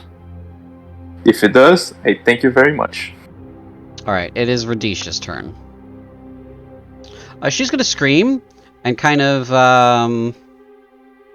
move and hide behind you guys. Taking cover behind like the 4 of you over here. You're over here, but she's kind of like just putting as many bodies between her and the evil as possible. That'll be her turn. She's very smart. Yeah.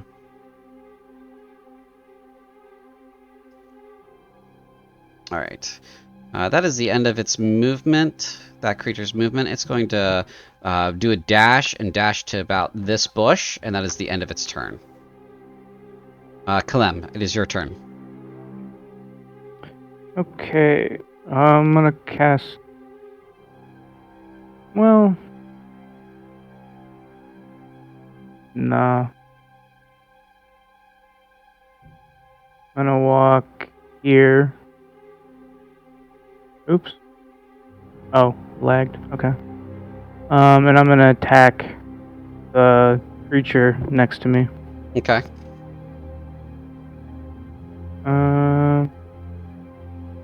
Inventory.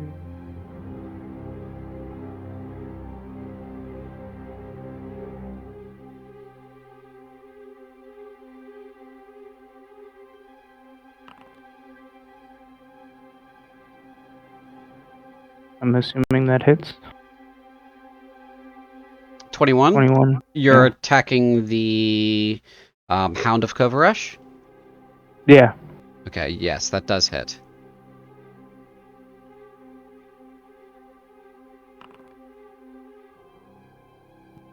Uh, 10 points of piercing? Okay. Yep. It is magical too, if that matters. Alright. And then I'll attack again. Okay. Oof. Not one. Oh no. Alright, you bury your war pick in the side of the beast, flames rush out, and you singe your hand, letting go of your weapon. You retrieve it, but that will count for your nat 1. Okay. You don't take any damage from that.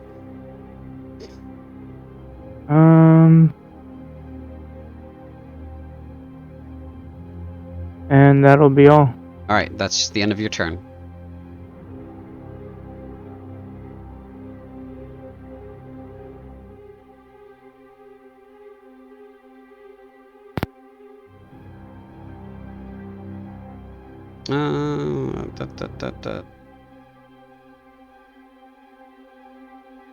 Okay.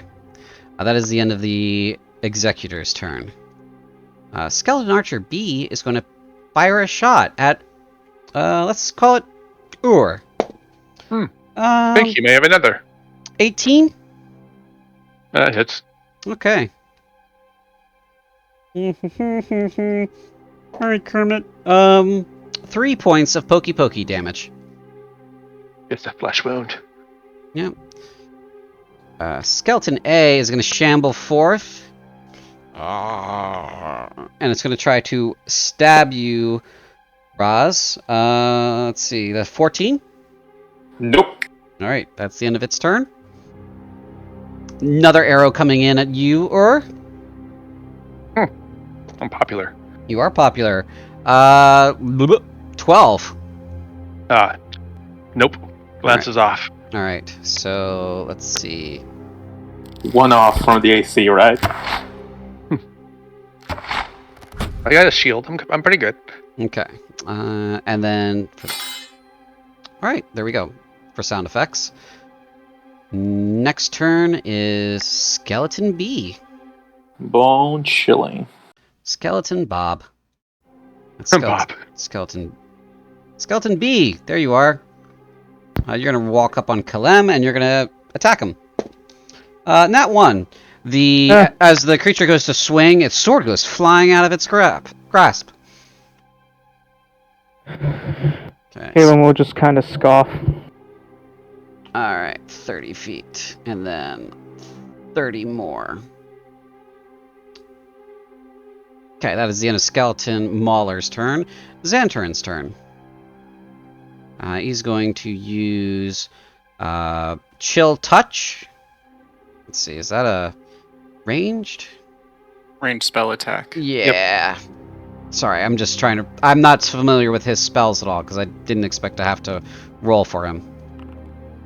That'll hit, right? Yeah, that'll hit. Okay. And then... That undead can't heal, and it also has disadvantage until next turn. Yeah. And then damage. 6 points on this skeleton. Alright. Skeletons are not resistant because they're very low-level undead. That is the end of Xantern's turn. Skeleton C. Skeleton C, please come to the front. Alright. Do I have to, teacher? He does. They're all kind of rushing, and we do have a little bit of a traffic jam, so I've cleared it up. That is the end of the Skeleton C's turn. Good-natured Skeleton D's turn. Ah, he's good-natured. Yeah. Wait a minute. Wait a minute. He is going to attack with advantage because he is.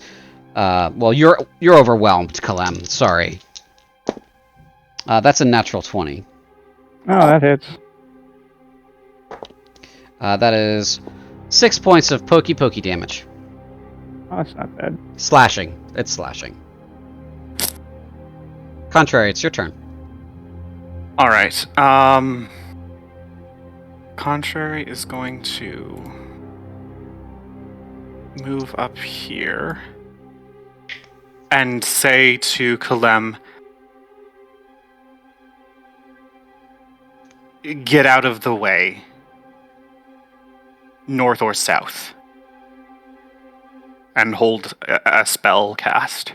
Okay.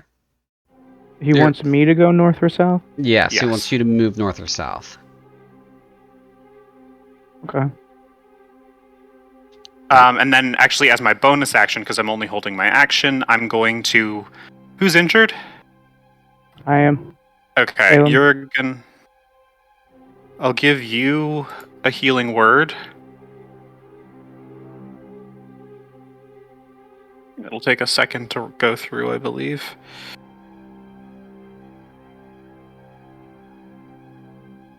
There it goes.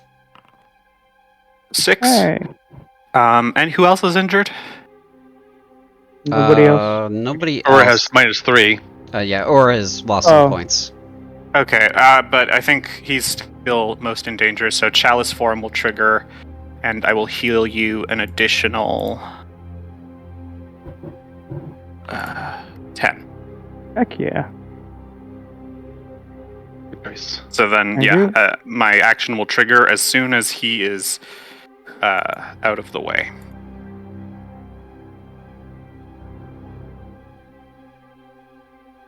Okay, that is the end of your turn. Yep. Roz, your turn. Mm-hmm.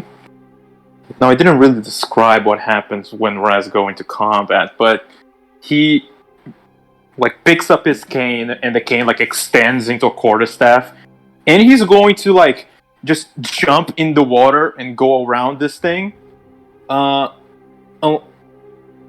gonna get here where it was, and I'm going to just wham at it. All right.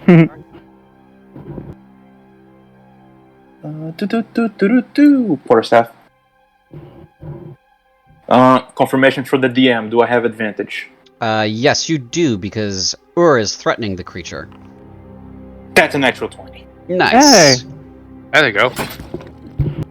Roll damage. 7. 7. 4 plus 4 plus 1, 9 comes out to. Mm-hmm. So that's destroyed. 0, 0. There we go. And then we're going to do this, and we're going to do that. Okay.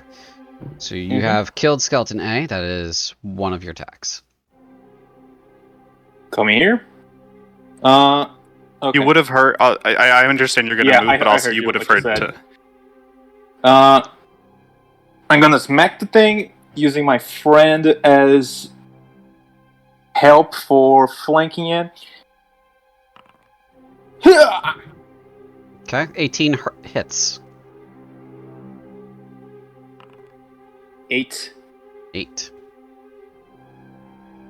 And I am going to use my extra action for my turn to attack it again. Okay. 15? 15 just hits. Ooh. 8 damage. 8 damage again. Okay. Another 15. Hits.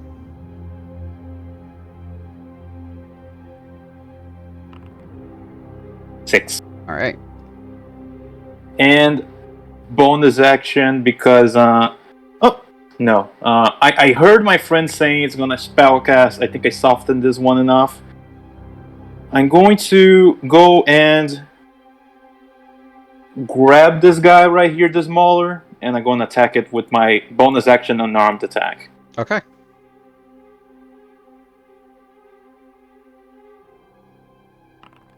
$17 hits.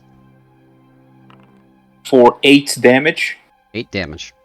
And using my crusher ability for my feet, as soon as I hit it with an attack, I am able to move it 5 feet into an unoccupied space. That is bludgeoning damage, correct? My fists? Yeah. Yes. Okay. Yeah, it shatters into 1,000 pieces, actually. Oh, shit. Because it seems to be vulnerable to that. Oh, boy! Hey! Hey, guys! I only have bludgeoning attacks! Carry, jeez. Hey, okay, Now get out of the way. and... Okay, so what you said to Subari, you said north or south? Yeah. AKA, like, up or down, right? Yeah. And I'm kind of far away.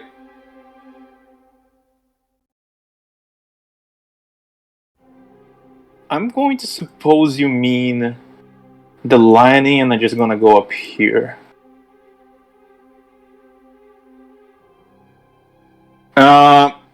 Yeah, like Rez just jumps in the water with the staff, bam! With the power of the spell, he just jumps from the water on the beast, like bam, bam, go onto this skeleton. This cane that now is a quarterstaff just spinning like a helicopter blade, just goes into the head, boom! Mm-hmm. He jumps back into position and he looks at the girl like, when the path opens, you run, okay? And that's my turn. Okay. Khalil, it is your turn. Did we decide which direction we're going? I keep hearing north or south, but no. I said basically, from what it looks like, I said north or south because it looks like I'm casting a spell in this direction. So I want you out of the way of my line AoE. Yeah, I get it. Okay, well then, I did notice the shatter, so why not let's cast shatter to a 10-foot radius. So maybe get let's see, something like there. Come on, nothing's working for me. You want a 10-foot radius? Yeah, I'm gonna try to get these 2 skeletons in front of me. See what I can fit in there, somewhere in there. Like right there? Yeah, that'll work. Okay. Clear a path to north or south because we haven't decided. Sure. So let's go with.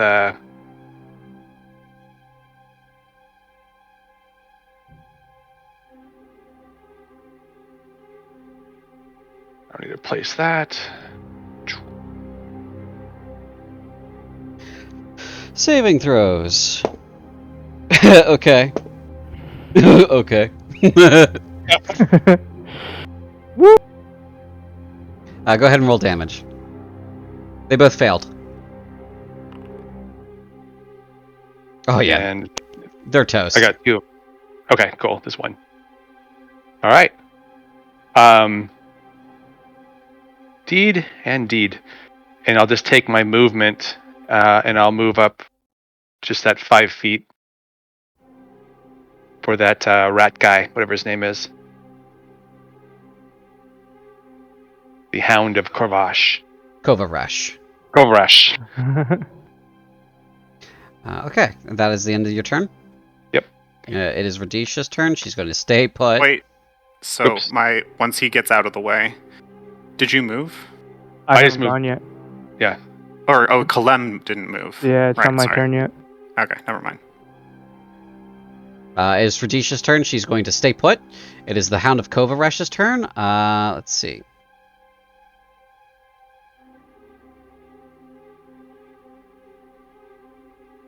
I'm going to need Ur and our boy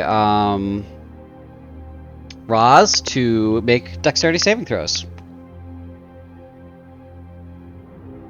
Okay.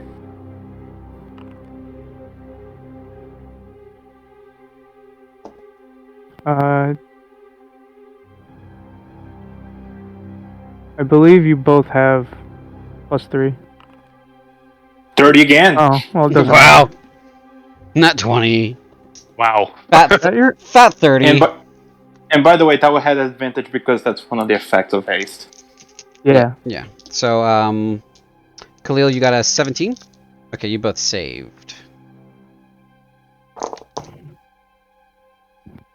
Alright.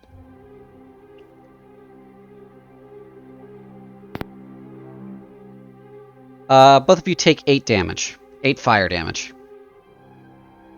Gotcha, boss. Not rolling great on the d6s there. That's okay. That is the end of the Hound of Kovaresh's turn. Kalem, it is your turn. Okay. Kalen will take the... Oh, whoops, I have the wrong thing selected. Kalen will take the disengage action. Okay. And move.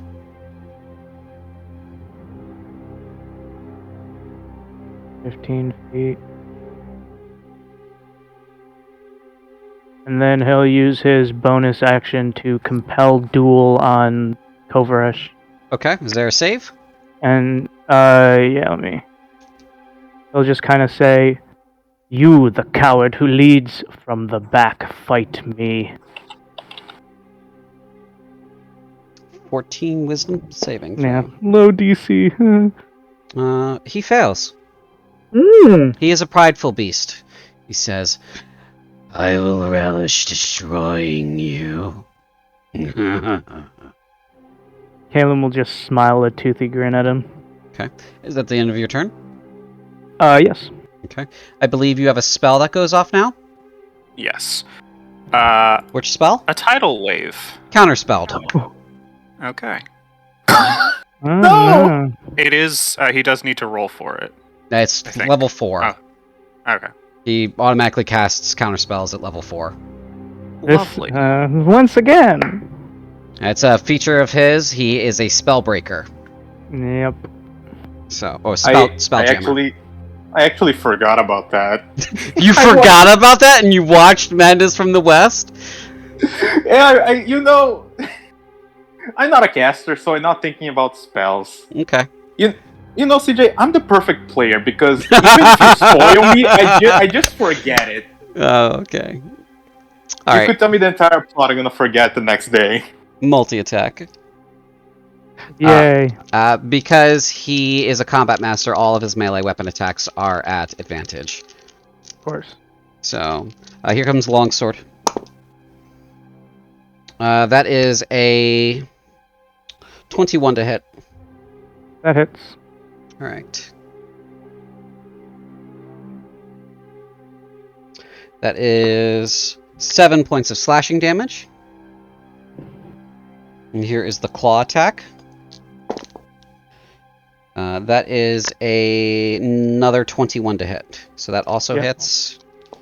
And here comes the damage.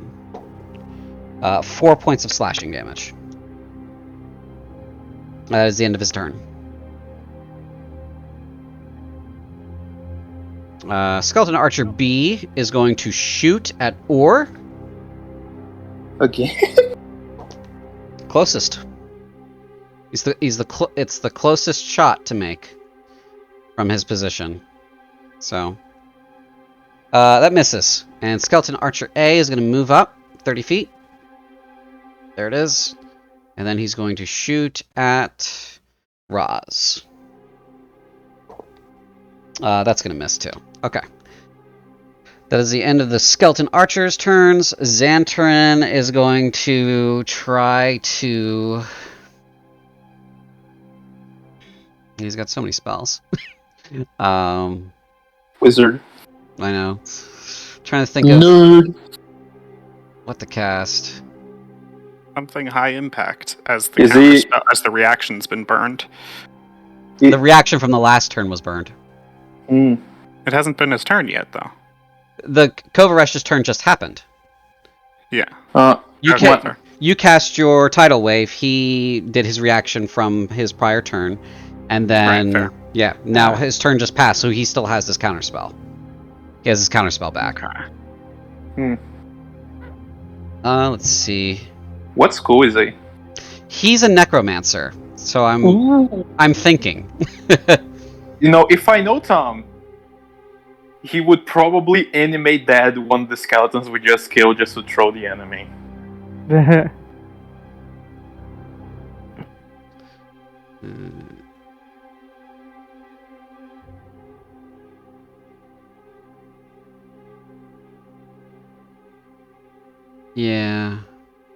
I think Ray of Enfeeblement. He's gonna try that.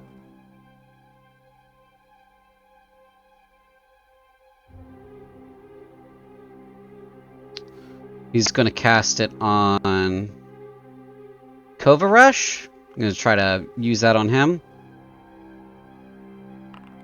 Oh, not 20. Nat 20. All right. A black beam of energy springs forth from your finger toward a creature within range. Make a ranged spell attack against target. On a hit, the target deals only half damage with weapon attacks that use strength until the spell ends. Heck yeah. Let's see. At the end of each of the target's turns, it can make a Constitution saving throw against the spell.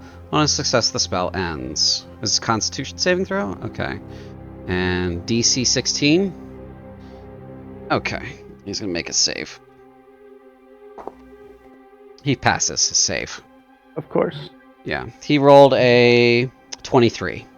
He's a beefy boy. It happens on his turn, doesn't it? At the end of each of the target's turns, it can make a... Yeah, so... He has to go through at least one turn of having the enfeeblement on him. Yeah, he'll take it. He'll tank that. Okay. So yeah, he's enfeebled for a turn. Which... Yay. which for you, Kalem, might be helpful. Alright. Oh, yeah. Skeleton C is still alive! Somehow. Yeah, Hey, what's up? Hi guys. He's gonna shamble over here. He's gonna try to poke you, Contrary. Okay. Bring it. That is a 12. Nope. All right. Contrary, it's your turn. Okay.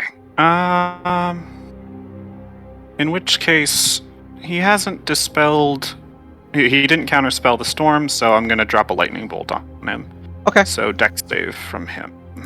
All right. What's the save DC?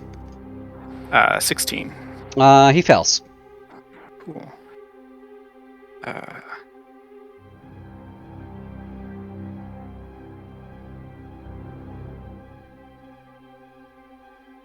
Damage. Ooh. 22. 22. 22 lightning, right? Yep. Okay. And if there are any creatures that I cannot see in these squares. Okay.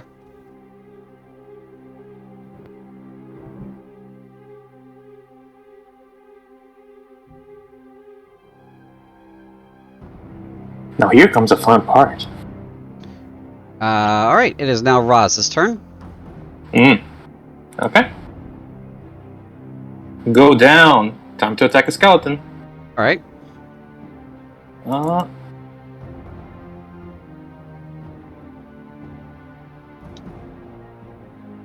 Let's take it down.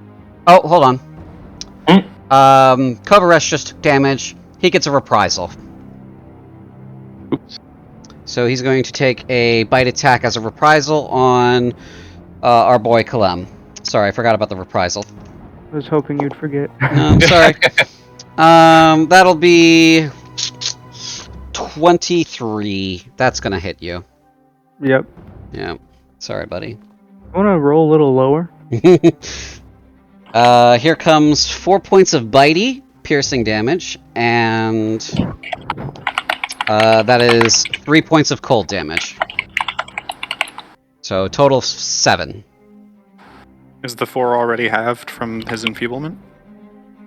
Oh, no, it's not. So that's 2 and 3 is 5.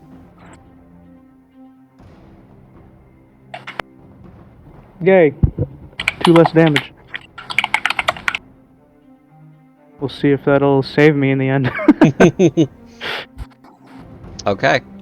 So Roz, you're making a quarterstaff attack against the skeleton. Go ahead and roll it. Sorry. I wish I could just be like, too late, the turn passed. Let's go. Oh yeah, that hits. Oh yeah, he's gone. Bam. That's 24 points of bludgeoning damage on that skeleton. He is toast. Just Hello, friend. bones everywhere. Okay. 17 Hi. will hit the Hound of Kovaresh. 10 points of damage. Yeah, that'll take it out. Right, leave some for me.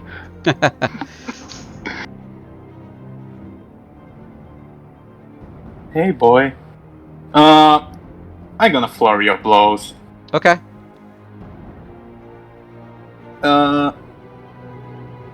Oh wait, rather not. I misunderstood what attack. It's something else. So no flurry of blows in my case. Oh shit! What the What the? Bro. Wow. Yeah, it's good roll. Okay, that hits. Leave some Hey, for the see- rest of us. Hey CJ, do you remember like the week leading up to this game, and we both of us shit talking how monk works? Mm-hmm. I remember. love monks. I remember. Yeah. As I said to you, they have They have their their place. uses. They have their place. Go ahead and roll damage. Okay, so with that, hitting that attack with my unarmed, Okay. I'm going to apply my hand of harm on it. That's your unarmed? Okay. Oh wait, oh no, that's my quarterstaff. Never mind. Okay. I cannot change weapons out of nowhere. No. Nope, I cannot. Normal. That's gonna be only 3 on the dice, not the So modifiers. 6 plus 4 is 10, plus 1 is 11. 11 points of damage. He's going to take a reprisal on you. He has disadvantage. It was a compelled duel. Yes, he does. Okay. 10 doesn't hit you. Nope. He rolls low on you. He turns around and he tries to bite you, but you're not there. Okay. More attacks? 18. 18? I have 2 more. It's because the second part of my extra attack on the bonus action for haste, and 10 my unarmed attack. Okay. 18 hits. 10 points of damage. Alright. He's going to take a reprisal against Kalem. That is a 25. Of course. Yeah. Oof. And that'll be 1 point of cold. And that'll be 2 points of bitey, so 3 points total. Oh, was that bitey? That's already been halved. Consumed? Yeah. Wait, CJ. Yeah. Hold up. He doesn't do that actually. Who Executor Kovaresh doesn't hit him? Yes, because with my crusher, I'm gonna smack him. Mm-hmm. So he goes like top right, out of melee range from Kalen. Oh, you're trying to move him there? Mm-hmm. Okay. Does he get a save? Nope. It's just if I hit it with an attack, and I can only do this once a turn. Where is this? Crusher. Crusher feet. Crusher feet. Once per turn, when you hit a creature with deals, you can move it 5 feet to and provide the target is no more than one size larger than you. Okay. Oh yeah. And I forgot the second part. When you score a critical hit, attack rolls against that creature are made with advantage until the start of your next turn. Okay. So ta-da! Yeah. All of Anybody ours that's going or to just attack it. yours? All attacks. All attacks, damn. Whoa. I gotta re-roll my reprisal then because it's against you, Ross. Yeah, and he has this advantage, so I guess it's. Does he have advantage on that one? 20. He automatically has advantage on all melee attacks. That just brings him down to normal. Yeah, 20 Force hit. movement doesn't provoke attacks of opportunity, right? No, it does not. Okay. 20. 20 hits. So that is now 5 points of cold. And that is big 7 on the bite. Halved to 3 on the bite. So 8 total. Mm-hmm. Oh, doesn't he attack me with like disadvantage because he's in a compelled duel? Yeah. So the disadvantage. You can't roll it out twice. Oh, it just rates it out. Yeah. Okay. It just I keep forgetting about that. just flattens it. So Yeah, Okay. he has advantage by default with melee Mhm. attacks. Yeah. and even if it was disadvantage, that was the lower die I rolled. Mm. Okay, so I think I can do something with my key. It's still your turn. You still have an unarmed strike you've declared. I have a bonus action, or would you say like no? You declare, so it's like locked in. I mean, you've got that in there. Do you want to not? I mean, I can use my key for other stuff. Let's see what I can do.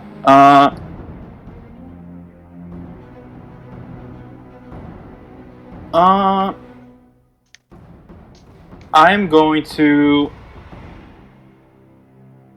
use a key point to, as a bonus action, allow me to take disengage. Okay, you're gonna disengage away from him. Mm-hmm. All right. I'm going to disengage away from him. There. Here, so I have a little cover.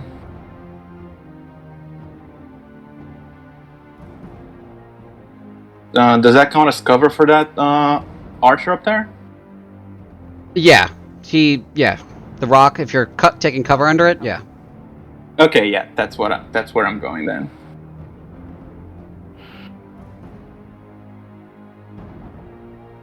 And end of turn. I have nothing else. Besides, wave my quarterstaff in the direction of, Radisha and the children for them to get ready. Okay. End of your turn? Yep. All right. Or Khalil, that is now your turn. All right. Well, I'll spit a hex upon our friend, the Executor. Okay. So foul, even his mother would blush. Not that one. There isn't a hex one I have in here, sadly.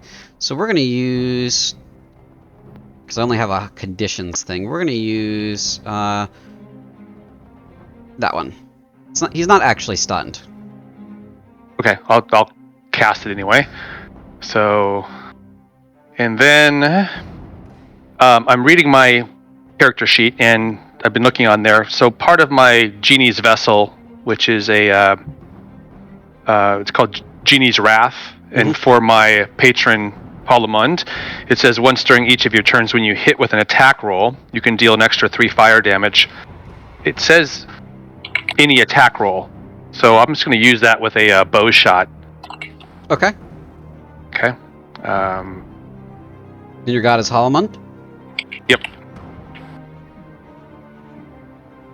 And get that what a normal roll.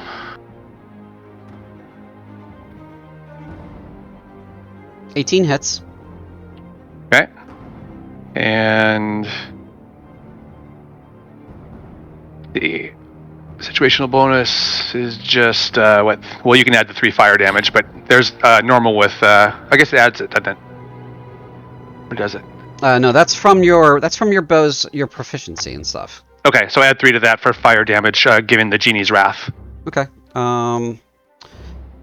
The Plus the hex, right? Yeah, go ahead and roll. You did. Go ahead and roll the hex. You got to roll the hex yourself.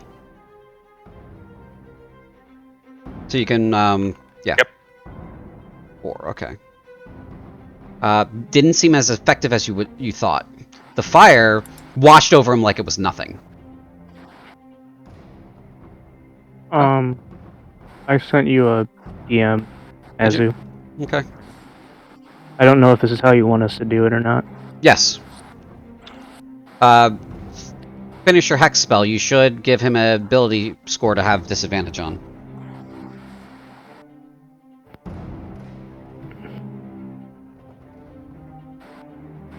Let's see. So where has he been? Let's take. He's a caster, so let's take charisma. All right, he has disadvantage on charisma. Okay. End of your turn? End of turn. All right. It's Rhodesia's turn now. She's going to wait. Kalem, it is your turn.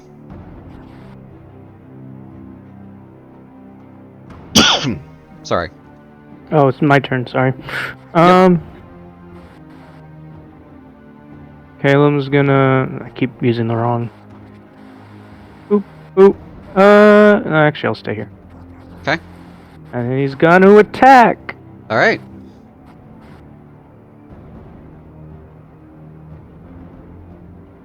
I didn't have the right tab open. There we go.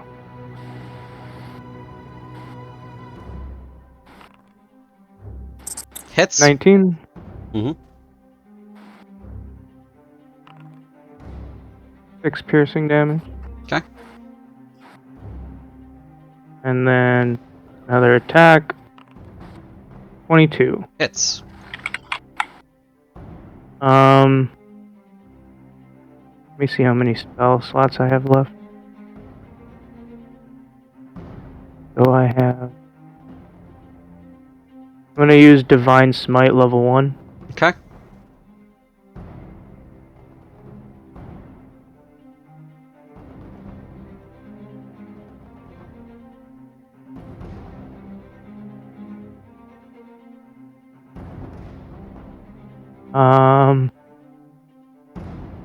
He's considered a fiend, so he takes another 1d8, right?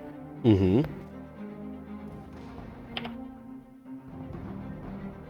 I don't know if it's gonna auto add it or not, so I guess we'll see. Yep, did. Yep. And go ahead and roll your actual attack damage from your weapon. Oh yeah.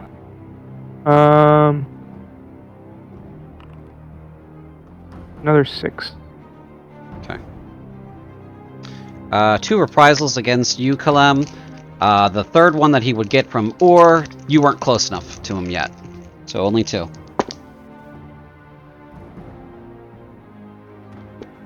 18? That does not hit. Okay. That one's going to hit because that's 24. Yep. So you guys hear some spooky, scary,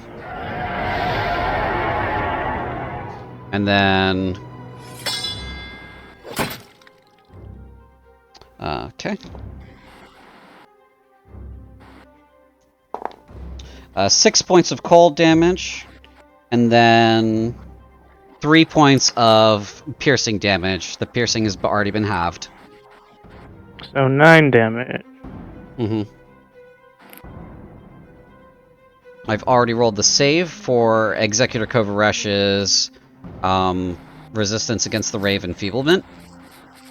So that is off him now. And he's going to take his attacks. Just want to check something real quick, though. We lost Ram. Oh, no. That's going to be at the end of the turn, though. So he still has to make his attacks with the lesser damage. Mm-hmm. Alright, so he's going to take his 2 attacks against you. Longsword first. That one's a 24 again, and then the claw is a natural 20. Of course. Mm-hmm. Sorry, buddy. Ooh. I might go down. Here comes the D8. 9 points of damage from the halved is 4, Mm-hmm. and then the claw is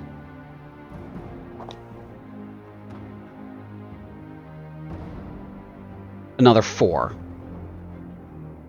Already halved. Yes, already halved. So 8 damage. Mm-hmm. Oh, I'm looking pretty bad. That's the end of the Executor's turn.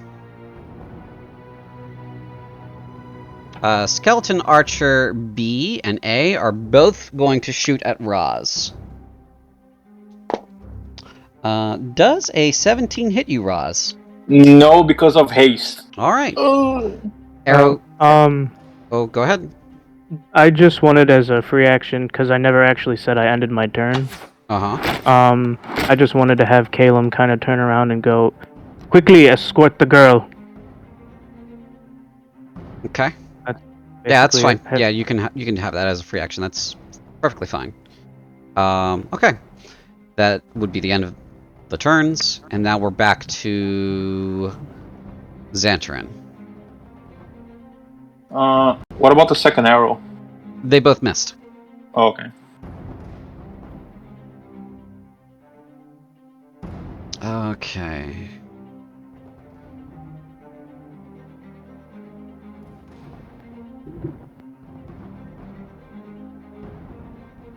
Let's see. He's going to cast.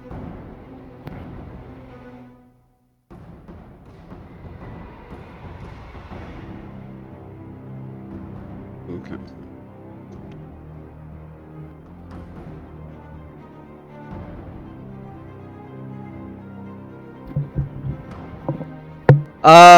Okay, he's going to cast Bestow Curse.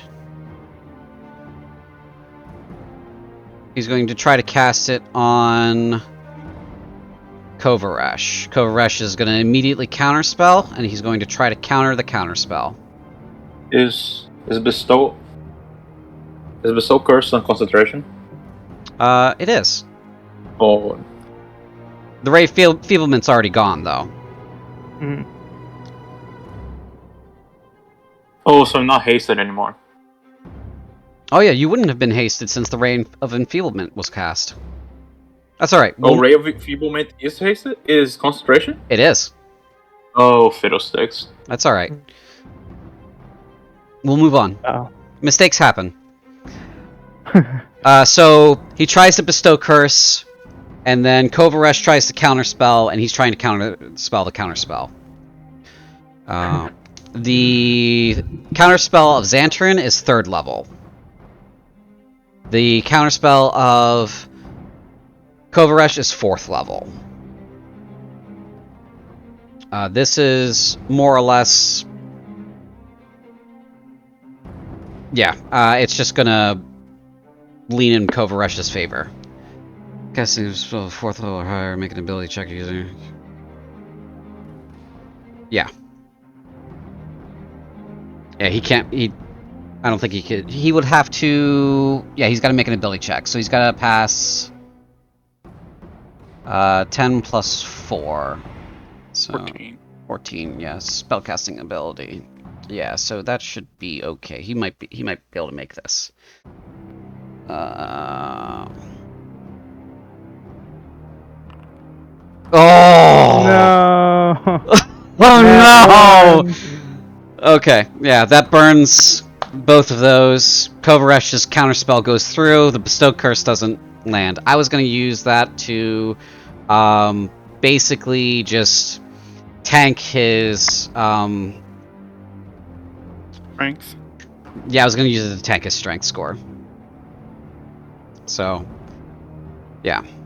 Alright, that's the end of Xantarin's turn. Contrary, you're up. Okay. I guess first off, we're gonna send out a second level healing word on Callum. Okay.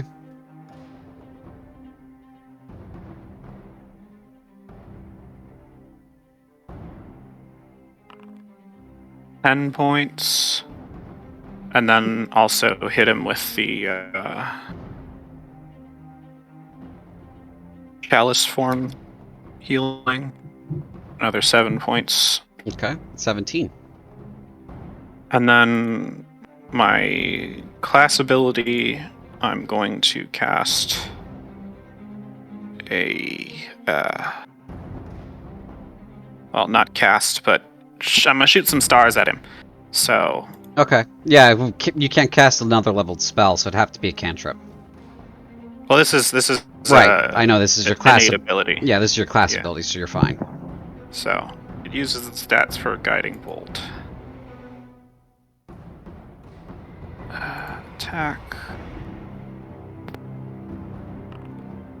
27 to hit. That hits. Uses the stats for guiding bolt? Yeah, but you get you can as a spell like ability, you can cast guiding bolt 3 times per long rest. Yeah. 1d8 plus your wisdom modifier. Oh, that's archer form. That's a separate thing. Okay, where is this coming from? Star map. Star map. Star map! There it is. As guiding bolt without expending a spell slot, you can cast 2, so it still takes an action? Yeah. So... yeah, I'll allow that. Yeah. Okay, fair enough. Because that gets blurry because Guiding Bolt's still a leveled spell, even if it doesn't take a spell slot. Because this is a one-shot, I'll allow that. Thank you. You're welcome. 18 points of radiant damage, and the next attack has advantage. Advantage on him, yeah.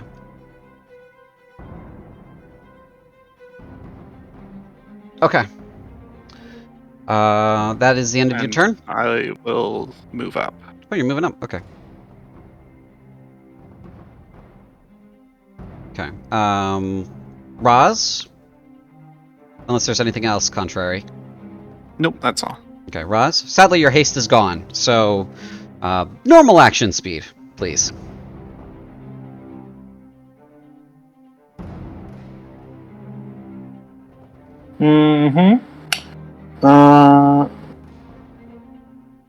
Just checking here.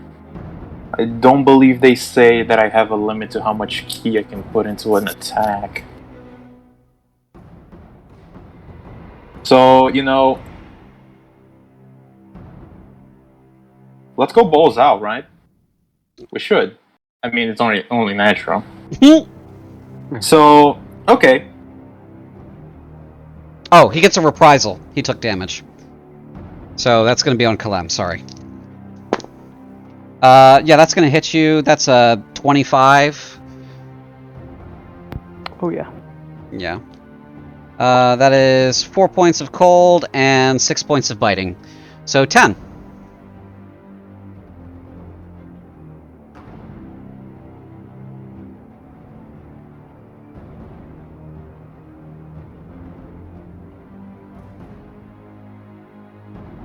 Go ahead, Tao. Go ahead, Okay. Roz. Okay, so Raz is going to rush, not as sped up by the haste, and he's going to go for the attack with the quarterstaff as he instead jabs the quarterstaff into the ground, and he goes instead for an unarmed strike with his hands. Okay. And he's going to attack with a stunning strike. All right. Con save. It's only if it hits. All right. For Hits. 21. Hits. Yep. And okay. Stunned until the end of your turn if it fails a con saving throw. What's DC? DC 14.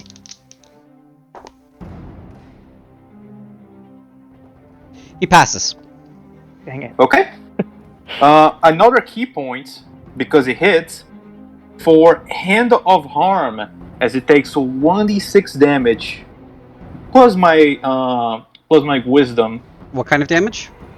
It's necrotic. Okay. 6 plus 3, that's 9 necrotic damage. I don't know if that has any effect because it's necrotic. However, because I'm level 6, it also makes it poison. Okay. Oh. Until the end of my next turn. Okay. Mm-hmm. He seems to be fine. Did you say anything after it seems? To be fine. He seems to be fine. Oh, from bother? Oh, okay. Mm-hmm. Womp womp. Womp womp. Okay, I'm gonna use another key point to flurry of blows. Okay. He's gonna take a reprisal from your unarmed attack. He's gonna put it on Kalem. He's gonna bite him again. That is going to be a 17. Misses. All right. Go ahead. Okay. Tao. Yeah. Every He time. grabs his cord. Every time every time you hurt him, he gets a reprisal. He uses his Hand of Harm to try to poison, hitting a critical it's trying to hit a key point in his opponent's body, but I guess it doesn't seem to work. He grabs his quarterstaff and is gonna do the old reliable reliable bonker. Hits. 23 for 6. Okay. Bonk. Bonk. And he's gonna reprisal against Kalem again. That is 23. That hit. 3 points of cold and 4 points of bitey. So 7. Okay. End of your turn? Or no, Tao? No. Because I flurry of blows, so I have 2 more attacks. Alright, go ahead. Unarmed strike. This one's gonna be using my quarterstaff as a pole vault, as I'm going to try to use it to kick it on the head. Okay. Ooh, that doesn't quite hit it, I think. No. Speaking the shin. No, it does not. No. You, your quarterstaff kind of slips in the sand, and you don't quite get the lift that you wanted to. Mm-hmm. And I sacrifice my last my flurry of blows attack to use Hand of Healing to heal myself. Okay. 6. This is the third 6 in a row. A lot of heavy D6s on your D6s. Well done. Yeah. Woo! All right. Hot. That's take him to Vegas. Okay.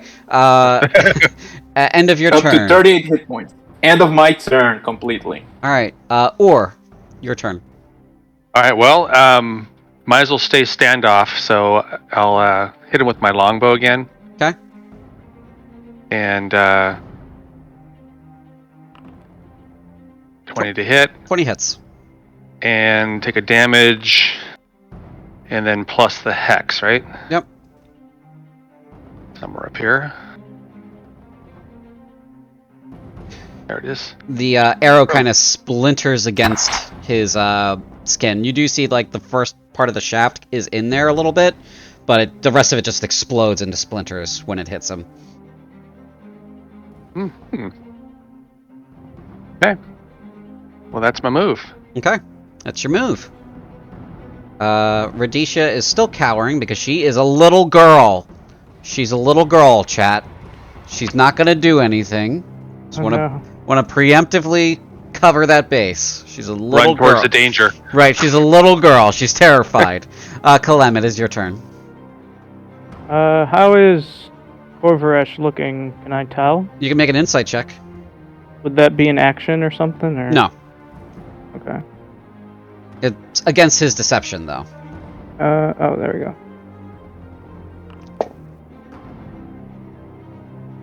go. He's pretty wounded. Good. I'll go down if I don't do this, unfortunately. I'm gonna use Lay on Hands and heal myself for 30. Mm-hmm.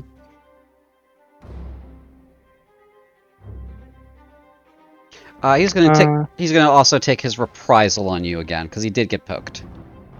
Wasn't Ram too far away? No, you're right next to him. It's just that he takes damage. No, you don't have to be next to him. Oh, I thought someone had to be within range. Yeah, isn't that what you said last time? No, somebody has to be in range for him to hit. Oh yeah, it's anyone in range. Gotcha. Yeah, anyone in range he can hit with it. So long as he's dealt damage, he gets a reprisal. If no one's next to him, it's wasted. But yeah. So yeah, he does get his reprisal on you. That is 18. No, 19. Sorry. That meets. That meets? Okay, so that hits on the money. So yeah, if he does bite you, he gets into the plate a little bit. That's another 3 points of cold and another 4 points of piercings. That's 7. Apologies. Yep. Think if there's anything else I can do here. Posting memes in chat, Tao. I see you. You know, I just gotta be me.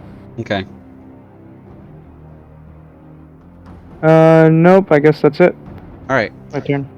End of your turn? Okay. It is now the Executor's turn. He is going to...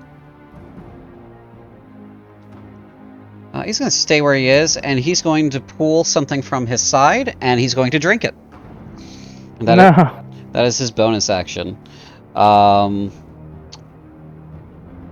then he's going to make his 2 attacks. So first I gotta roll his happy little healing.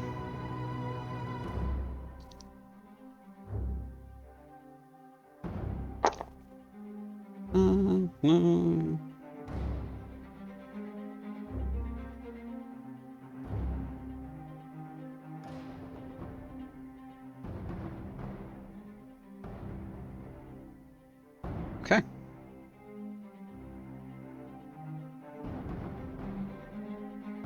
And now, here come his 2 attacks. Longsword.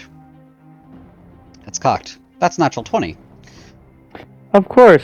Sorry, buddy. I think he's crit me 3 times. Yeah, you're the one who compelled dueled him. Yeah, I mean, I'm tanking it, right? Yeah, you are. That's 13 points of slashing. Mm-hmm. And then here comes the claw. That is 17. I believe that misses you. Yes, that misses. Alright, so you get hit heavily with the sword, staggers you out of the way of the claw that would have ripped your lower jaw off. Mm-hmm. Okay. Can I insight to try to see what that potion did? Yeah, you can do that on your turn, yeah. Okay. Alright, so that is the end of Kovaresh's turn. Make sure you apply your damage, and skeleton archers are gonna shoot. I guess they're gonna shoot Roz because he's closest. He's closest now. Let me measure. 62. Yeah, he's closest. Sorry. Oh, that's fair. Yeah. First shot's a 14. Second shot's a 6. So I'm gonna assume those both miss. Mm-hmm. All right. Can they hit coverage? No. They should. One would hope. Yeah, right? Yeah, because they could also equally hit Kalem then. All right, that is the Acceptable losses. acceptable losses. All right, Xantern's out of 3rd level spells. Oh, he's got 1 left. No, he's out of them. Because I used the counter spell. Sorry. I gotta change that. A low HP paladin is the perfect situation for a fireball. He does not have fireball. I now understand his character expression. Alright. So he's got 1st levels and 2nd levels left. He's going to try to cast Ray of Enfeeblement again, and that's going to be immediately counterspelled. So. Keep taking those spell slots. Kovaresh's Spelljammer is innate. Oh. There's no spell slots for it. Mm-hmm. Kovaresh is full of bullshit. You have no idea. Yeah. Apparently not. I mean, you were in Madness from the West. You remember. Yeah. Yeah, I remember. Crazy. All right. Contrary, you're up. It's your turn. His Spelljammer's been burned, though, so. Indeed. Let me see if there's something I can do that's more impactful than the exact same thing I did last turn. Destroy the giant. What?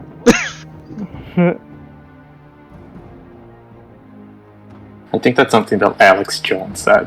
Oh, God. Ah! Blech! I don't think there is, so... Yeah, you're getting a healing word. Trying to keep everybody up so you can whittle him down. If I can get high enough level, I can actually do an attack. And fish for a Divine Smite crit. Drain plus plus the other stuff. 11, 24. 24 healing for Kalem. Yep. Okay. And Oh, there we go. That's good. Yeah. then another Round guiding on. bolt. We're on round 6. Okay. Another guiding bolt. Yep. Oh yeah, do we ever get advantage for the guiding bolt before? We're flanking. Yeah, you Yeah. should be getting it from flanking as well, so it's kind of like insurance. Mm-hmm. It really would give the advantage to Yeah. 18 to hit? 18 does hit, yes. So long as, he's the one who attacks next, which does go next. Yeah. 21 points of radiant Well, damage. Raz does go next, so. Ooh. So, that would make it kind of a waste on the advantage, sadly. Yeah. Because Raz goes next. Okay. Is that the end of your turn, Contrary? Yes, that is the end of my turn. Alright. Raz, your turn. Oh, he gets a reprisal. Okay. Sorry. I keep hoping you forget that. Nope. Oh no. 19 plus a lot. That hits you. Sorry. You're the one who... It wasn't a 20. You're the one who compelled dueled him, my guy. Look, I'm doing my job. You're doing your job. He is. It's like Doing this good. is fine. This is fine on D&D because like healing is seamless, but you already explained to me how the healing works. You probably have a lot of scars. There are so many holes. And they're going to be glorious. There's so many holes in you, dude. You got so much frostbite. 2 points of cold and 5 points of biting, of piercing. Yeah, he just puts a fresh set of holes in you. It's cold, it's bad. You're getting used to this somehow, but it's not fun. Oh my god, this guy is an Oblivion guard. Why won't you die? All right. That's the reprisal. Raz, your turn. Okay. Kalem, prepare yourself for like 5 reprisals. Yep. Okay, last key point for Flurry of Blows. Let's go. All right. Hey kids, you like violence? I've got it in spades. I like it less. Hits. Misses. Oh, that's damage. Yeah. Okay. Yeah. Hits. Hoo-yah! Okay. Oh yeah, I forgot. Insight to see what that potion did. Yeah. Okay. Go ahead and roll an insight check. 23. 23. Yeah. That was a healing potion. Oh, son of a bitch. Okay. So that's 2 quarterstaff attacks. That then goes to my unarmed strikes as Raz starts not pulling his punches. My soul's prepared. How's yours? Ooh, that's a critical hit! Natural 20. Nice. Woo! Wish I could get one of those. Ooh, not that big, but it gives advantage to everybody. 4 plus 4. Okay. So it's gonna be 4. Yeah, it's gonna be 8. Not that much, but. And Raz is gonna do something interesting. Crap. As he going to move here. Unarmed strike. Normal 25. 25 does hit. Yeah. 7, and he pushes. He's going to jump over Korash and do a drop kick on the back of its head, and is gonna push it away from melee range from both of us. All right. So that occurs on the last hit. The other 3 do get through as reprisals. So I'll execute those and then I'll move them. So you prevent one of them. Roll the damage. Roll that. Oh, that's a natural 20. No, that's the 4th one. She's just critting on you. That's the 4th one. Critting on you in a bad way. So 8 points of cold and 7 points of bite. Oh no. There's the second bite. Okay, that is 22. That hits. Yep. That is 5 more points of cold and 5 more points of bite. Oh my god. Mm-hmm. And that one is 18. That misses. Oh, 18 misses? Yeah, 18 misses. All right. So 19 armor class. all right, nice. So you moved him here, right? Yep. And I'm gonna use my movement to come here to block the arrows as they come for my allies. All right. And that's my turn. That's your turn. Okay. Or it is your turn. I am. I need healing. Where are the heals? You've been getting literally all of them. Thank you.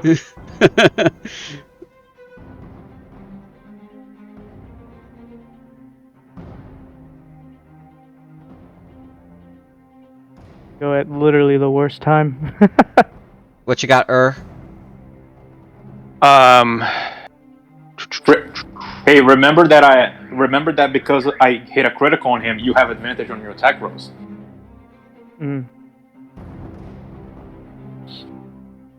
Yeah, And okay. you can't reprisal anyone presently, so Okay. as many hits as possible is favorable.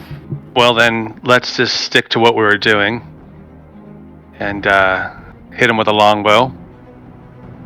Funk.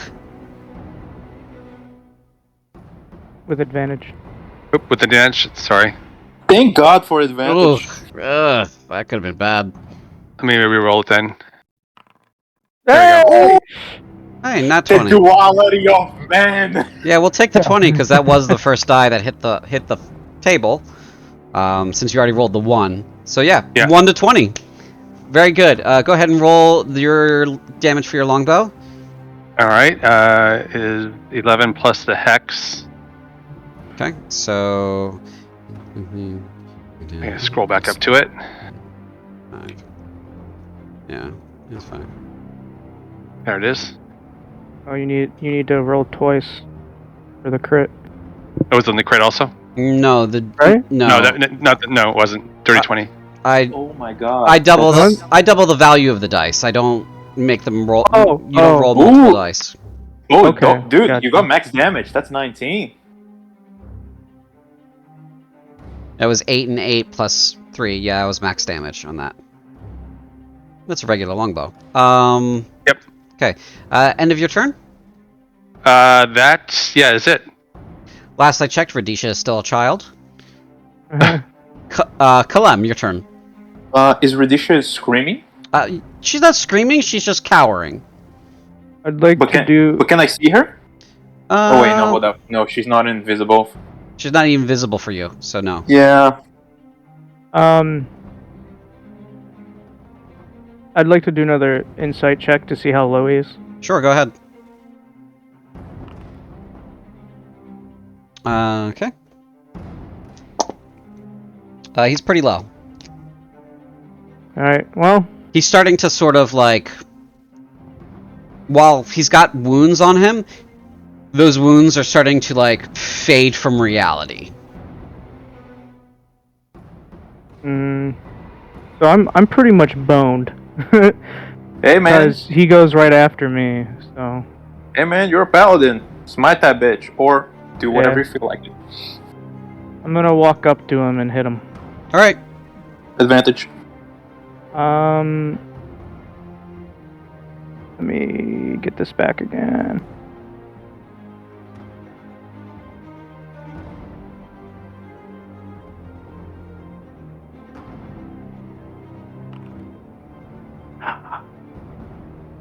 I'm assuming that hits.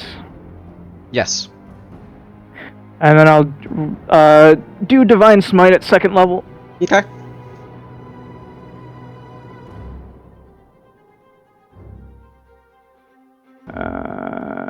Second level. Don't forget your war pick damage. Oh yeah. Ooh.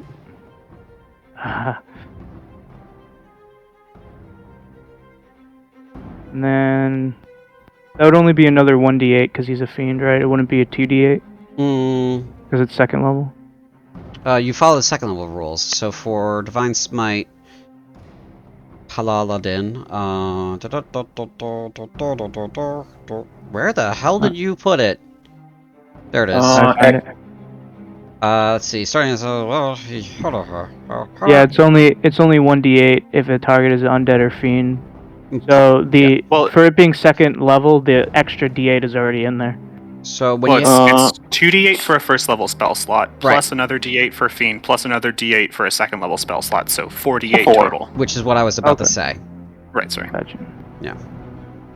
Okay. 22. Hey, my lucky number. Hey. All right, knock me out or miss. Okay. He does get his reprisal. Mhm. He misses. Yes. Okay, I'm gonna attack again. You don't need to. As you bury your pick in, he goes for the jugular, and his jaw snaps shut a little too closely, and he starts to come apart like ribbons being pulled away from him. You hear him screaming his terrifying roar, and he ceases to exist on this plane. Yes. Caleb will just kind of grunt loudly. Oh. There we go. And not a character. This time stay fucking dead. Yeah, Caleb will just kind of grunt loudly, and breathing heavily, he'll just look to the skeletons and kind of like limp forward. Yeah, we're gonna narrative that because those guys don't stand a chance against you. Yeah, Raz is going to just like lightning dash them. Yeah, or just before you do that, they get struck with lightning. Yeah, it's just bzz, bzz, bop bop, slink, chop. They're toast. I ain't gonna do one. You can only hit one of them. I'm gonna take the other kill. Okay. I guess. Sorry. Last thing, Caleb will just kind of say a prayer of victory. Because that was a worthy opponent. Yeah. Contrary will cast Cure Wounds on you. Raz is going to stand where he is, basically, as he starts waving his quarterstaff, which is going to collapse back into being a normal cane, and like the torch so the children and Radisha can like start coming. Mm-hmm. 17 healing for you. Yo. Thank you. All right. Oh god, that was literally like, I think I have one first level spell left, and that's it. It was close. A couple of things happened that really helped you guys stay in the fight, which was one was compelled duel, so you could concentrate your healing on Kalem. So those two things combined really helped, and then the wizard burning his counter spells, because he would have counterspelled your healing if the wizard wasn't there. Indeed. So. Yeah, like last time. Yeah, because he's an asshole. He does that. All right. Yeah. So narrative stuff. You guys do get, of course, because there's no more enemies on the board, across to the edge of the board, and you fulfill your victory conditions. Now, from here, we discuss narratively what the next few years look like for your characters, because I'm going to preload the map and activate it. You guys are about midway up the river here. This is the river right here. Okay? Mhm. And you guys are about midway up the river where cities is. And so there are many miles, many thousands of miles. Corinth is about 900 miles wide in general. So it's about 1,000 miles between you and Corinth, roughly. There is this obstacle here as well. These cliffs are not there for funs and games. That's big cliffs. Big cliffs. So the next 5 years, from 1044 until however long, what do they look like for each of you? Think about it for a few minutes, and then we'll talk about it. What you want to do. So you all survive, which is great. I think I have already an idea what Raz does. Okay. Same, actually. All right. Let's. I think I do too. Okay, let's go with Contrary. You go ahead. Contrary knows there's nothing really for him up north.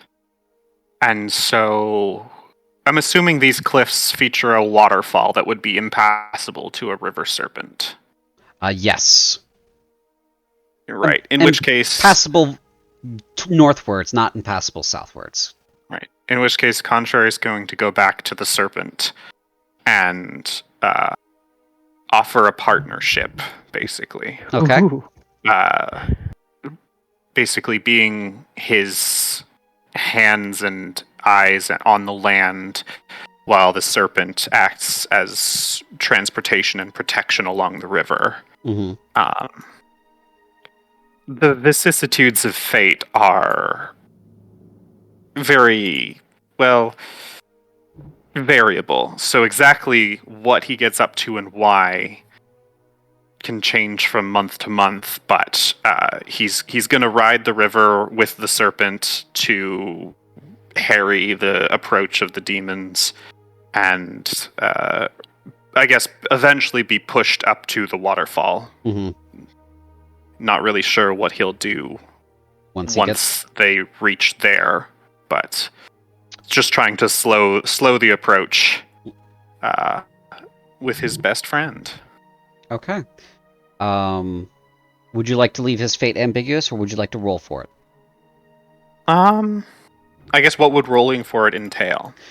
We would roll a D100, and there are chances of his survival, and the serpent's survival. Individual death for him, but the serpent's survival, and both of them dying in a desperate but valiant last stand scenario. Okay. So, doesn't go out like a chump, takes plenty of hellspawn with him, depending on whichever situation you want to go.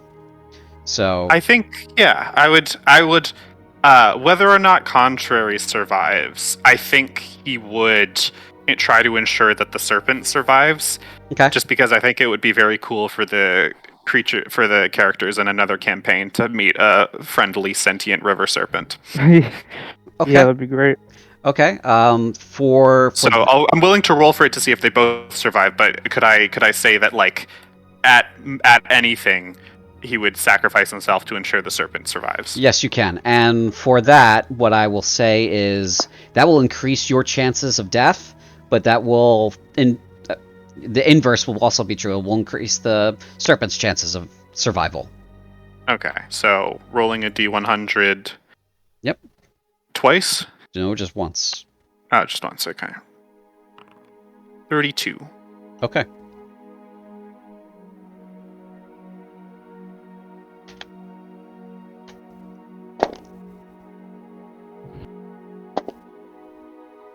Okay. So the first roll that I made was a 28, was for the serpent. The 28 was lower than the threshold. The serpent does survive. Lovely. The second roll I rolled was a 42, which is over the threshold, which you set. Right. Unfortunately, during the battle at the waterfall, at the edge of the wasteland there, Contrary takes mortal wounds. And while the river serpent brings him past the lines going south back towards the cities, back towards, deeper into the land, further south, Contrary eventually succumbs to his wounds, unable to heal himself enough to make it. Spent all of his spells in the process of fighting. Contrary was an elf, and when he dies, that is the end of him.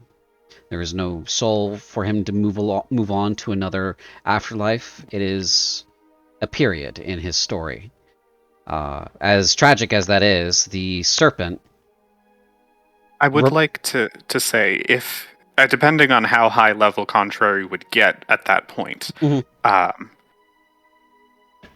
in his wish to see the serpent survive, I wonder if I could give him, if not true flight, at least the ability to traverse the waterfall and escape upriver. Ooh. Okay, let's roll a spellcasting. So go ahead and roll your spellcasting. So that's just a regular ranged spell attack. Arcana? No, regular ranged spell attack. Okay.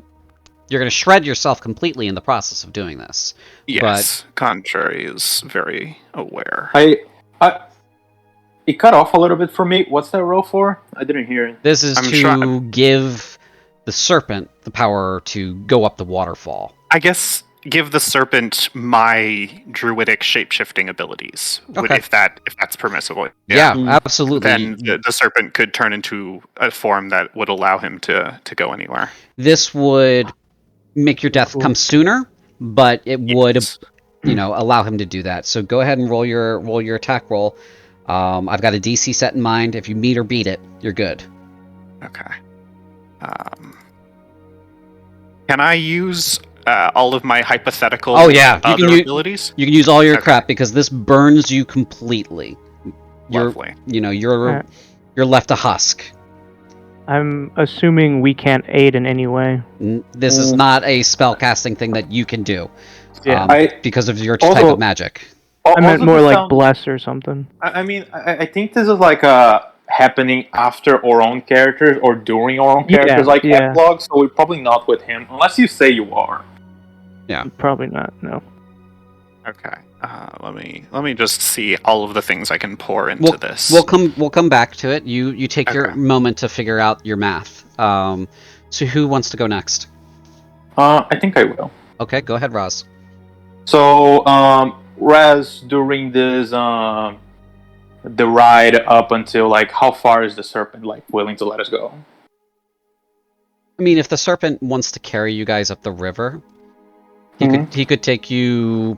It would be slower, but he could take you all the way up to the waterfall. And after that, could I walk take a path and go up north? There is a path to take to go north. Yes. There is a stair specifically. Okay. So, it's like it's the desert. It's rough, and we cannot stop. I imagine.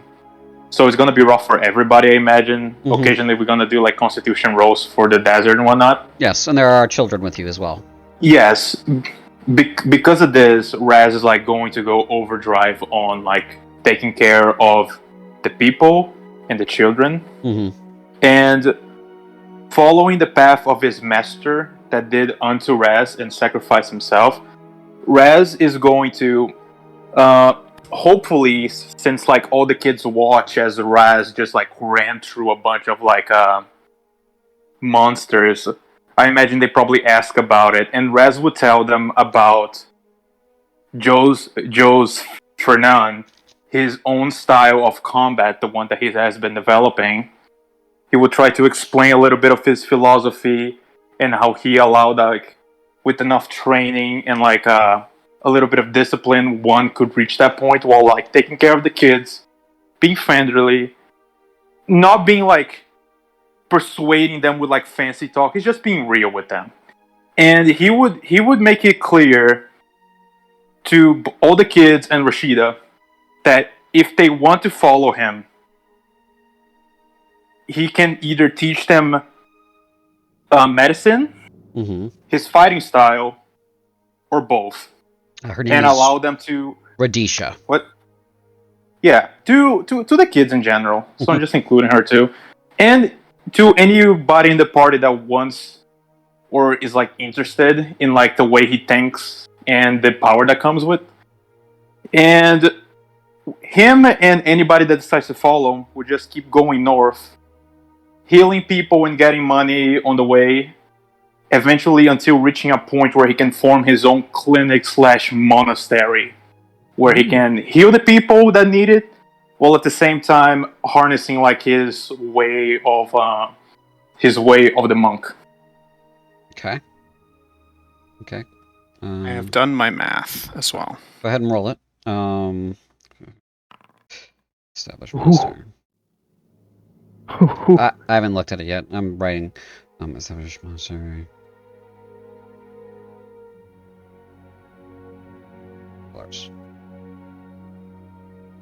All right, so you got 1, 2, 3, 4, 5 goals here.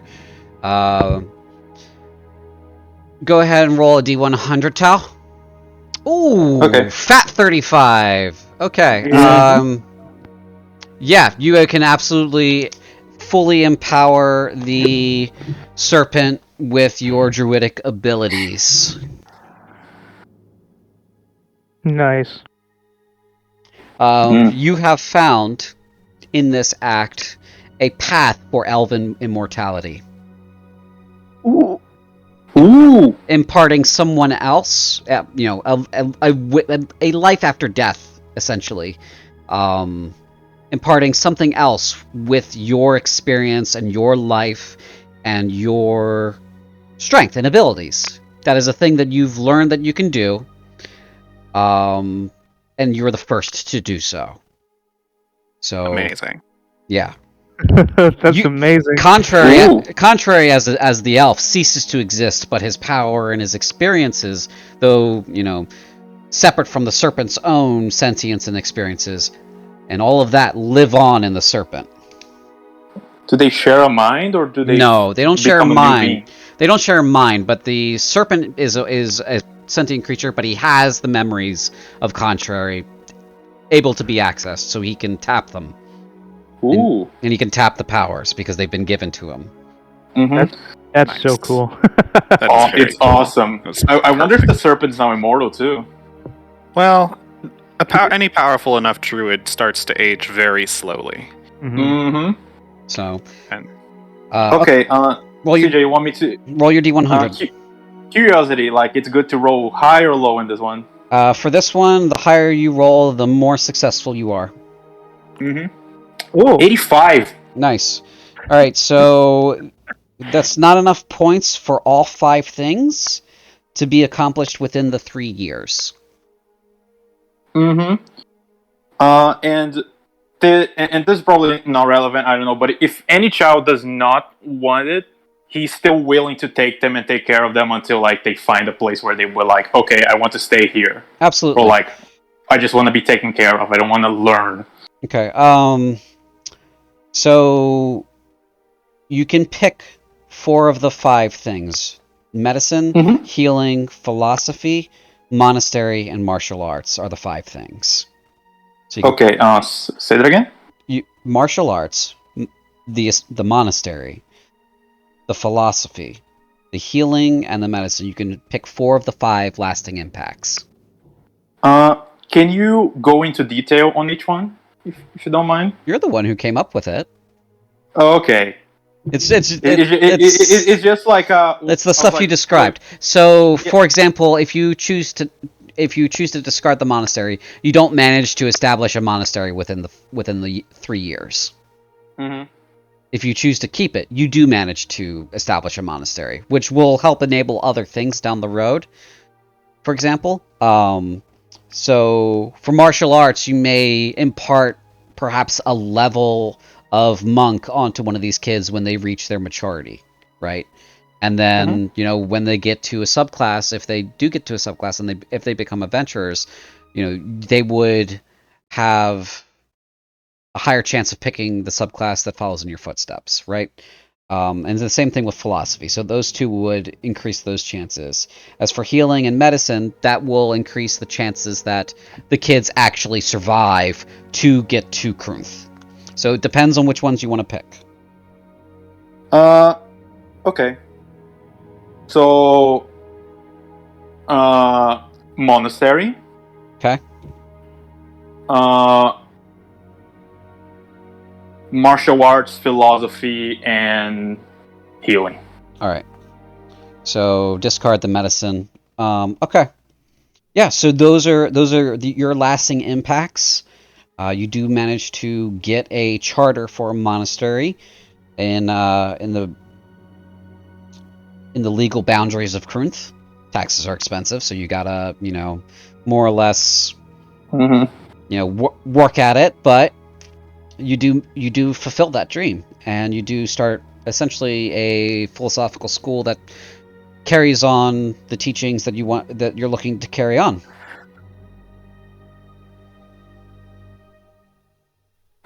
Okay. Yay! Yeah. Who wants to go next? Caleb would like to go next. Okay, Caleb.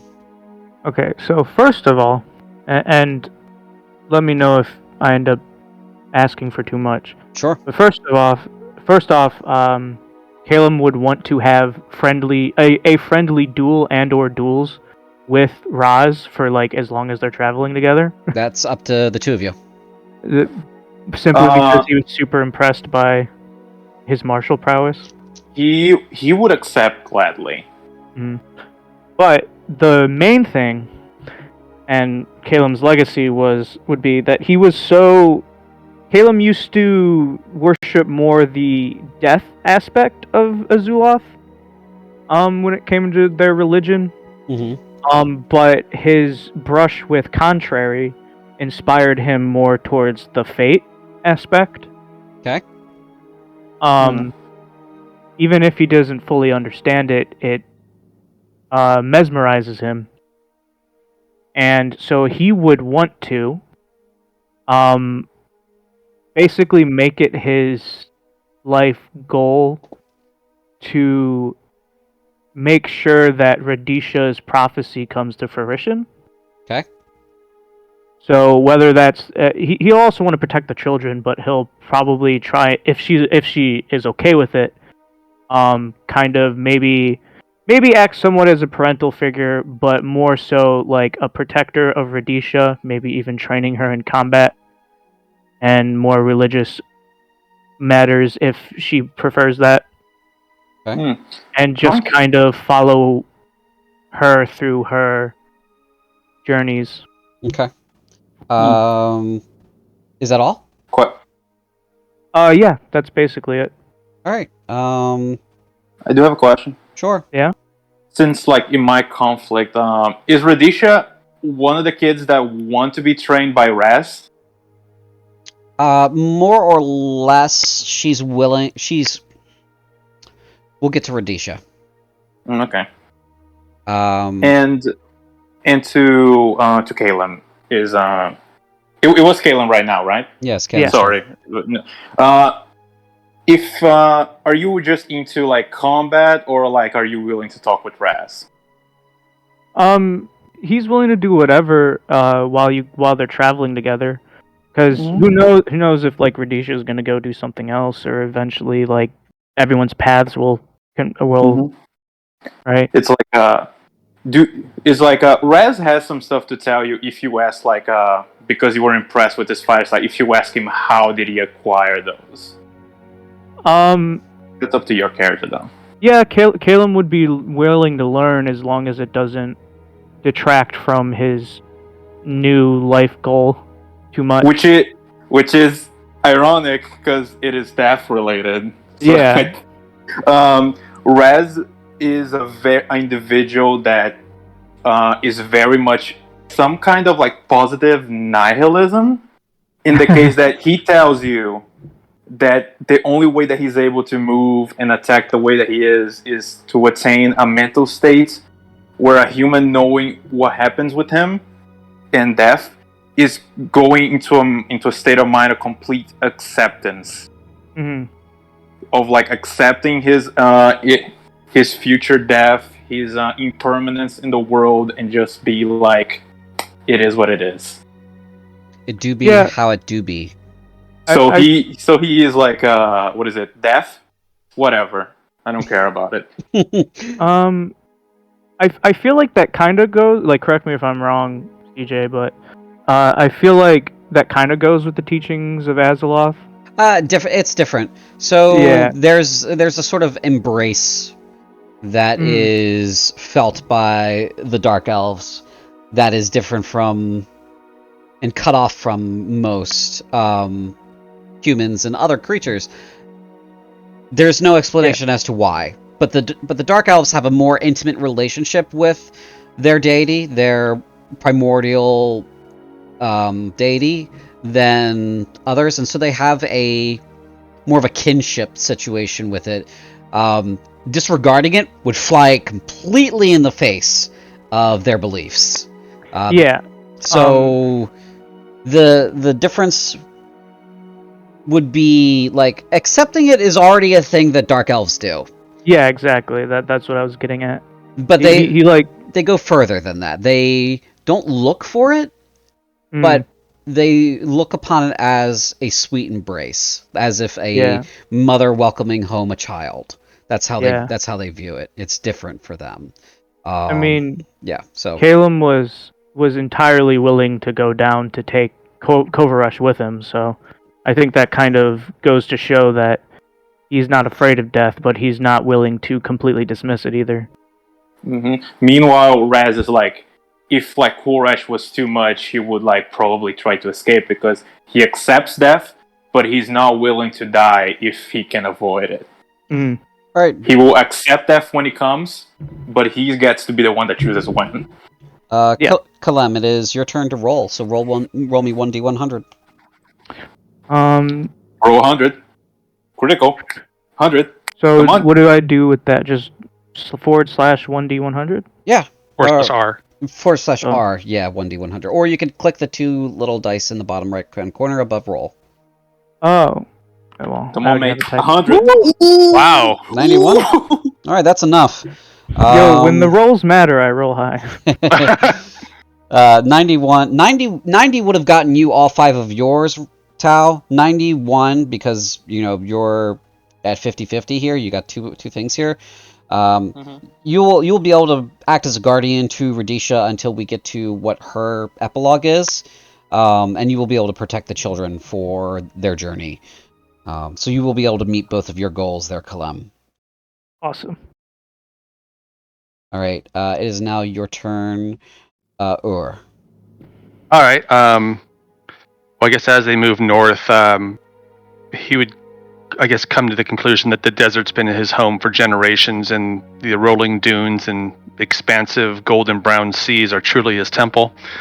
He probably would believe that the north really brings no evolution to his goals and aspirations. And I guess since Raz clearly has the children in mind, his nomadic background would kick in and would beckon him back to the dunes. So he would probably decide to depart kind of stealthily at the waterfall and move eastward towards the Caliphate of Magistan. Oh, Magistan, yeah, westward. Yeah. Uh, Westward, I'm sorry. Yeah, westward.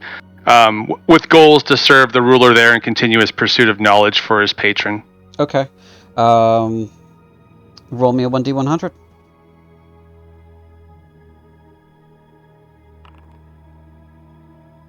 Okay. You will manage to rejoin the Caliphate, but they do make a demand of you.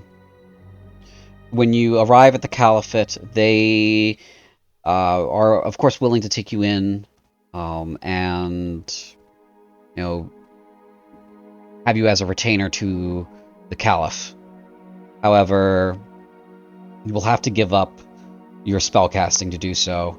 That doesn't mean shedding it from your ability to do so, but more of a fasting from it. They are, as a people, they abhor the use of magic. And so it is up to Khalil if he wants to reject his ability to cast spells and put it aside so that he may join the Caliphate and have that sort of position, or find somewhere else to be. That is a choice for Khalil to make.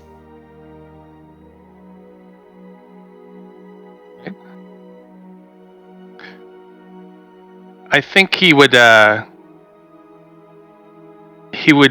take in the offering of immediately, but over time, again, being once the nomad, always the nomad, it would grow old, and he would probably depart the Caliphate, looking for more, balanced accommodations, maybe moving down that westward flank, back down south. Okay. Losing himself in the desert, probably. Heading into the desert, the deep desert out here in the Sand Sea. Yeah. Maybe towards the mountains and the unexplored reaches? Yep. Okay. Okay. The Lone Wanderer. That's who he is. Wandering the desert, the warlock with no name. Na, na, na, na, na. Alright, so you wander the desert for a long time. There are many places in the desert that are covered by the sand and then revealed, and then covered by the sand again. The sea shifts as the winds move the dunes around. Navigating, unless you know the way the desert moves, is impossible. You know where oases are, you know where to get water, you know where to go, and then you begin to move down the coast. You come to a place that is different. Right where your cursor is, actually. It's funny that you put it there. Right there. Yeah. Through the mountains, you arrive at a ruin. There is a series of strange fortifications built into the side of a mountain here. You explore it, and you find ancient signs of people having lived here, having fought their way through the mountain and out the back into the jungles down here. Something they ran from through their mountain fortress that devastated this land and left it a wasteland. And they escaped through the other side. That is what you piece together from the ruin that you come across and you follow through. You arrive in a land that is unmarred by other people. There's no one here for hundreds of thousands of miles. It seems that you are in a completely pristine and untouched land by civilization. There's plenty of animals and creatures to sustain you for the rest of your life. And plenty of means to go about and do whatever you wish. There's so much to see out here and no people to bother you while you do it. Perfect. Wow. I call this home. He plants his staff, and I claim this land in the name of Ur.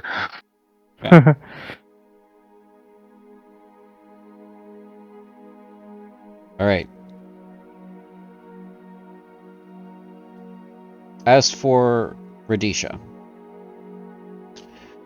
during her time and flight from Alamazi, the Emerald, she grew very bitter and angry and terrible at first. You guys learned that the events of today's game happened on her birthday.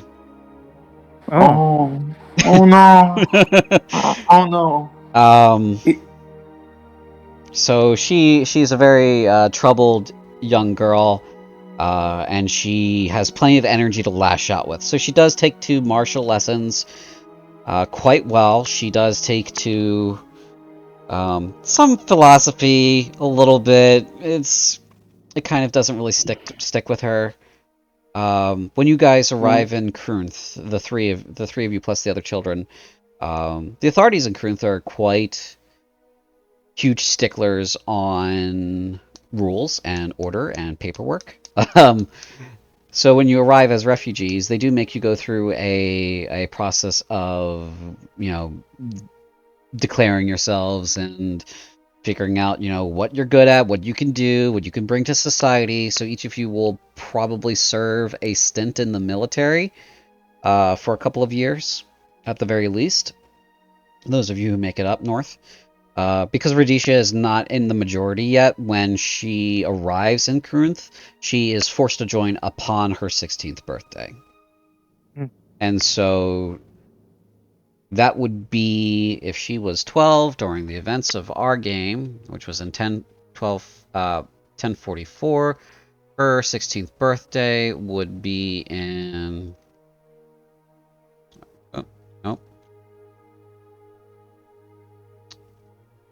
1048.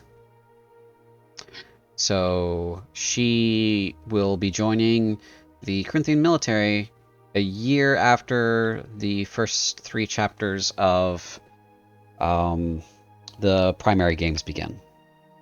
So you do manage to get her along the path of her destiny. More or less unscathed. She still has her trauma from the desert, and it's not like you guys weren't chased. You just weren't chased as terribly as you could have been. And she wasn't chased as terribly as she could have been on her own, had you all perished. So... I could give her one gift, actually, I realize Contrary didn't. Is she knows how to ride giant sea creatures. Yes, she does know how to ride giant sea creatures, so there is that as well. Oh god. So she does change her name during the arrival in Krunth. Many of you do, because you guys don't, it's kind of an Ellis Island situation. The languages are extremely different, and so they kind of grasp onto the closest thing they can. Radisha's name is extremely long. And so, because of her nobility, she cuts it down and just sticks with a name that the Corinthians can pronounce. And that name is Furia. So her name change is from Radisha to Furia. Furia. And then she takes the last name Deimos. Deimos. And that is the end of this narrative for now. I hope everybody had a good time. I hope chat and our viewers had a good time. I hope you guys managed to stay alive during our marathon of a game. 6 hours, ladies and gentlemen. 6 hours. I only wanted it to go 4, but this stuff happens. So You failed. I failed. Apologies, everyone. I hope you all have a good evening, a good weekend. A couple of real quick announcements. We got our follower gold, which means there will be a puppy cam in the future. And a couple of other new things will be coming to this channel. And this clears one of the prologues. We have 4 prologues left to play. So don't forget about us. Come back. And in the meantime, before another Val'Ghast game is played, there's always Lost in Theros and Heresy and Damnation. Have a good night. Night. Good night. Goodbye.